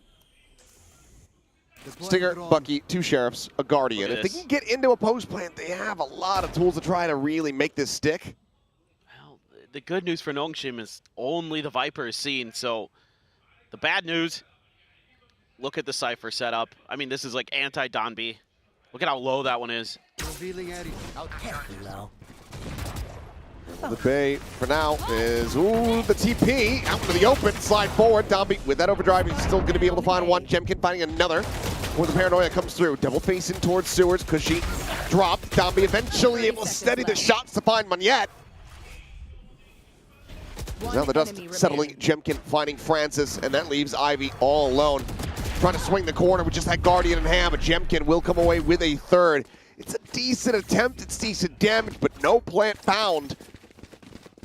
And that is going to be RRQ now, moving up 5-2. Just great reads again from RRQ. They have such a good understanding of the tendencies of Nongshim. It's like they really understand RB and his tendencies right now. They're going to move the Cypher util back over to C, but that low trip, I mean, I kind of get what Nongshim tried to do there to send Persia in first to try to break. Any potential util that might be in the way so you can get that overdrive going, and it almost worked. The response is just too good from RRQ again. Oh, the dink. Finds him. Oh. Puts him down to 30. Francis trying to make something happen. Just loses his life. Feels like outside of these first 2 rounds, Nongshim can really get nothing right. Quick peek in. A kill onto the enemy Neon. The ping reveal. RB completely out into the open now. Has to back away. Tries to get himself across the gap there, but just going to get wallbang headshot for Ivy and Persia. Well, get cozy, because you have to survive for 1 minute. Yeah, Crazy Guy could just use his ult to check. Are they in spawn? I mean, that would be pretty funny if they did. But they're actually kind of peeling back here a little bit. They don't know what's going on at Over A, so they have to make sure. You'd love to just thwart any attempt at them getting into a post plant, even though... I mean, I get it. Yeah. Nongshim is typically crazy enough to try to still make a plant here. That is not going to be the case. They are very much showing restraint.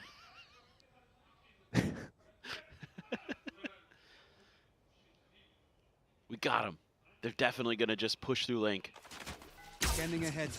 It's funny. I mean, it somewhat honestly makes like RQ almost look silly because they're like, well, they could be planting. Yeah. Like, no, not this time. Which is fair. It's totally the, right thing to do. Ooh. Push forward. Can they swing it fast enough? IV collecting 1. Critically doesn't find any more. So still going to be 1 charge away from having the lockdown online. But RRQ continuing to look excellent here on this defending side. Yeah, it's these early plays that they make where they're so ready for some of the positions that defenders are going to want to take peeks out of. You saw them shut down Gen G earlier in similar fashion. Now it comes to fruition against Nongshim as well, where they're able to get that early dink, get an early kill. The round just starts falling out of control. There's that angle again from Monyet. He's trying to spam down the players that are just outside of mid doors. Heading in where that turret usually gets set up for killjoys.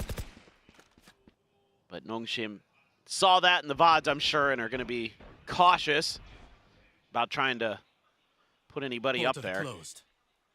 And you do have the alarm bot back here, so as long as Jemkin doesn't TP past it, she's not.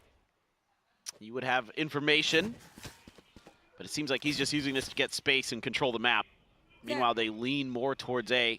Camera on B. Doors being cleared, attention being created. Look at this, they're 3 players tucked in over here. Francis, nice timing on this toxic screen. Worried about it, but I mean, they have to get Ivy across this. And as the screen goes down, it's just going to be kills. Found! Spike down A. RRQ. Very much have come alive compared to what we were witnessing on Corrode. And even then, it was still close. Cam gets a spot out. 30 seconds RB left. needing to remove that. The spike gets brought forward, but 2v5. This would be a back-breaking round here. One that potentially opens up for a run back for Nongshim if they can close this, but the likelihood just doesn't seem possible. And even the TP into backside just to go ahead and try to check. Jemkin, his position going to be noted. Reface back in towards the site. Persia immediately dealt with his Monyet, goes sliding forward. And RB cannot find anything else. It's going to be a flawless here. It's a triple push through the sewer. A nice little happy excursion from RRQ. Becomes an absolute nightmare for Nongshim. I thought for a second that might not be too bad. I thought maybe even exchanges at the worst. But look at the discipline on who's watching what angle. Whoa, crazy good. They're just too fast. Nongshim not actually anticipating, even with that toxic screen there. So the RRQ fans, happy to see that. Things just out of control. Nongshim cannot buy around. And they're not going to be able to buy a ton for this round. They, again, have some ults to toy with, but you got to get into a spot to use them. You've just been getting shut out of rounds before you even have a chance. Look at RRQ. They've got 4 players over on C. They're just totally just going on hard reads now. Just saying we can play retake. We've been doing that. Well, TP across. So a join in from Jemkin. Here. Found my wire. Sphero hearing plenty, gets the catch on the one, and that's going to be the kill. It's Francis taking down Ivy, the one hero rifle here for them aside from the Bulldog. Unable to find the kill there on that flank. Full reposition, and now he is not here with the rest of the team to try to counteract this. Needs to quickly rewrap. If you were going to commit an ultimate, you would want to use it right now. As RB finding one. Pop flash out, Dami completely blinded up as they will just go ahead, pick their angles, find their targets. And Ivy just doesn't know which way to look. Once more, it is damn near flawless. 1 casualty. 8 rounds in a row. RRQ looking right as rain here on Haven. Xpharaoh being so creative with this Cypher util. Who puts one over in that back corner? See it every now and then, but it's definitely uncommon. Yeah. They're not the most common. No. But it makes sense to throw them in odd places because then, you know, if the Neon's just running, you're going to catch them off guard, and even if they're not, catch other players off guard. And they're so clean on these retakes. The flashes are good from Jemkin. The jump out of window of heaven from Monyet. All timed really well, and look at this, they're doing it again. I'm going to ask. Yeah. How long have these ults been online? I know Ivy somewhat recently getting his, but it feels like Francis has had the hit for the longest time. It's just... They just can't get there. He can't survive. Brutal. It is. RRQ's so good at this map. Well, there's a judge. That's another rifle gone. Jemkin almost being found there on a timing. Dombi reading the corner well. Does snap in for the headshot. Trip now going to be take it down, but Jemkin managing to find the one. Hunter's Fury, this is Cushies, by the way, is going to be able to find a damage across on the 2, but the pit now going to be in play. Nongshim Spike planted. very much looking to secure this. They have RB tucked back here at long. Not sure if he caught a glimpse of Crazy Guy there. Regardless, RRQ now for the first time in a long time have their work cut out for them. Swing in, Persia finds the headshot. Crazy Guy going to be taken down. Monyet up and over the top. Dives into the back and finds a good amount of damage. Hasn't quite found the kill yet. Ping reveal. RB striking, Cushing out. Left with it all. Cannot make it happen. Nongshim will at long last break this win streak from RRQ. Last round before the switch. Get themselves up to 3. And they're going to be praying that they can get a 4th. Oh, for sure. It looked like maybe again. Just a nice opener from Donby. Sure, he gets taken down, but there's a good trade right behind it. And finally can get into that ultimate, get into that Viper's Pit, and really just make the round way more difficult for RRQ. If Crazy Guy had gone towards long there, challenged RB's position, could have been a very different situation, but opted to go for Sewers, trying to get in position to back up the rest of his squad. Here we go again. Just Fury, the blind Sanding Sparrow, however, going to be tagged up, taken down. That's a pump onto Jemkin as well. Pushes the Euro to 70. And Crazy Guy is just going to be spammed out. That's huge, actually. Suddenly, Nongshim here, the last 2 rounds of the half, they're looking alive and well. Dimensional Drift going to be sent through. Lockdown, however, starting to tick down as Monyet wants to try to clear this out, but it's only going to be good for the 1 kill sliding forward. Now Jemkin, I mean, he's got to exit out of this one. It's going to be to his demise, and even if it wasn't, he would have just gotten detained, and that would have been it. Well, the aggression finally ends up working out here. The ultimates look good overall, and Nongshim will be able to make this 8-4. Okay. I'm starting to think maybe again for Nongshim, but I mean, I'm not super confident in that, but... They would, I think that this needs to... Let me see more. Well, for sure. But I at least have some hope. I'm not, you know... I think it needs to be a pistol win into a very clean anti-eco. Yeah. Then I'm like, okay, we're back on the horse. We're not falling off the saddle anymore. No more horsing around. Being dragged by the stampede of RRQ. God, so much of that half looked so good. I mean, was that 8 in a row there for RRQ? Oh, yeah, I mean, all of their round wins were all consecutive. That's crazy. But you can see like what those ults do for Nongshim once they're able to use them. RB finds a brilliant Hunter's Fury. I mean, especially dealing, excuse me, with Xfero. Almost choked. This just came out of nowhere. I know. It's really tickled me. Just all of a sudden. It's just, you know, that's what happens when you get old. Yeah, it's kind of true. Body just starts shutting down. Yeah. Random times. Yeah. Like right now, my body's like, why aren't you napping? It's nap time. Look at that. That's a sick jacket. Got it signed by all the members of Nongshim. But, I mean, for Nongshim, like, what does this defender side look like? How aggressive are you going to be? Are you going to kind of just play similar to how you play on Corrode and some other maps where you're kind of looking for those crunches, looking for aggressive push-outs? And RRQ, though, heading towards the Killjoy side of the map. Zombie set up, no one home. There's the camera to check for this, though, so obviously this is going to be understood by RRQ that there's going to be players coming through A long. You might even see all of it. As long as they toggle it. I assume. Now it has.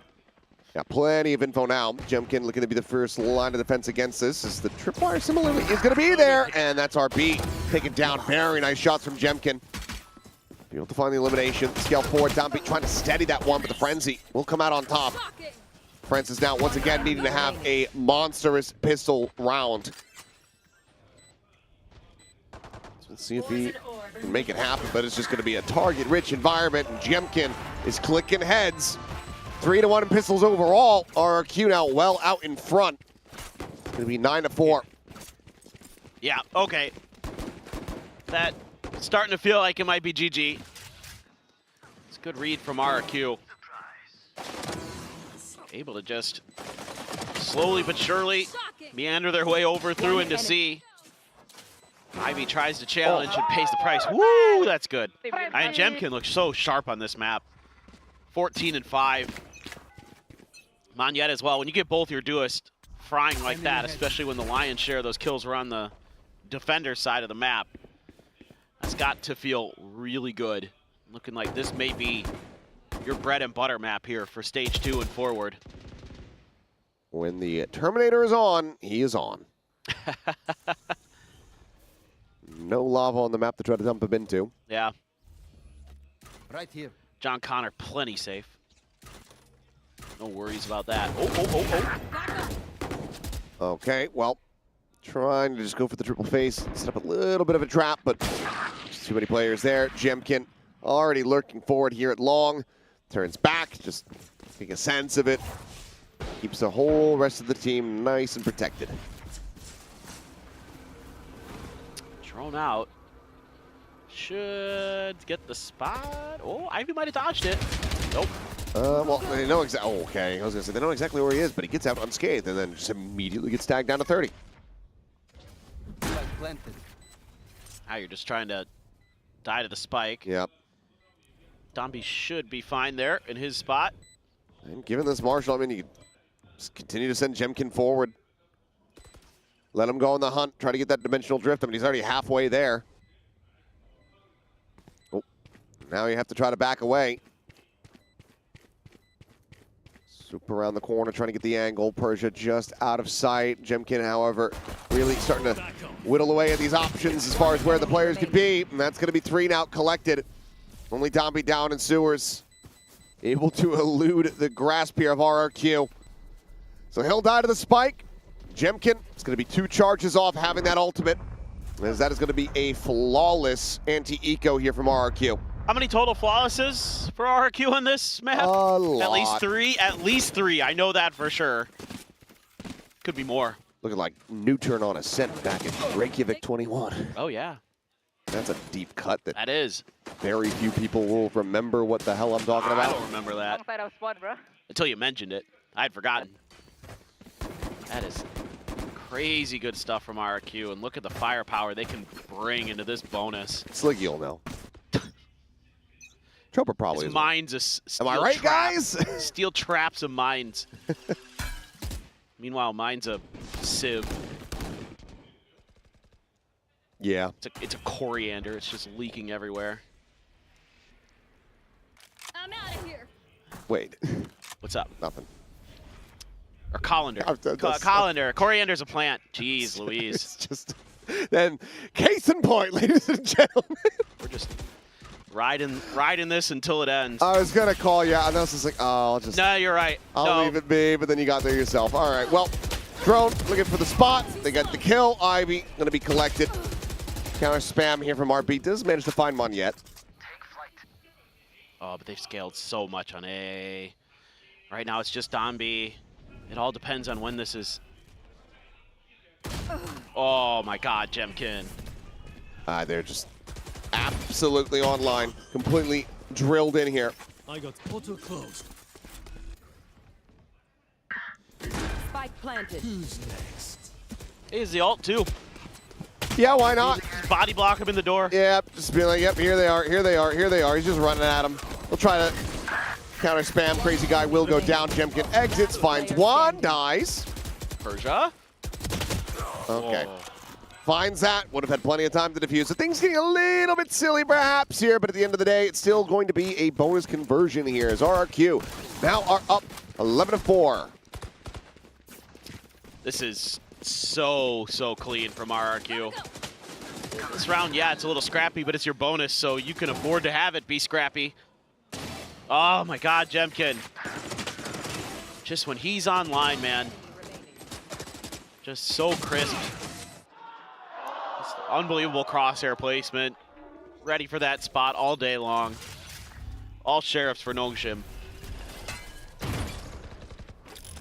Well, if ever there was a time to try to get a thrifty going, this would be it. And that would be the first step. It's a good start. Jemkin dead, a weapon going to be recovered immediately. The pivot call going to be coming through here. Nongshim trying to work their way across the C. Pass lane set up.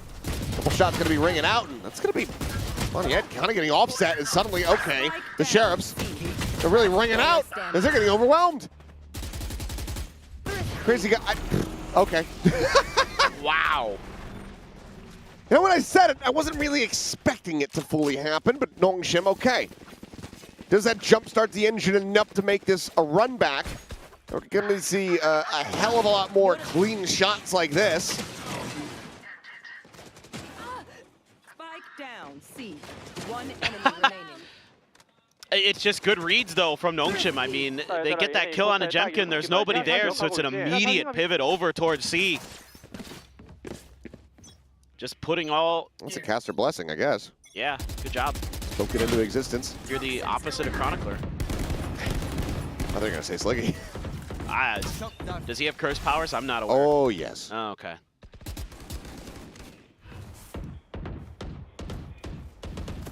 Well, you got to be a little bit more cautious, a little bit more methodical as RRQ. Kind of got read like a book in that previous round, so now the economy gets a little bit shaky for you as well if you lose. So want to try to squeeze a little bit more orange out of this. Make some orange juice. RB, ooh, it's a full flash. Has to respond with the drone. Quickly cleared, but I know he saw two players, and I'm pretty sure it was both duelists. So yeah, calling everybody over, but RRQ aware of it as well. Magnet going to show a little bit more presence. There's the TP over here set up by Jemkin to reconsider this angle. But Nongshim is putting this as their strong side. A is going to be where the majority of the forces are, but if you lose this battle as Ivy, things get really dicey.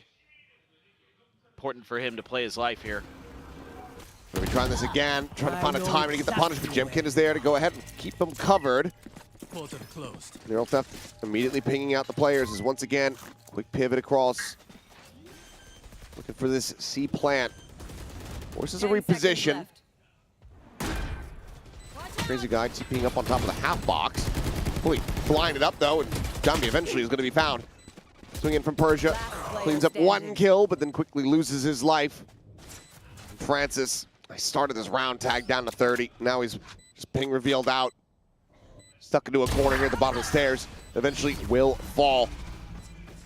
A good previous round here for Nongshim, but cannot string it together, cannot find a follow-up. They now need 7 in a row to try to take this to OT. Otherwise, RRQ going to be locking up the win here on Haven and sending us to Icebox. Yeah, it's just really good map awareness by RRQ and a bad guess by Ivy. A lot of times it's been Jemkin on his own on the attacker side, so he's trying to get ahead of that. He's trying to say, oh, you threw the clone out? That's the Yoru by himself. You were darn close to that door. I bet I can catch you off guard. Maybe get ahead of an attempted flash through that door. Instead, it's actually RRQ is completely grouped up, and Nongshim gonna grab another timeout. But there's a lot of work to be done. Yeah, I mean, I'm curious. You know, we often talk about it. Is this just one of those like, okay, this is fine. It's their map pick. We've got Icebox. Let's focus on that. Or is this actually, you know, going to be a real attempt to try to run things back here and make a go of this?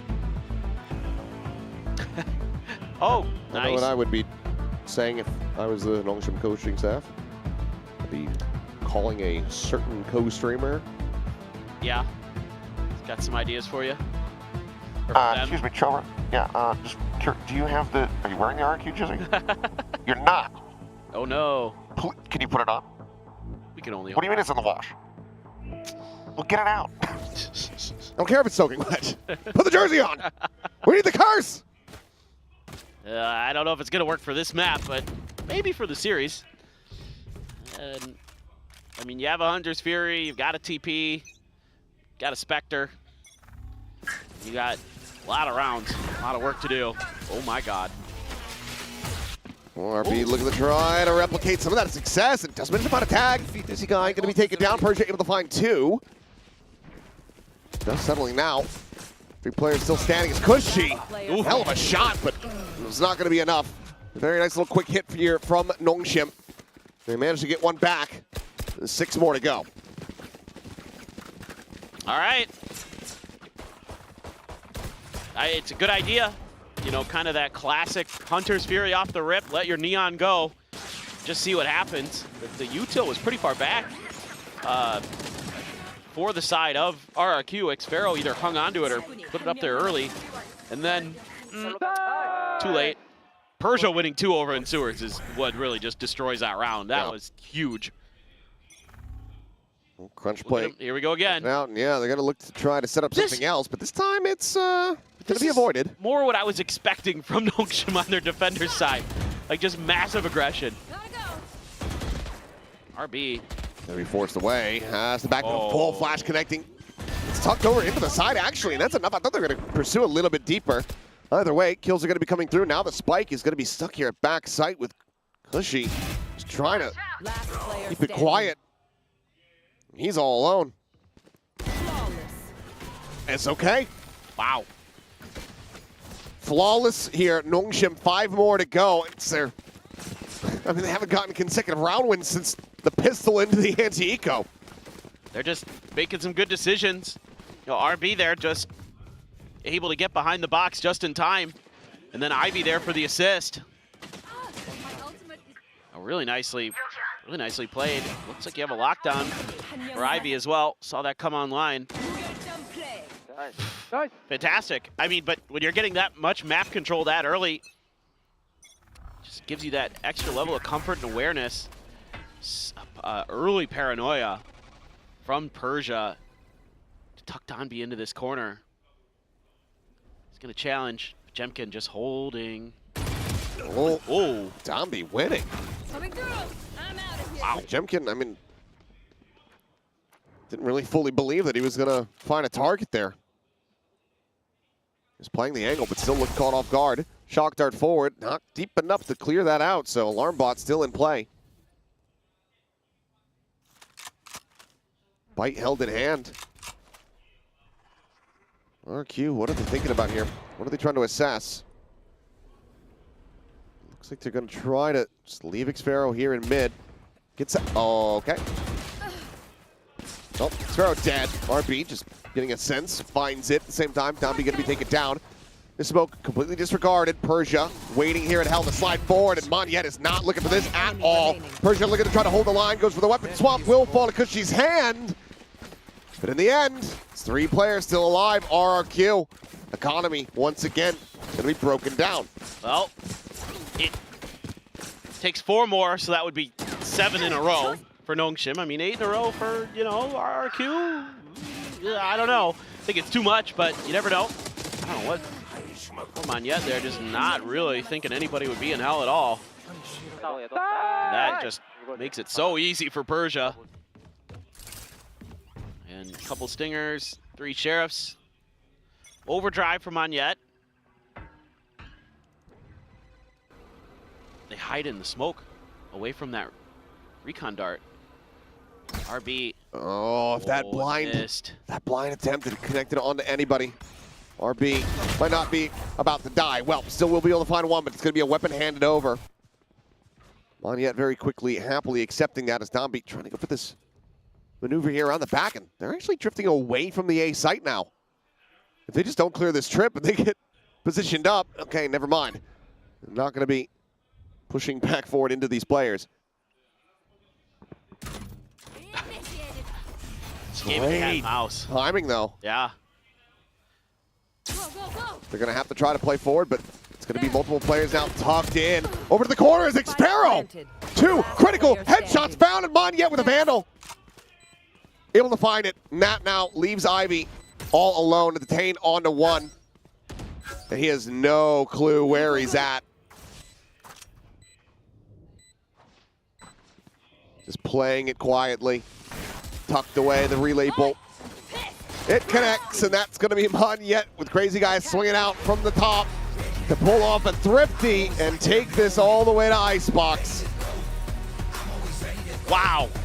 I mean, all of a sudden, that round looked so well thought out by Nongshim. I think they played that nicely, but they got outshot. I mean, Xpharaoh just hits 2 headshots out of nowhere with the Sheriff and map over.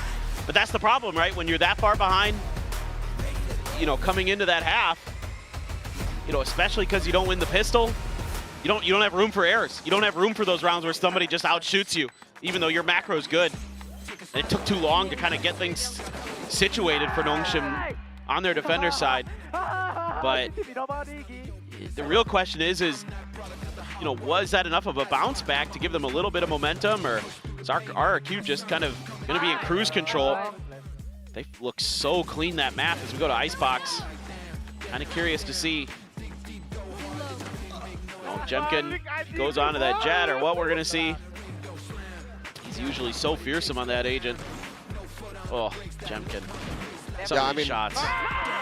They've been widely playing, you know, same setup on Icebox for the longest time. Just kind of the pivot from Teo back over to Sova after the nerfs. So not really expecting too much of a change. I guess they also were running KO into the mix previously, but we'll have to see what they do have ready to go. But I'm anticipating that it's going to be that Jet v Jet.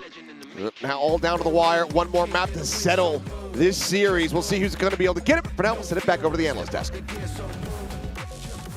Hey, really excited to see if we're gonna get that dogfight, the Jet versus Jet, over on Icebox. But for now, though, on Haven, I actually thought Nongshim was going to make a comeback. They certainly felt like it, especially after that timeout. But RRQ managed to eke it out, even with the Thrifty. Yeah, RRQ taking their own map pick here on Haven, and I think this double duelist is just such a good fit for them. It looks so natural. Nongshim couldn't really find the answers until it was too late, really, in my mind. Yeah, I mean, if Gen G's not going to beat RRQ with that comp, there's no way Nongshim's going to beat RRQ with that comp. I'm just going to call it how I see it there. I mean, for Nongshim, you know, this was going to come up in the veto, no two ways about it.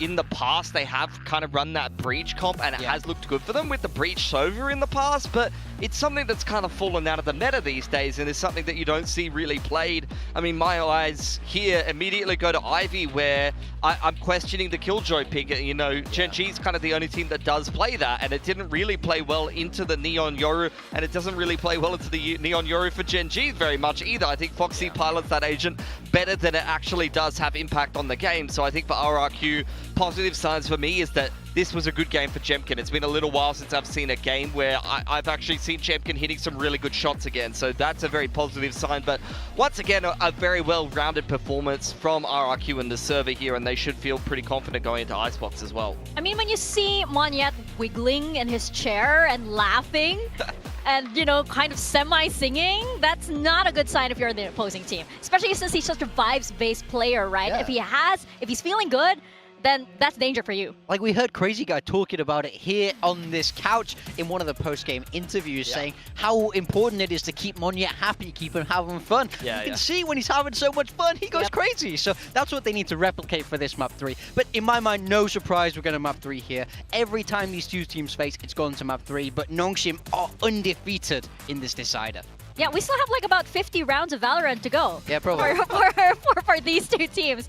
I mean, I think if it ended any other way, if it ended in 2-0, I wouldn't be satisfied. This is like Nongshim and RRQ. It has to be this way. But for RRQ, mad props to them, especially on the defense. Yeah, for sure. I mean, this is just stock standard Haven defense. Either you have these plans where you want to fight for lobby. You can see Nongshim goes for this lobby fight. Francis gets fully stunned up. You know that the Viper is either going to be lurking or they're going to try to take lobby control behind that Viper wall, and if you have a set plan to be able to deal with it, then it's very powerful. And on the flip side of that, if you want to play retake A and sit your Cypher up in heaven, then things like graffiti kill trips, site kill trips are very, very helpful to have. And you do see Francis getting punished for that. Yeah, it's a great little mix-up. You know, this is a really important part of the macro for this map, where you need to show that you can win a heaven, then you need to show that you're okay to give it up, and then punish them with these heavy retakes like RRQ did. Great macro understanding. It's obvious to see why they would pick this map. Yeah. Just very clean. Especially when you're playing Neon Yoru. Like, those retakes are a nightmare to defend. The fast lane will cut up the site. You have to choose your post-plant positions before you know how the other team's going to approach the retake a lot of the time, and then they're going to cut the site in half with the fast lane and choose which side of it to flash through, and you can't always read that correctly or be able to respond to it on the fly. Monyet as MVP here. I think we were expecting this, especially when we saw him switch out and back onto the Neon on this map. This was where he had an amazing game, and he has another one yet again. Very promising. Yeah, honestly, like RRQ, if Monyet starts to unlock and pick up more and more form as we head through into the playoffs here, then RRQ is going to be scary on a whole nother level. Yeah, he's a kind of like a wild card, I guess, for RRQ, in the sense that if you actually flip that card and you get, what kind of Monyet am I getting today? If you get a really crazy one, then it's so dangerous. I mean, I totally agree. There's plenty, like, traditionally in TAC FPS, you know, you will have like you will have a star player. Sometimes you'll even have 1 or 2 star players if you have like previously like a good sniper player, or you have like a good aggressive rifler or a closer or something like that. Monyet, a lot of like very, very dominant teams in TAC FPS history will have that third player that can kind of flip. Like they can be the player that puts you over the top, that can come away with these crazy plays or crazy games. And for me, for RRQ, you've got Cushy, very, very good closer. It can be either him or Xfero. Jem can get the majority of the kills, and Monyet is the player that puts you over the top and can deliver these outrageous performances. Yeah, I mean, they managed to win stage 1 with Monyet having maybe his worst stage yet here in Pacific. So if he does unlock fully, it's going to go crazy for this team. Right. It's going to be very, very exciting as they suddenly come into like the full power, potentially going into the rest of stage 2. Good timing for it. We are going into Icebox now, and I think even with those performances on Haven, you weren't exactly sure who was going to win which round, because it got very, very close several times, and there was a very strong possibility that Nongshim would make a comeback. It's always very close with both of these teams. Are we going to get that sort of tightness in the game on Icebox? I feel nervous for this as a third map for Nongshim. You can see 5 bans there. It's a map that hasn't really fit their style in the past. They've played more recently this Harbor comp, but Danby on the Jet can sometimes be a little bit hit or miss, and in general, honestly, Nongshim cannot play their patented style on this map. Yeah, no, not at all. I mean, I've seen teams try and play Neon, but it's just not as good of a fit here. It doesn't seem to work in the same way. Over on the side of RRQ, when we last saw them play here in Pacific, they were running that Teo. I would be very shocked to see that again. Yeah, I mean, they've just been playing the Sova more recently overseas. I mean, it's a comp that has still gone okay for them. I mean, they had an OT against Heretics recently. They lost to Wolves in Toronto, who were on a bit of a heater, but before that, I mean, we saw them take down Gen.G on this map with this Teo comp in the Grand Final of Pacific to win it. So this is a map that, for RRQ, it's not like a map that they'll always win. It's not like a map that you look at for RRQ and you think they're 100% going to win this, but I have even less faith in Nongshim because, like I said, in the past they banned it and they haven't looked amazing on it. Yeah, it's been a while, I think, since they've actually won on Icebox. Yeah, they lost to DRX and T1 Nongshim last stage. Yeah. So it doesn't look too good, but, you know, perhaps new stage, it's stage 2, they could have something prepared. There was a reason why I didn't have this as a priority ban. It's been ages since they played it, so let's see what they come up with. Exactly. And let's get into the next 50 rounds of Valorant here for this next map. I mean, honestly, between these two teams, it's always been so close, but I feel it's always the same for like RRQ. They do have those problems of like being able to close out a map very, very definitively, especially when they're very strong defense side. When it goes over to attack, sometimes we're not so sure. I mean, it's something that we have seen them work on and improve on. They used to be infamous chokers. Like, they used to never be able to close out these series. And we saw them get slowly and slowly better. But this is a very mentally driven team, and it does feel like sometimes Nongshim just do manage to have that edge over them, especially in these map 3s. So I am curious how this is going to play out. Oh, so it looks like RRQ going away from what they were playing previously. We have seen them play a comp that I actually think fits them a little bit better with the Omen Jet. That's a very active comp, but now they're throwing Crazy Guy on the stage, and Monyet will have to be a little bit more reserved in the Viper role. Yeah, I mean, he's not going to be anywhere near as crazy as we saw from him last map. He has to stay alive. Over on the side of Nongshim, running with that Harbor. We've seen this from them before. I actually quite like Francis on this Harbor. I think it's quite a good fit for him. So nothing out the ordinary here. This is going to be straight up Valorant here for map. I think the main thing to keep an eye on is just that Jemkin is usually outrageous on the Jet, and it's not Danby's first choice. So I think Danby needs to really step up to Jemkin's level if Jemkin brings his A game on this map. Sure, we're seeing some balances here. Maybe some players might be taking a bit of a backseat. Maybe we're seeing more players step up. And of course, we have Xfero on his 100th map here in VCT Pacific. That's amazing. That's so many. I mean, he's been around in RRQ for such a long time. He's the original founding member. That's not particularly surprising, and he continues to put up numbers. In fact, lately, honestly, he's been better than ever in some of these games. For sure, and he's going to have to be even better than that if he wants to close this out versus Nongshim. And hey, casters, we get that Jet versus Jet that you guys wanted, so we're going to toss it back to you guys over to Paper Thin and Achilles. Thank you very much. Well, I think this stage set pretty well there by the desk. This is going to be a test, a big one here for Nongshim in a very important series. So they try to find themselves a position in playoffs. They've only ever played this. I mean, you look back to the days of Sinprissa, 7 times, all time. They've only ever gotten 1 victory on Icebox. Yeah, it is not a map that they have had much success on, to say the least. You know, for RRQ, it has been tough at times for them. But with this Sage, I like the change up. I think Sage still very, very, very good on this map. Also think she's quite good on Corrode. But Nongshim would agree. This top position with Donby gonna be known, but RRQ happy to still bully their way forward, at least for the orb. Get the grab there. It's going to be a charge towards a Hunter's Fury as Monyet swinging the corner with the classic, able to find one Jimkin over the top onto yellow. And that is 2 players absolutely just swiped aside. Monyet not slowing down. Spike planted. Gets himself another, and that is Ivy now all alone with a flank behind. As the turret sends out a couple shots, and Xfero will now go on the lurk. Sees him. Could try to knife it. Won't. Plays it nice and safe, and that's going to be a flawless pistol as RRQ continue to be dominant in that regard. 4-1. Yeah, I mean, even with the stack here for Nongshim, their protocols are all over the place. The toxic screen there kind of cutting them in half. They find the first kill quickly to RRQ. And then it's just destruction. I mean, Jemkin has always been so good on Jet on this map. He's one of those players that I always think about as top tier. Hefty investment. 2 sheriffs in for Nongshim here. Double push forward. That's going to be plenty of noise made as Francis able to grab the orb, backs away, spamming out a couple shots just in case the push was coming in slowly. It's one thing about Nongshim, their playstyle is so aggressive to be very disciplined. Francis able to find a headshot on the 1. Crazy guy going to be taken low, but again, it's a Sage, so heal is going to be there. Persia forced away. Spotted, trying to just swing out towards safety, cannot do so. Does get taken down, and so far, no one on the side of RQ suffering any damage.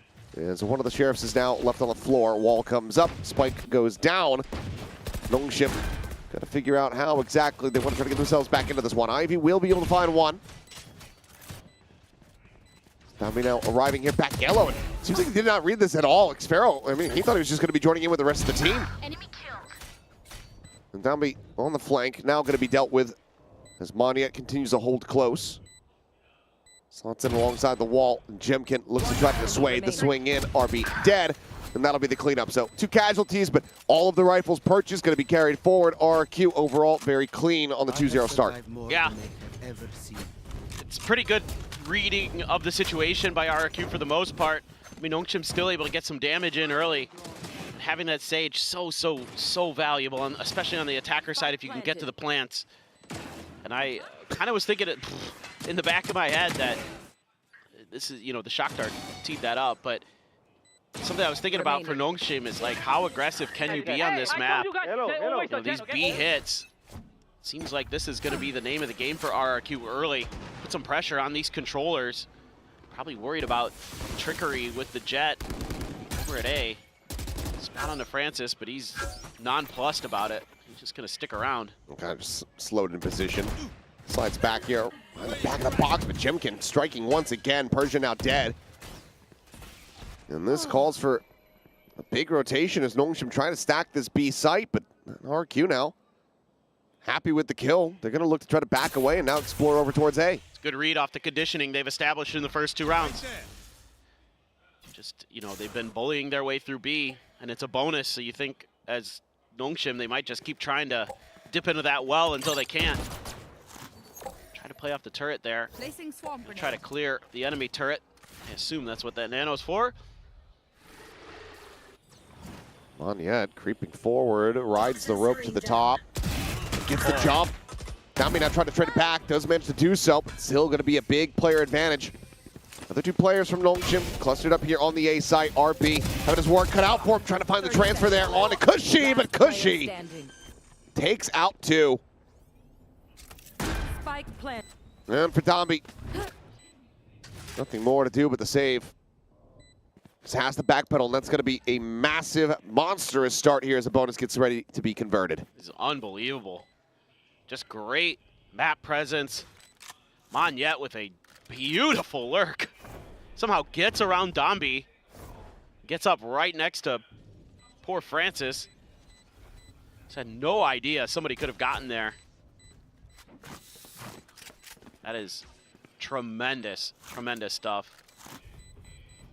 A little bit worrisome there, potentially, I would say, for RRQ on the initial hit at A, making a lot of noise. You know, you had given enough time for Nongshim to get a couple players over there, but dealt with brilliantly by Cushy, so all's well that ends well. And this is another rough start for Nongshim. Yeah, I mean, there's a not-so-fun statistic that I was looking at as we were getting ready to go into this. Well, aside from them, A, not playing this map too much and only ever finding one win, also have only ever gotten, across the 7 times played coming into this one, 51 round wins on this map. Oh boy. So it's not been good. 2 of the losses that they've suffered have been close. Everything else, it's been relative blowouts for Nongshim. This just has never really been a map in their wheelhouse. Ping revealed though, as they look for a little bit of a rush play, but then Domby tailwinds to the side, hits the floor, and his corpse does the same. At least able to get the gun scooped up, but this is kind of more of what I was expecting from Nongshim. Looking for these aggressive plays towards a nest. And that's a heartbreaker. It looks like you're going to be able to start off with man advantage. Okay. Nice shot from Persia. Weapon just a little bit further out there than he would like. And a delayed flank might be able to recover this. But needs the rest of his teammates to hit similar shots. Peek under the corner, and RB now going to be struck down. And leaves the previously recovered Phantom now on the floor. Persia grabs one outside of garage, starts making his way across. There's Ivy, can find nothing more. Francis dead, and now they should have a pretty good idea of where Persia is going to be coming from. They just swing together around the nest on site. Persia just trying to be diligent, but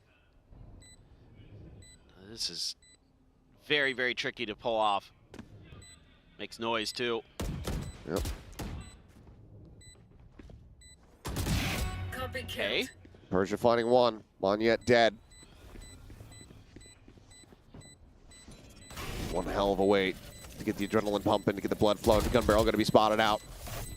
Jemkin just peeking, trying to delay the re-peek. They know that he's not holding this one to half. Now the swing coming through, and Jemkin there to collect. 4-0 start.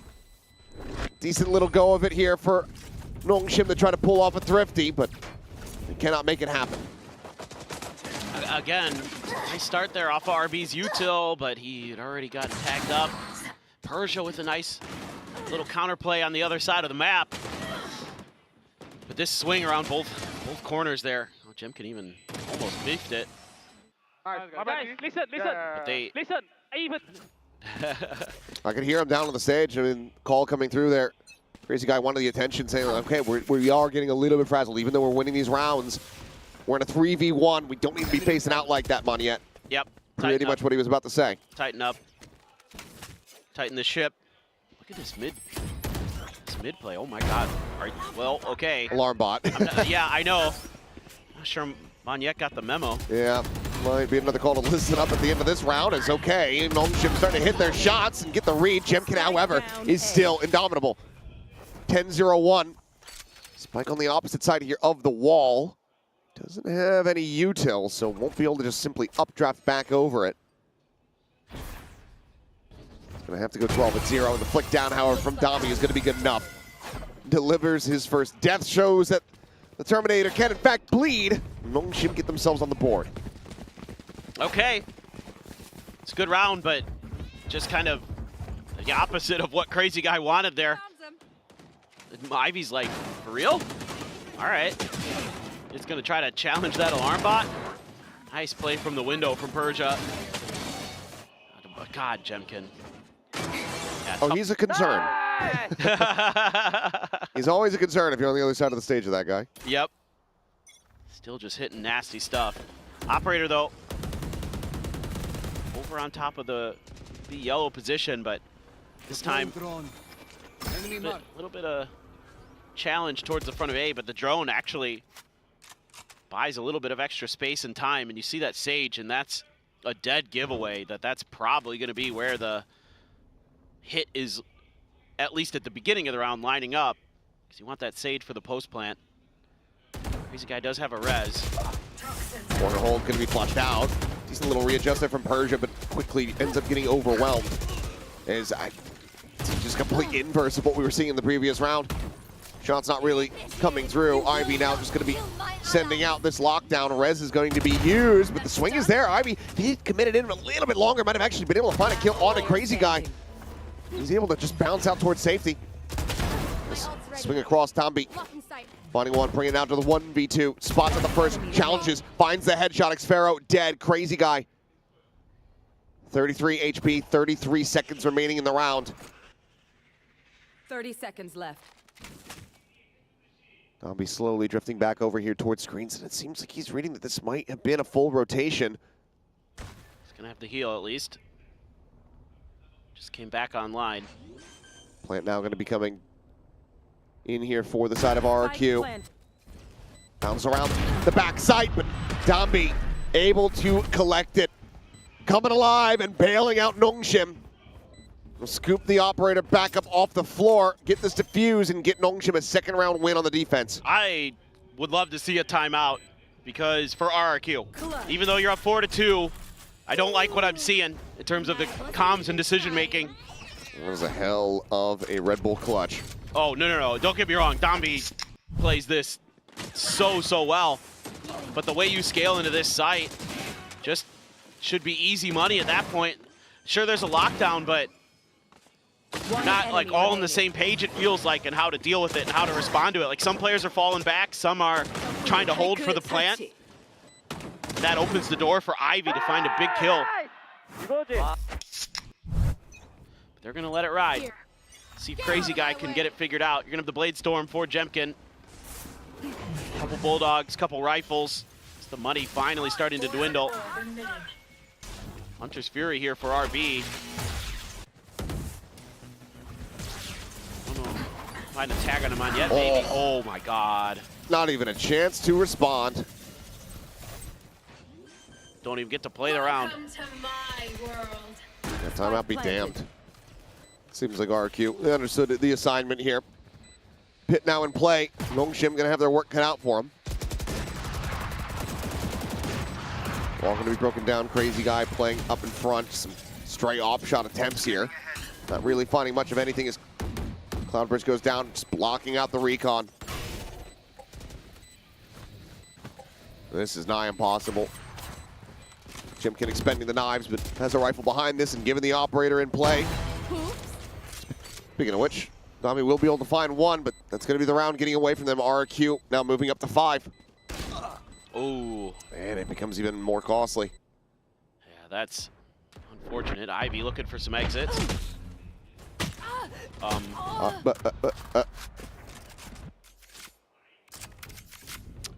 right. Well.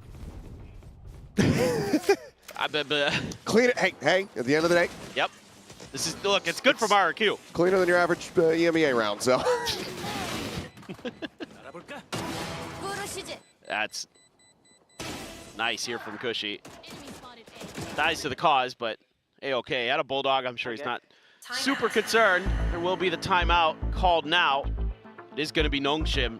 This is not the way you wanted to be doing this. Finally able to get a couple rounds together. Looks like maybe you were causing a bit of chaos, at least causing enough confusion in RRQ that they were going to falter a bit. It's like they tripped on something, they're starting to stumble. They got their arms out in time to catch themselves. And tough decisions here for Nongshim. You know, generally I like when they're a little more aggressive, but saw that kind of work against them when Dombi died to the snake bite. Still have that operator though, so does give you some leverage on the map. something to consider. Is curious to see what RRQ wants to try coming out of that. Back in a little bit of stability with the economy. That's cushy. Xfero down to 50 each, but everybody else still has plenty back. This looks like a scrape at B. The key thing that you really need to be seeing here is Francis getting involved. He's currently 0-7-0. That's crazy. Which means that these reckonings are being built up way slower than they should be. Man, you would love to bait the reckoning out here as RRQ, but discipline being shown by Francis. Doesn't want to give it up. Wants to really save that for a post plant. Mid-exploration being thought about. I have to assume that Ivy was saving the turret. He is.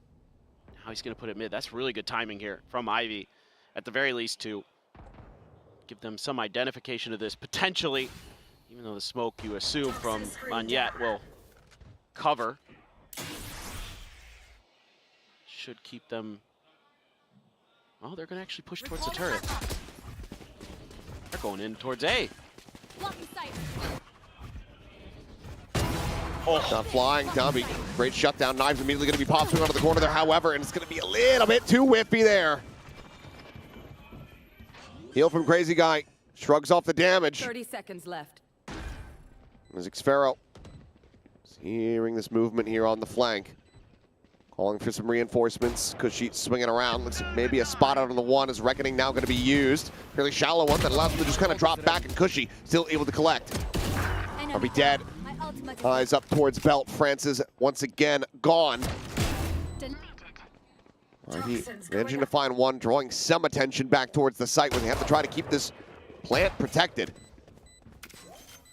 One enemy remaining. With that displacement, with that kill, that'll pretty much go ahead and seal the deal on it. It's going to be another round racked up here for RRQ. Getting up to 6 here on the attack. I love the way that this is played on the backside by RRQ.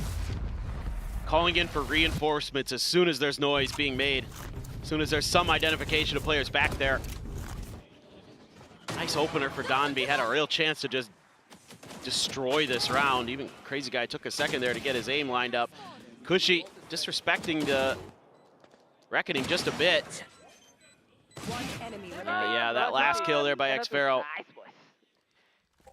seals the deal. Rez back online for Crazy Guy. Got it in the middle of that round. Cushy has a Hunter's Fury here. So Persia probably wary about popping that pit early. Could be a little bit of trouble from the Hunter's Fury potentially if he does. So he's actually fallen way back. Meanwhile, this is Nongshim aggressive. Map control taken. But they're backing off. Crazy Guy was the only one doing a little bit of checking. Meanwhile, RRQ is just content to wait this one out a little bit longer. As Nongshim tries to fan out, get a little bit of info on the map. Kind of assume that they're more towards B. A little bit of clear the util attempt by Cushy. Yeah, finds it. This is a pretty good read here from Nongshim. And again. Well, no, now we're doubling back. Might be a slightly better one from RRQ. Yeah, they haven't seen anybody over here. Got to make sure you check nest here. But as we can see, nobody's there. Cushy's going to try to sell this. Yeah, sell the fake. Looks like RB, though, still going to be committing in towards A here at screens. And as the slow orbs start flying, you're going to have the read, you're going to have the understanding. So breaking the wall segment, looking for the second one. Quite quick little spot out there, but running out of bullets, cannot find the punish. So plant comes in, Crazy Guy avoiding all damage.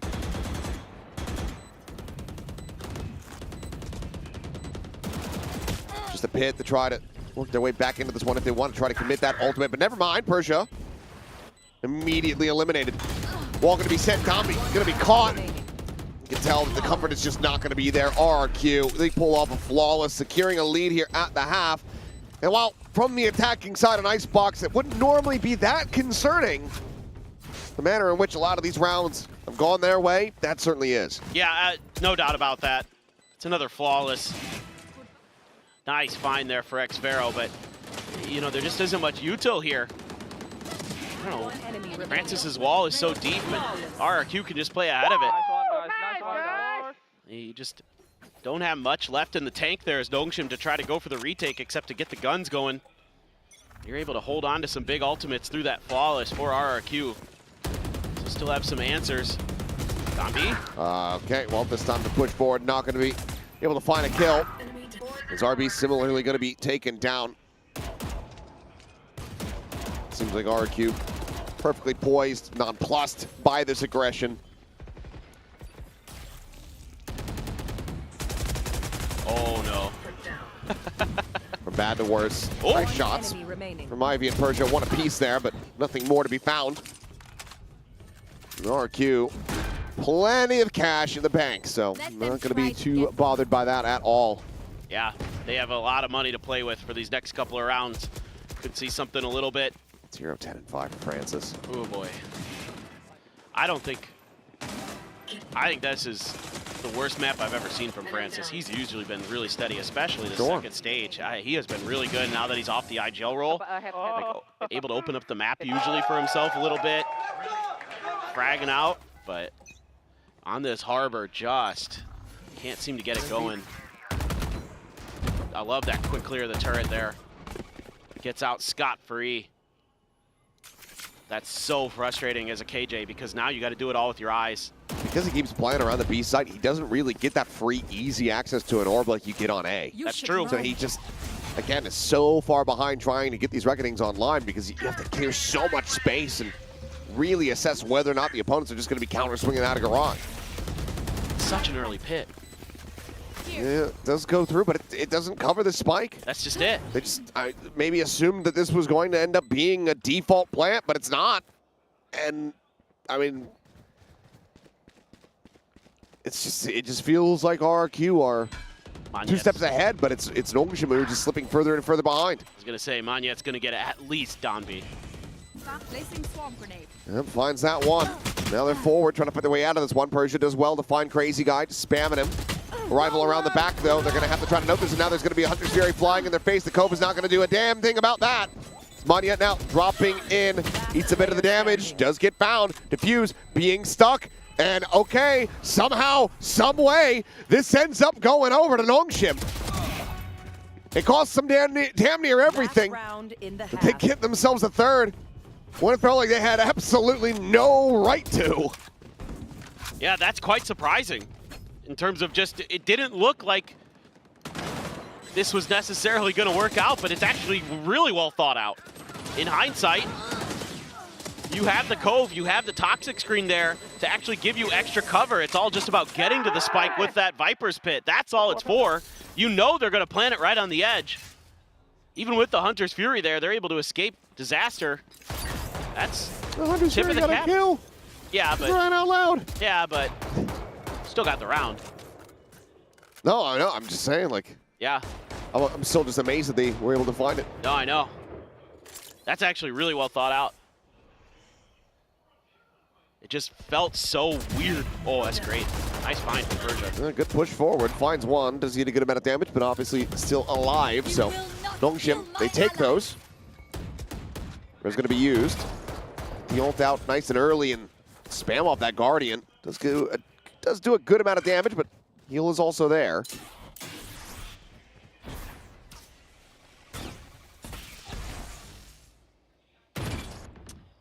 Shock dart forward. Oh, and Sparrow. Oh, that turret gives him the info. Just a bit further out. And be unable to see him there in the peripheral vision, so it's RRQ well poised to try to make this 9-3. 30 seconds left. Tucked in behind the wall to clear the recon, the push forward. Donby able to find one, but now going to be sent backpedaling. Drops around towards safety on the repeat, gets a spot here onto the enemy Sova. Wall raised, spam coming through, but again, running out of bullets. They cannot continue this one, so the spike gets planted here by Crazy Guy. Because she was going to readjust, able to find Ivy there. Donby trades it back, but needs to trade it up. Cannot do so. Jemkin, instantaneous with that headshot.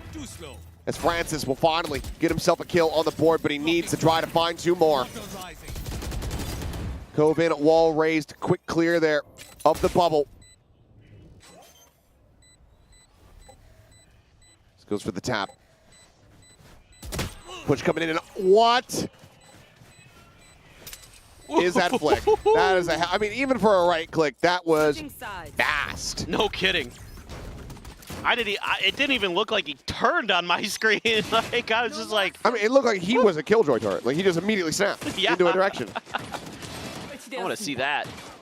Yeah, just, you know, by the time they get to this position, it's already over. Woo! Nice one! That's crazy good. Wow, that was... Well, 9-3 at the half. Nongshim certainly have their work cut out for them as they move over now to this attack. And as it often goes, it has to start from the pistol.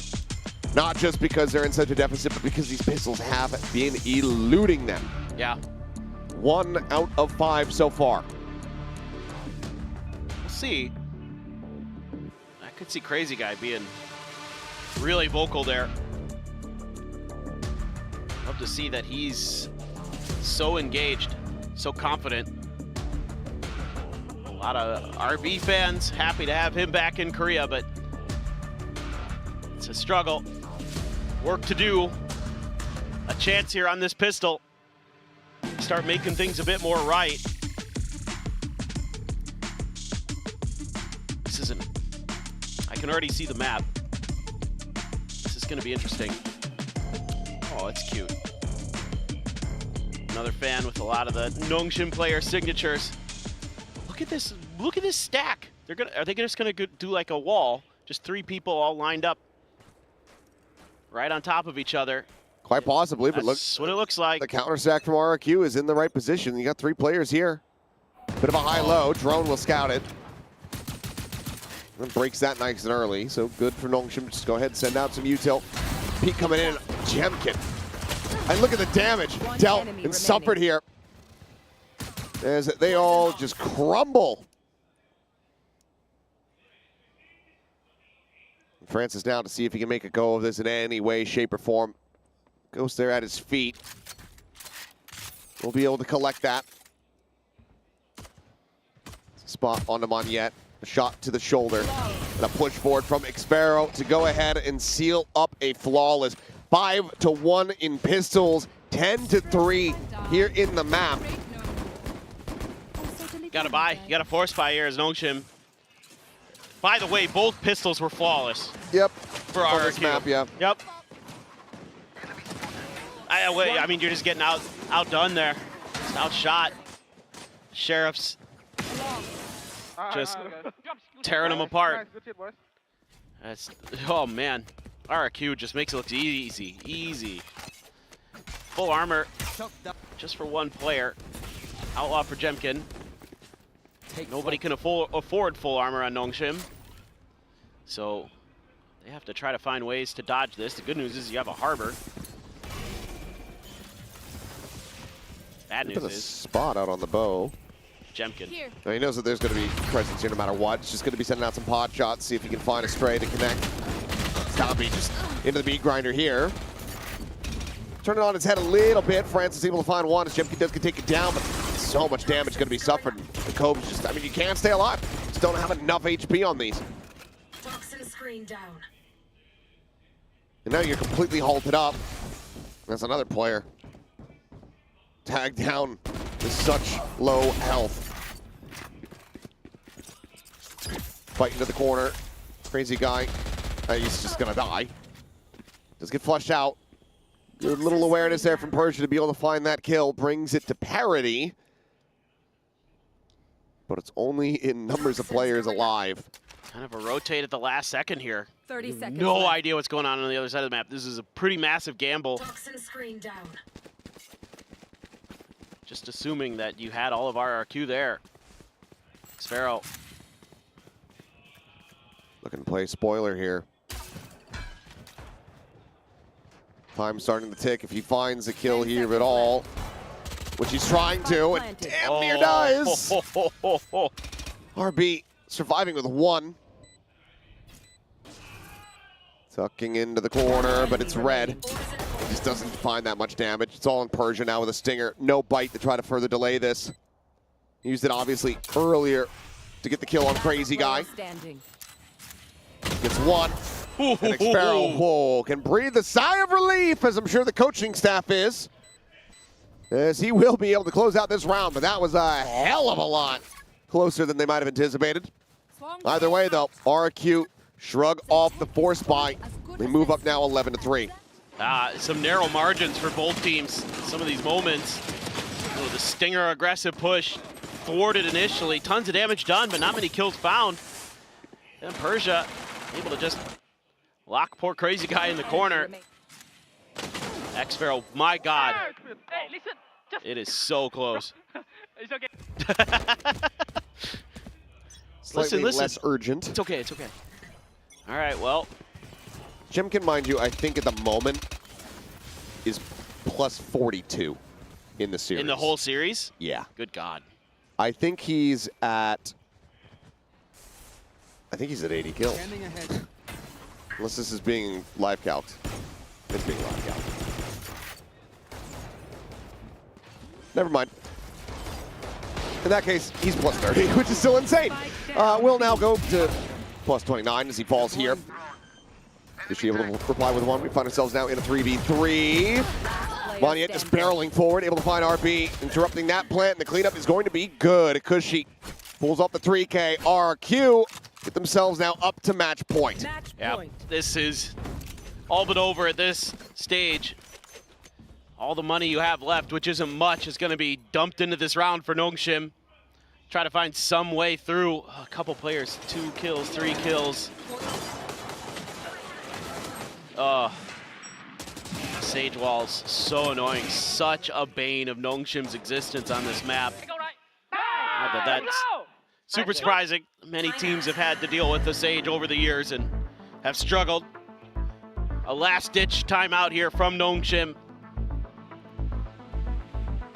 Sungmin and trying to figure out just what they can do. I don't know. It's just, you're getting red every turn. You know, when you go for just scrappy battles, RRQ's been able to just barely best you. You're not getting a lot of value out of the harbor. You had one really cool round in there, but the guy believes in Francis and he's sending up the prayers. Unfortunately, it's still been a very rough go of it here for this harbor. 9 consecutive round wins. It has been done. It is possible, but it is so very unlikely. Yeah, to say the least. I'd love to see Nongshim run it back for sure, but The aforementioned Francis is dead. I was going to say he's a glass cannon. And that just sets up for the Collat to come through. Yikes. Oh, there's a Hunter's Fury available for Cushy. So you got to, consider that. Look at all this util to buy time. I mean, the good news is what is that Sage Wall? Is that just to hide that from the turret? That's my best guess. Not sure. That's kind of an unusual one. You don't see that every day. I think we don't want the flank to come through here onto Xpero. Yeah. So we just set that up so he can try to just operate on the side. Does still get overwhelmed. That was good early damage found. Is now the Hunter's Fury going to be opened up because she looking for a target, and he has chosen wisely there on the last. Last player standing. Persia basically needing to pull off his own Collat there. Cannot. Crazy Guy will simply sit Ivy down with a final headshot. 13-3. Absolute domination here by RRQ on Icebox. They secure the win. Yeah, I mean, the good news is if you're an RRQ fan, they're looking pretty good overall. Icebox still a strong map for them. Still some work to do on Corrode if you're going to continue to float that, but it was better than the last time out. That's for sure. Nongshim, oh boy. You know, what looked so promising at the beginning of this year with them qualifying through Ascension, them making really good runs, may just be the end of it all here in Pacific, but RRQ wants to get back to another international event, wants another crack at some of those teams on the global stage to show that Toronto was a fluke. And it's basically slingshots RRQ back up to the top of the standings in Group Alpha, 2-1, tied there alongside Gen G, where of course they do have that head-to-head. Nongshim now their work cut out for them. Global Esports, I believe, is their next opponent, and that is going to be a must-win series for that team. Because after that, it's going to be Gen G on the horizon. Well, very nicely done here from the side of RRQ, making this, you know, 3-mapper, but still a relatively quick evening and a quick series. We'll send it down to the stage show and hear from one of our winners.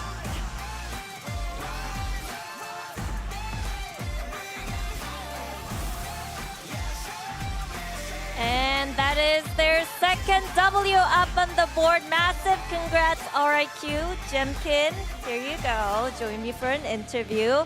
네, RRQ의 잼킨 선수 만나보도록 하겠습니다. 승리 축하드립니다.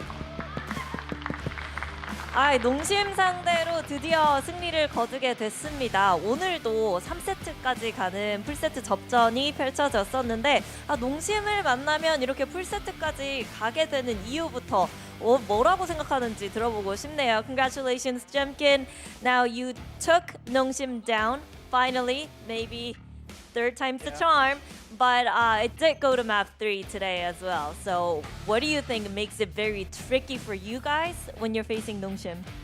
I think the first map we started good, but we kind of couldn't close it out because we used some important rounds and some clutches. But although I feel like it was like in our hand, and I would say second and third map were like almost always in control. We were not scared that we're gonna lose. I think we played really good and we just prepared well against them and it showed. 오늘 경기를 보면은 일단 첫 번째 맵 같은 경우에는 사실 농심이 이길 수도 RRQ가 이길 수도 있었는데 사실 주어진 클러치 기회나 아니면은 좀 빨리 승기를 잡고 마무리 지을 수 있는 기회를 RRQ가 스스로 좀 놓친 것 같아서 좀 아쉽다고 얘기를 하고요. 2, 3세트 같은 경우에는 그래도 기회가 주어졌을 때 빨리빨리 경기를 마무리 짓고 또 그 기회를 잘 승리로 흐름을 이끌어갔던 게 좀 주요했다고 얘기를 합니다. 먼저 코로드 얘기를 해보고 싶은데 사실 이 코로드에서 네온이 몬옙 선수가 당연히 할 줄 알았는데 잼킨 선수에게 갔거든요. 어떤 과정이 있었는지 혹시 내놓으라고 어필을 했거나 좀 협박을 한 건지도 그 과정에 대해서 물어보도록 하겠습니다. Corrode, we thought that Neon was gonna go to Monyet, you know? Yeah. Did you have to fight him for it? Like, what did you do? I mean, it was obvious choice after the first time we played. We kind of realized that I think Neon is like the better agent on this map, but we couldn't really swap because we wanted to stay same, like Monyet playing on smokes. So we just had to prepare it, and it worked really good in scrims, I would say. So I think it's fine, yeah. Did Monyet give you some pointers, like, oh, that's not how you play, like, you're better, Jemkin, or no?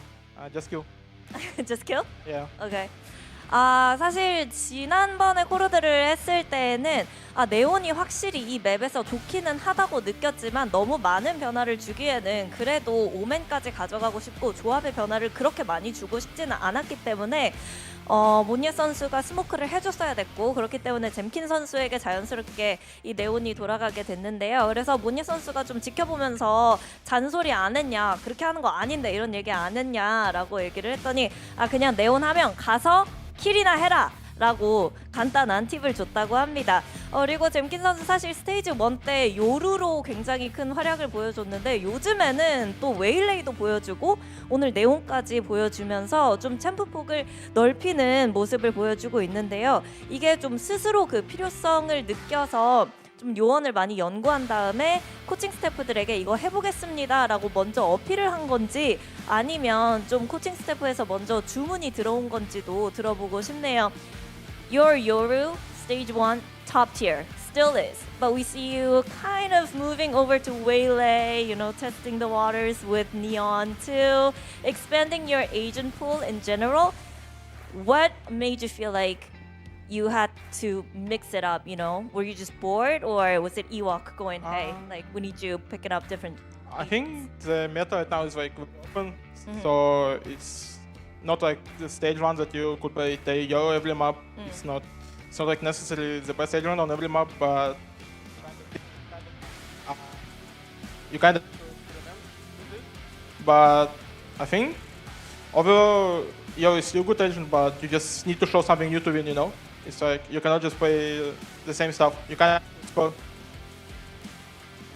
너무 아무래도 이번에 테오 메타가 좀 멀리 저 멀리로 사라지게 되면서 이제는 조금 더 많은 요원들을 다루면서 이 정립되지 않은 메타에서 많은 실험적인 시도를 해야 됐기 때문에 같은 요원을 반복해서 쓰는 건 좀 승리하기에 무리가 있다고 생각을 했고, 그렇기 때문에 스스로도 좀 더 많은 요원을 한번 좀 기용을 하려고 노력을 한다고 얘기를 했습니다. 자, 그럼 마지막으로 DRX전이 기다리고 있는데 각오 들어보고 마무리해보도록 할게요. Next up is DRX. What are your expectations? What's your mindset? I think it's gonna be a hard match again because we have very hard group and every team is very strong right now. So we just need to prepare and do our best to get as maximum points and try to get first seed. 모든 팀들이 지금 계속해서 막판 스퍼트를 보여주고 있고 또 폼이 올라오고 있기 때문에 1번 시드를 가져가기 위해서는 정말 RRQ도 최선을 다해서 승리하는 경기 그리고 좋은 경기력을 보여줘야 할 것 같다고 얘기했습니다. 자, 이렇게 해서 RRQ의 잼킨 선수 만나봤습니다. Thank you, 잼킨. Thank you. And good night, everybody.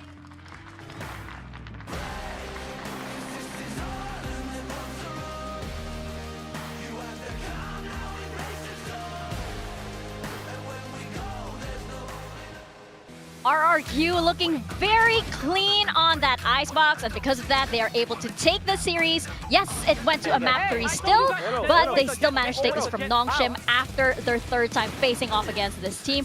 But I would say for Nongshim, it didn't look like they were exactly prepared for this kind of RRQ. Yeah, I felt like when I saw the video, I was like, we got Haven and Icebox in the map pool. I am feeling a little nervous, and then even Corrode is a bit of a coin flip. So I think for Nongshim, since they lost Pearl and Split in the map pool, which is something they played quite heavily in the last stage, I knew it was going to be rough for them, and I think this series is the perfect example of why.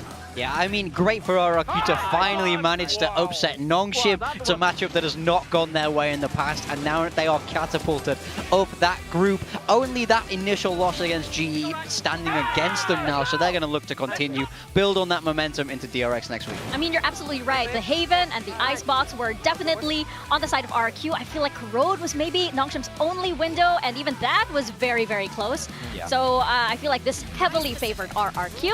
And a good thing too, because we have one very, very happy Monyet here on the desk with us. How are you feeling? I see all smiles.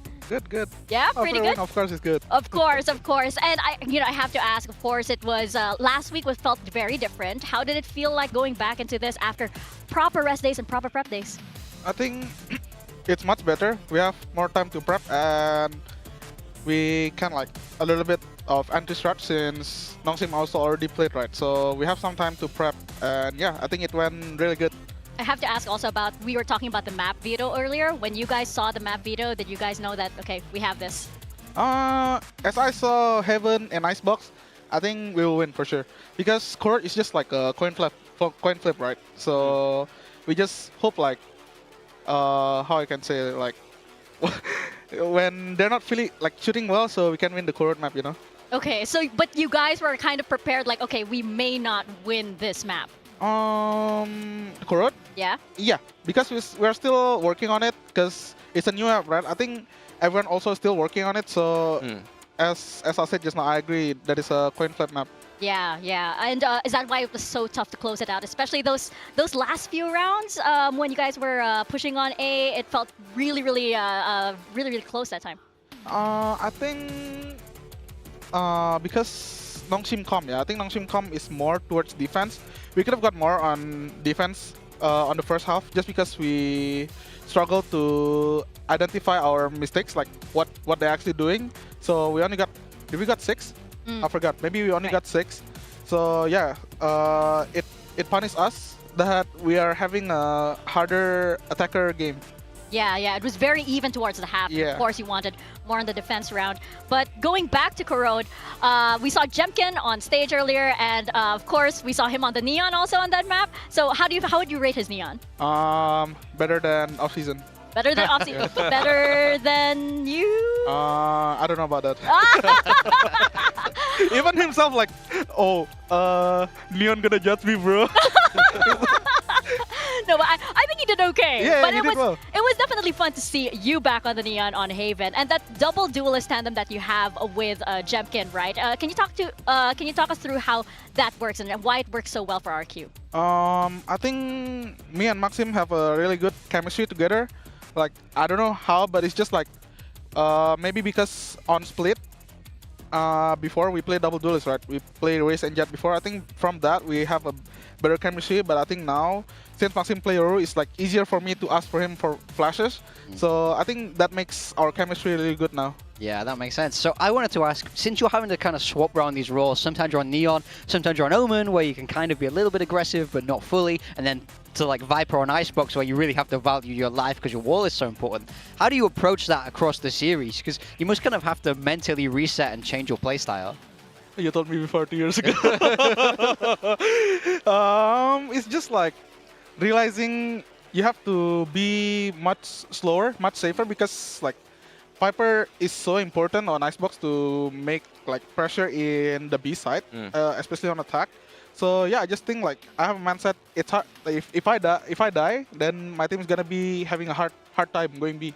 You killed it on the Viper. You've been killing it this series and the series before. I remember going though into maybe like less bright memories, going into that Heretics game. I was hyping you up to some people from other regions, being like, Monya is really sick, like he's going to do some crazy stuff this game. That was a rougher game, and there was a rougher patch of form. What's different about these last couple of games though? Because you've been on a heater lately. Like you and Jemkin both went like plus 20 something in this game. I think I enjoyed the game more. Like after Heretics game. After the game, I remember I cried because it was like a tough game, really rough game. Like 2 maps, I was like getting really unlucky, and then I told Ewok like it's really hard for me. And after going back from EWC, I told Ewok and Rebecca to like I also want to have more impact. You know, like I cannot just let Jemkin carrying us every single game. So I told myself like I just need to enjoy the game more and be more confident. I also sorry, go on. Okay, and then I think I got really lucky like last series that makes me giving me more confidence in going into this game. Yeah, I also wanted to ask, when you saw like the Viper comp on Haven, like you guys play Genji all the time. You played a million times against Genji, and almost all of those games you guys play Haven. When you load into the server and you see that comp from Nongshim, do you just go, oh, okay, we know what they're gonna do. Like we know this comp really well. Do you have like set routines that you do against that comp specifically? We all know how to play against that comp. We practice it a lot because we know like even since last year we already play against that comp. It's just Genji changing to Neon.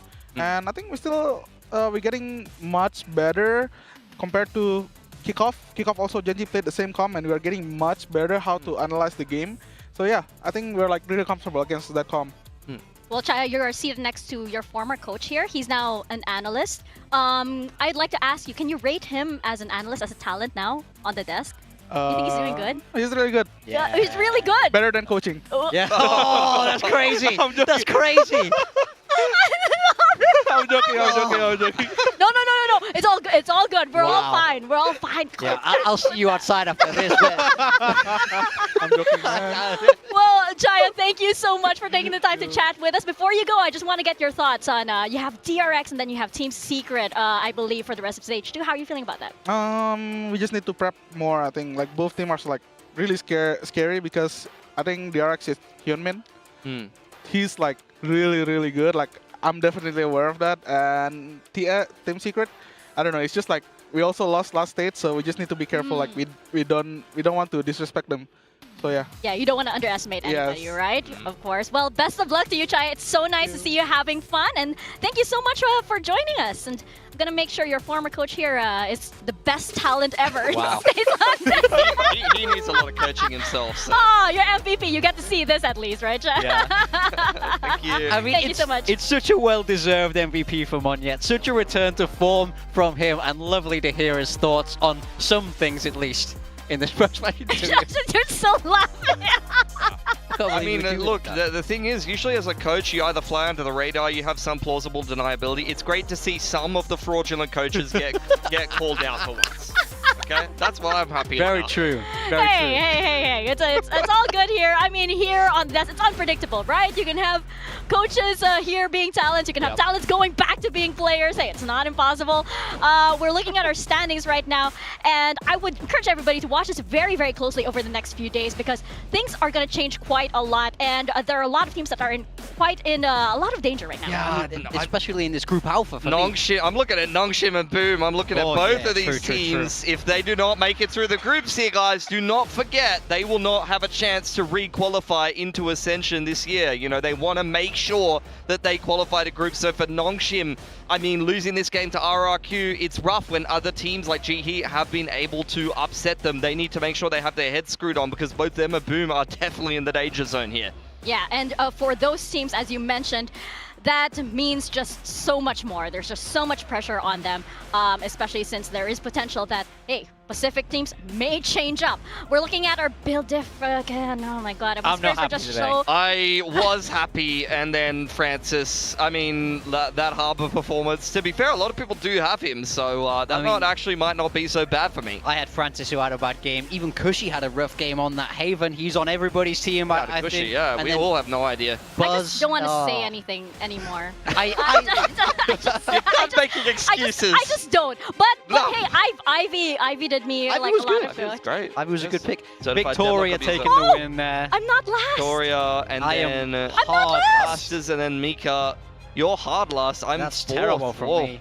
Man, I got owned today. Oh, Fair enough. I'm not last. That's all I need. Well That's done. all I need. Okay. These standings are going to be That's crazy, though. Okay. Victoria's surpassed you. She's overtaken me now. This is tight. Double digits, She got Mika. double digits. Yes. You can do a victory lap if you want. You can do a victory lap. Yes. Well done. I did it. I did closer. it. Huge from you. Come back at this stage too. It's happening for sure. I feel okay. I feel happy. Yeah. Nice. I did good by me. I can see the pain behind that smile. I hate you guys so much. We are going into our third day for this week, and we have DRX taking on Team Secret tomorrow, and Boom and PRX. Yeah, I mean, Team Secret are well known to be able to sneak wins against these very, very strong teams, so big upset potential there. And then, of course, Boom really playing for their lives now. They need to get some wins. DRX are looking susceptible, and Team Secret are an enigma at the moment. You know, they're swapping up a lot of different things. They've already got some cheeky upsets under their belt. Totally agree with Boom, though. They are winless, and staring down the barrel of PRX is not the position that you want to be in. They need to turn around their form. I feel like I say that every time before every Boom game. They need to turn around their form. We'll see if that happens tomorrow. Yeah, definitely. But hey, strange things have happened here in Pacific. Maybe stranger things still tomorrow, but you'll have to tune in to find out as we head into our final day for this week. So don't miss it. We'll see you guys tomorrow. Same time, same place.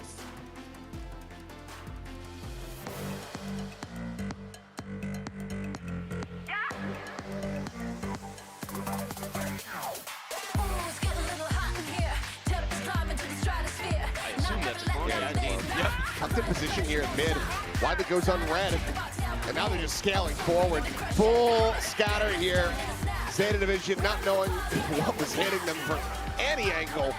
Izu lost the sauce, doesn't know where the hell he's looking. Slides around the backside of market, finding one, finding two. Spike now on the floor, spots out the last player and will massacre them. That's a very weird round, but T1 get up 7-3. Looking electric to close out the map. And T1 will take this series 2-0.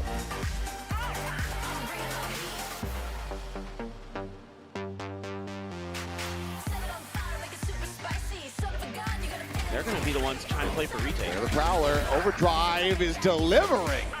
We do absolutely absolutely everything and cannot make it happen. The sonic sensor now the send. They're all lined up!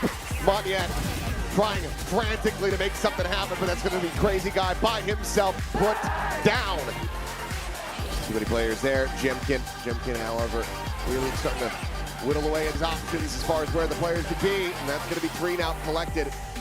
That is going to be a flawless anti-eco here from RRQ. Work their way back into this one if they want to try to commit that ultimate, but never mind. Persia immediately eliminated. Wall going to be sent. Dombey going to be caught. You can tell that the comfort is just not going to be there. RRQ, they pull off a flawless 13-3. Absolute domination here by RRQ on Icebox. They secure the win.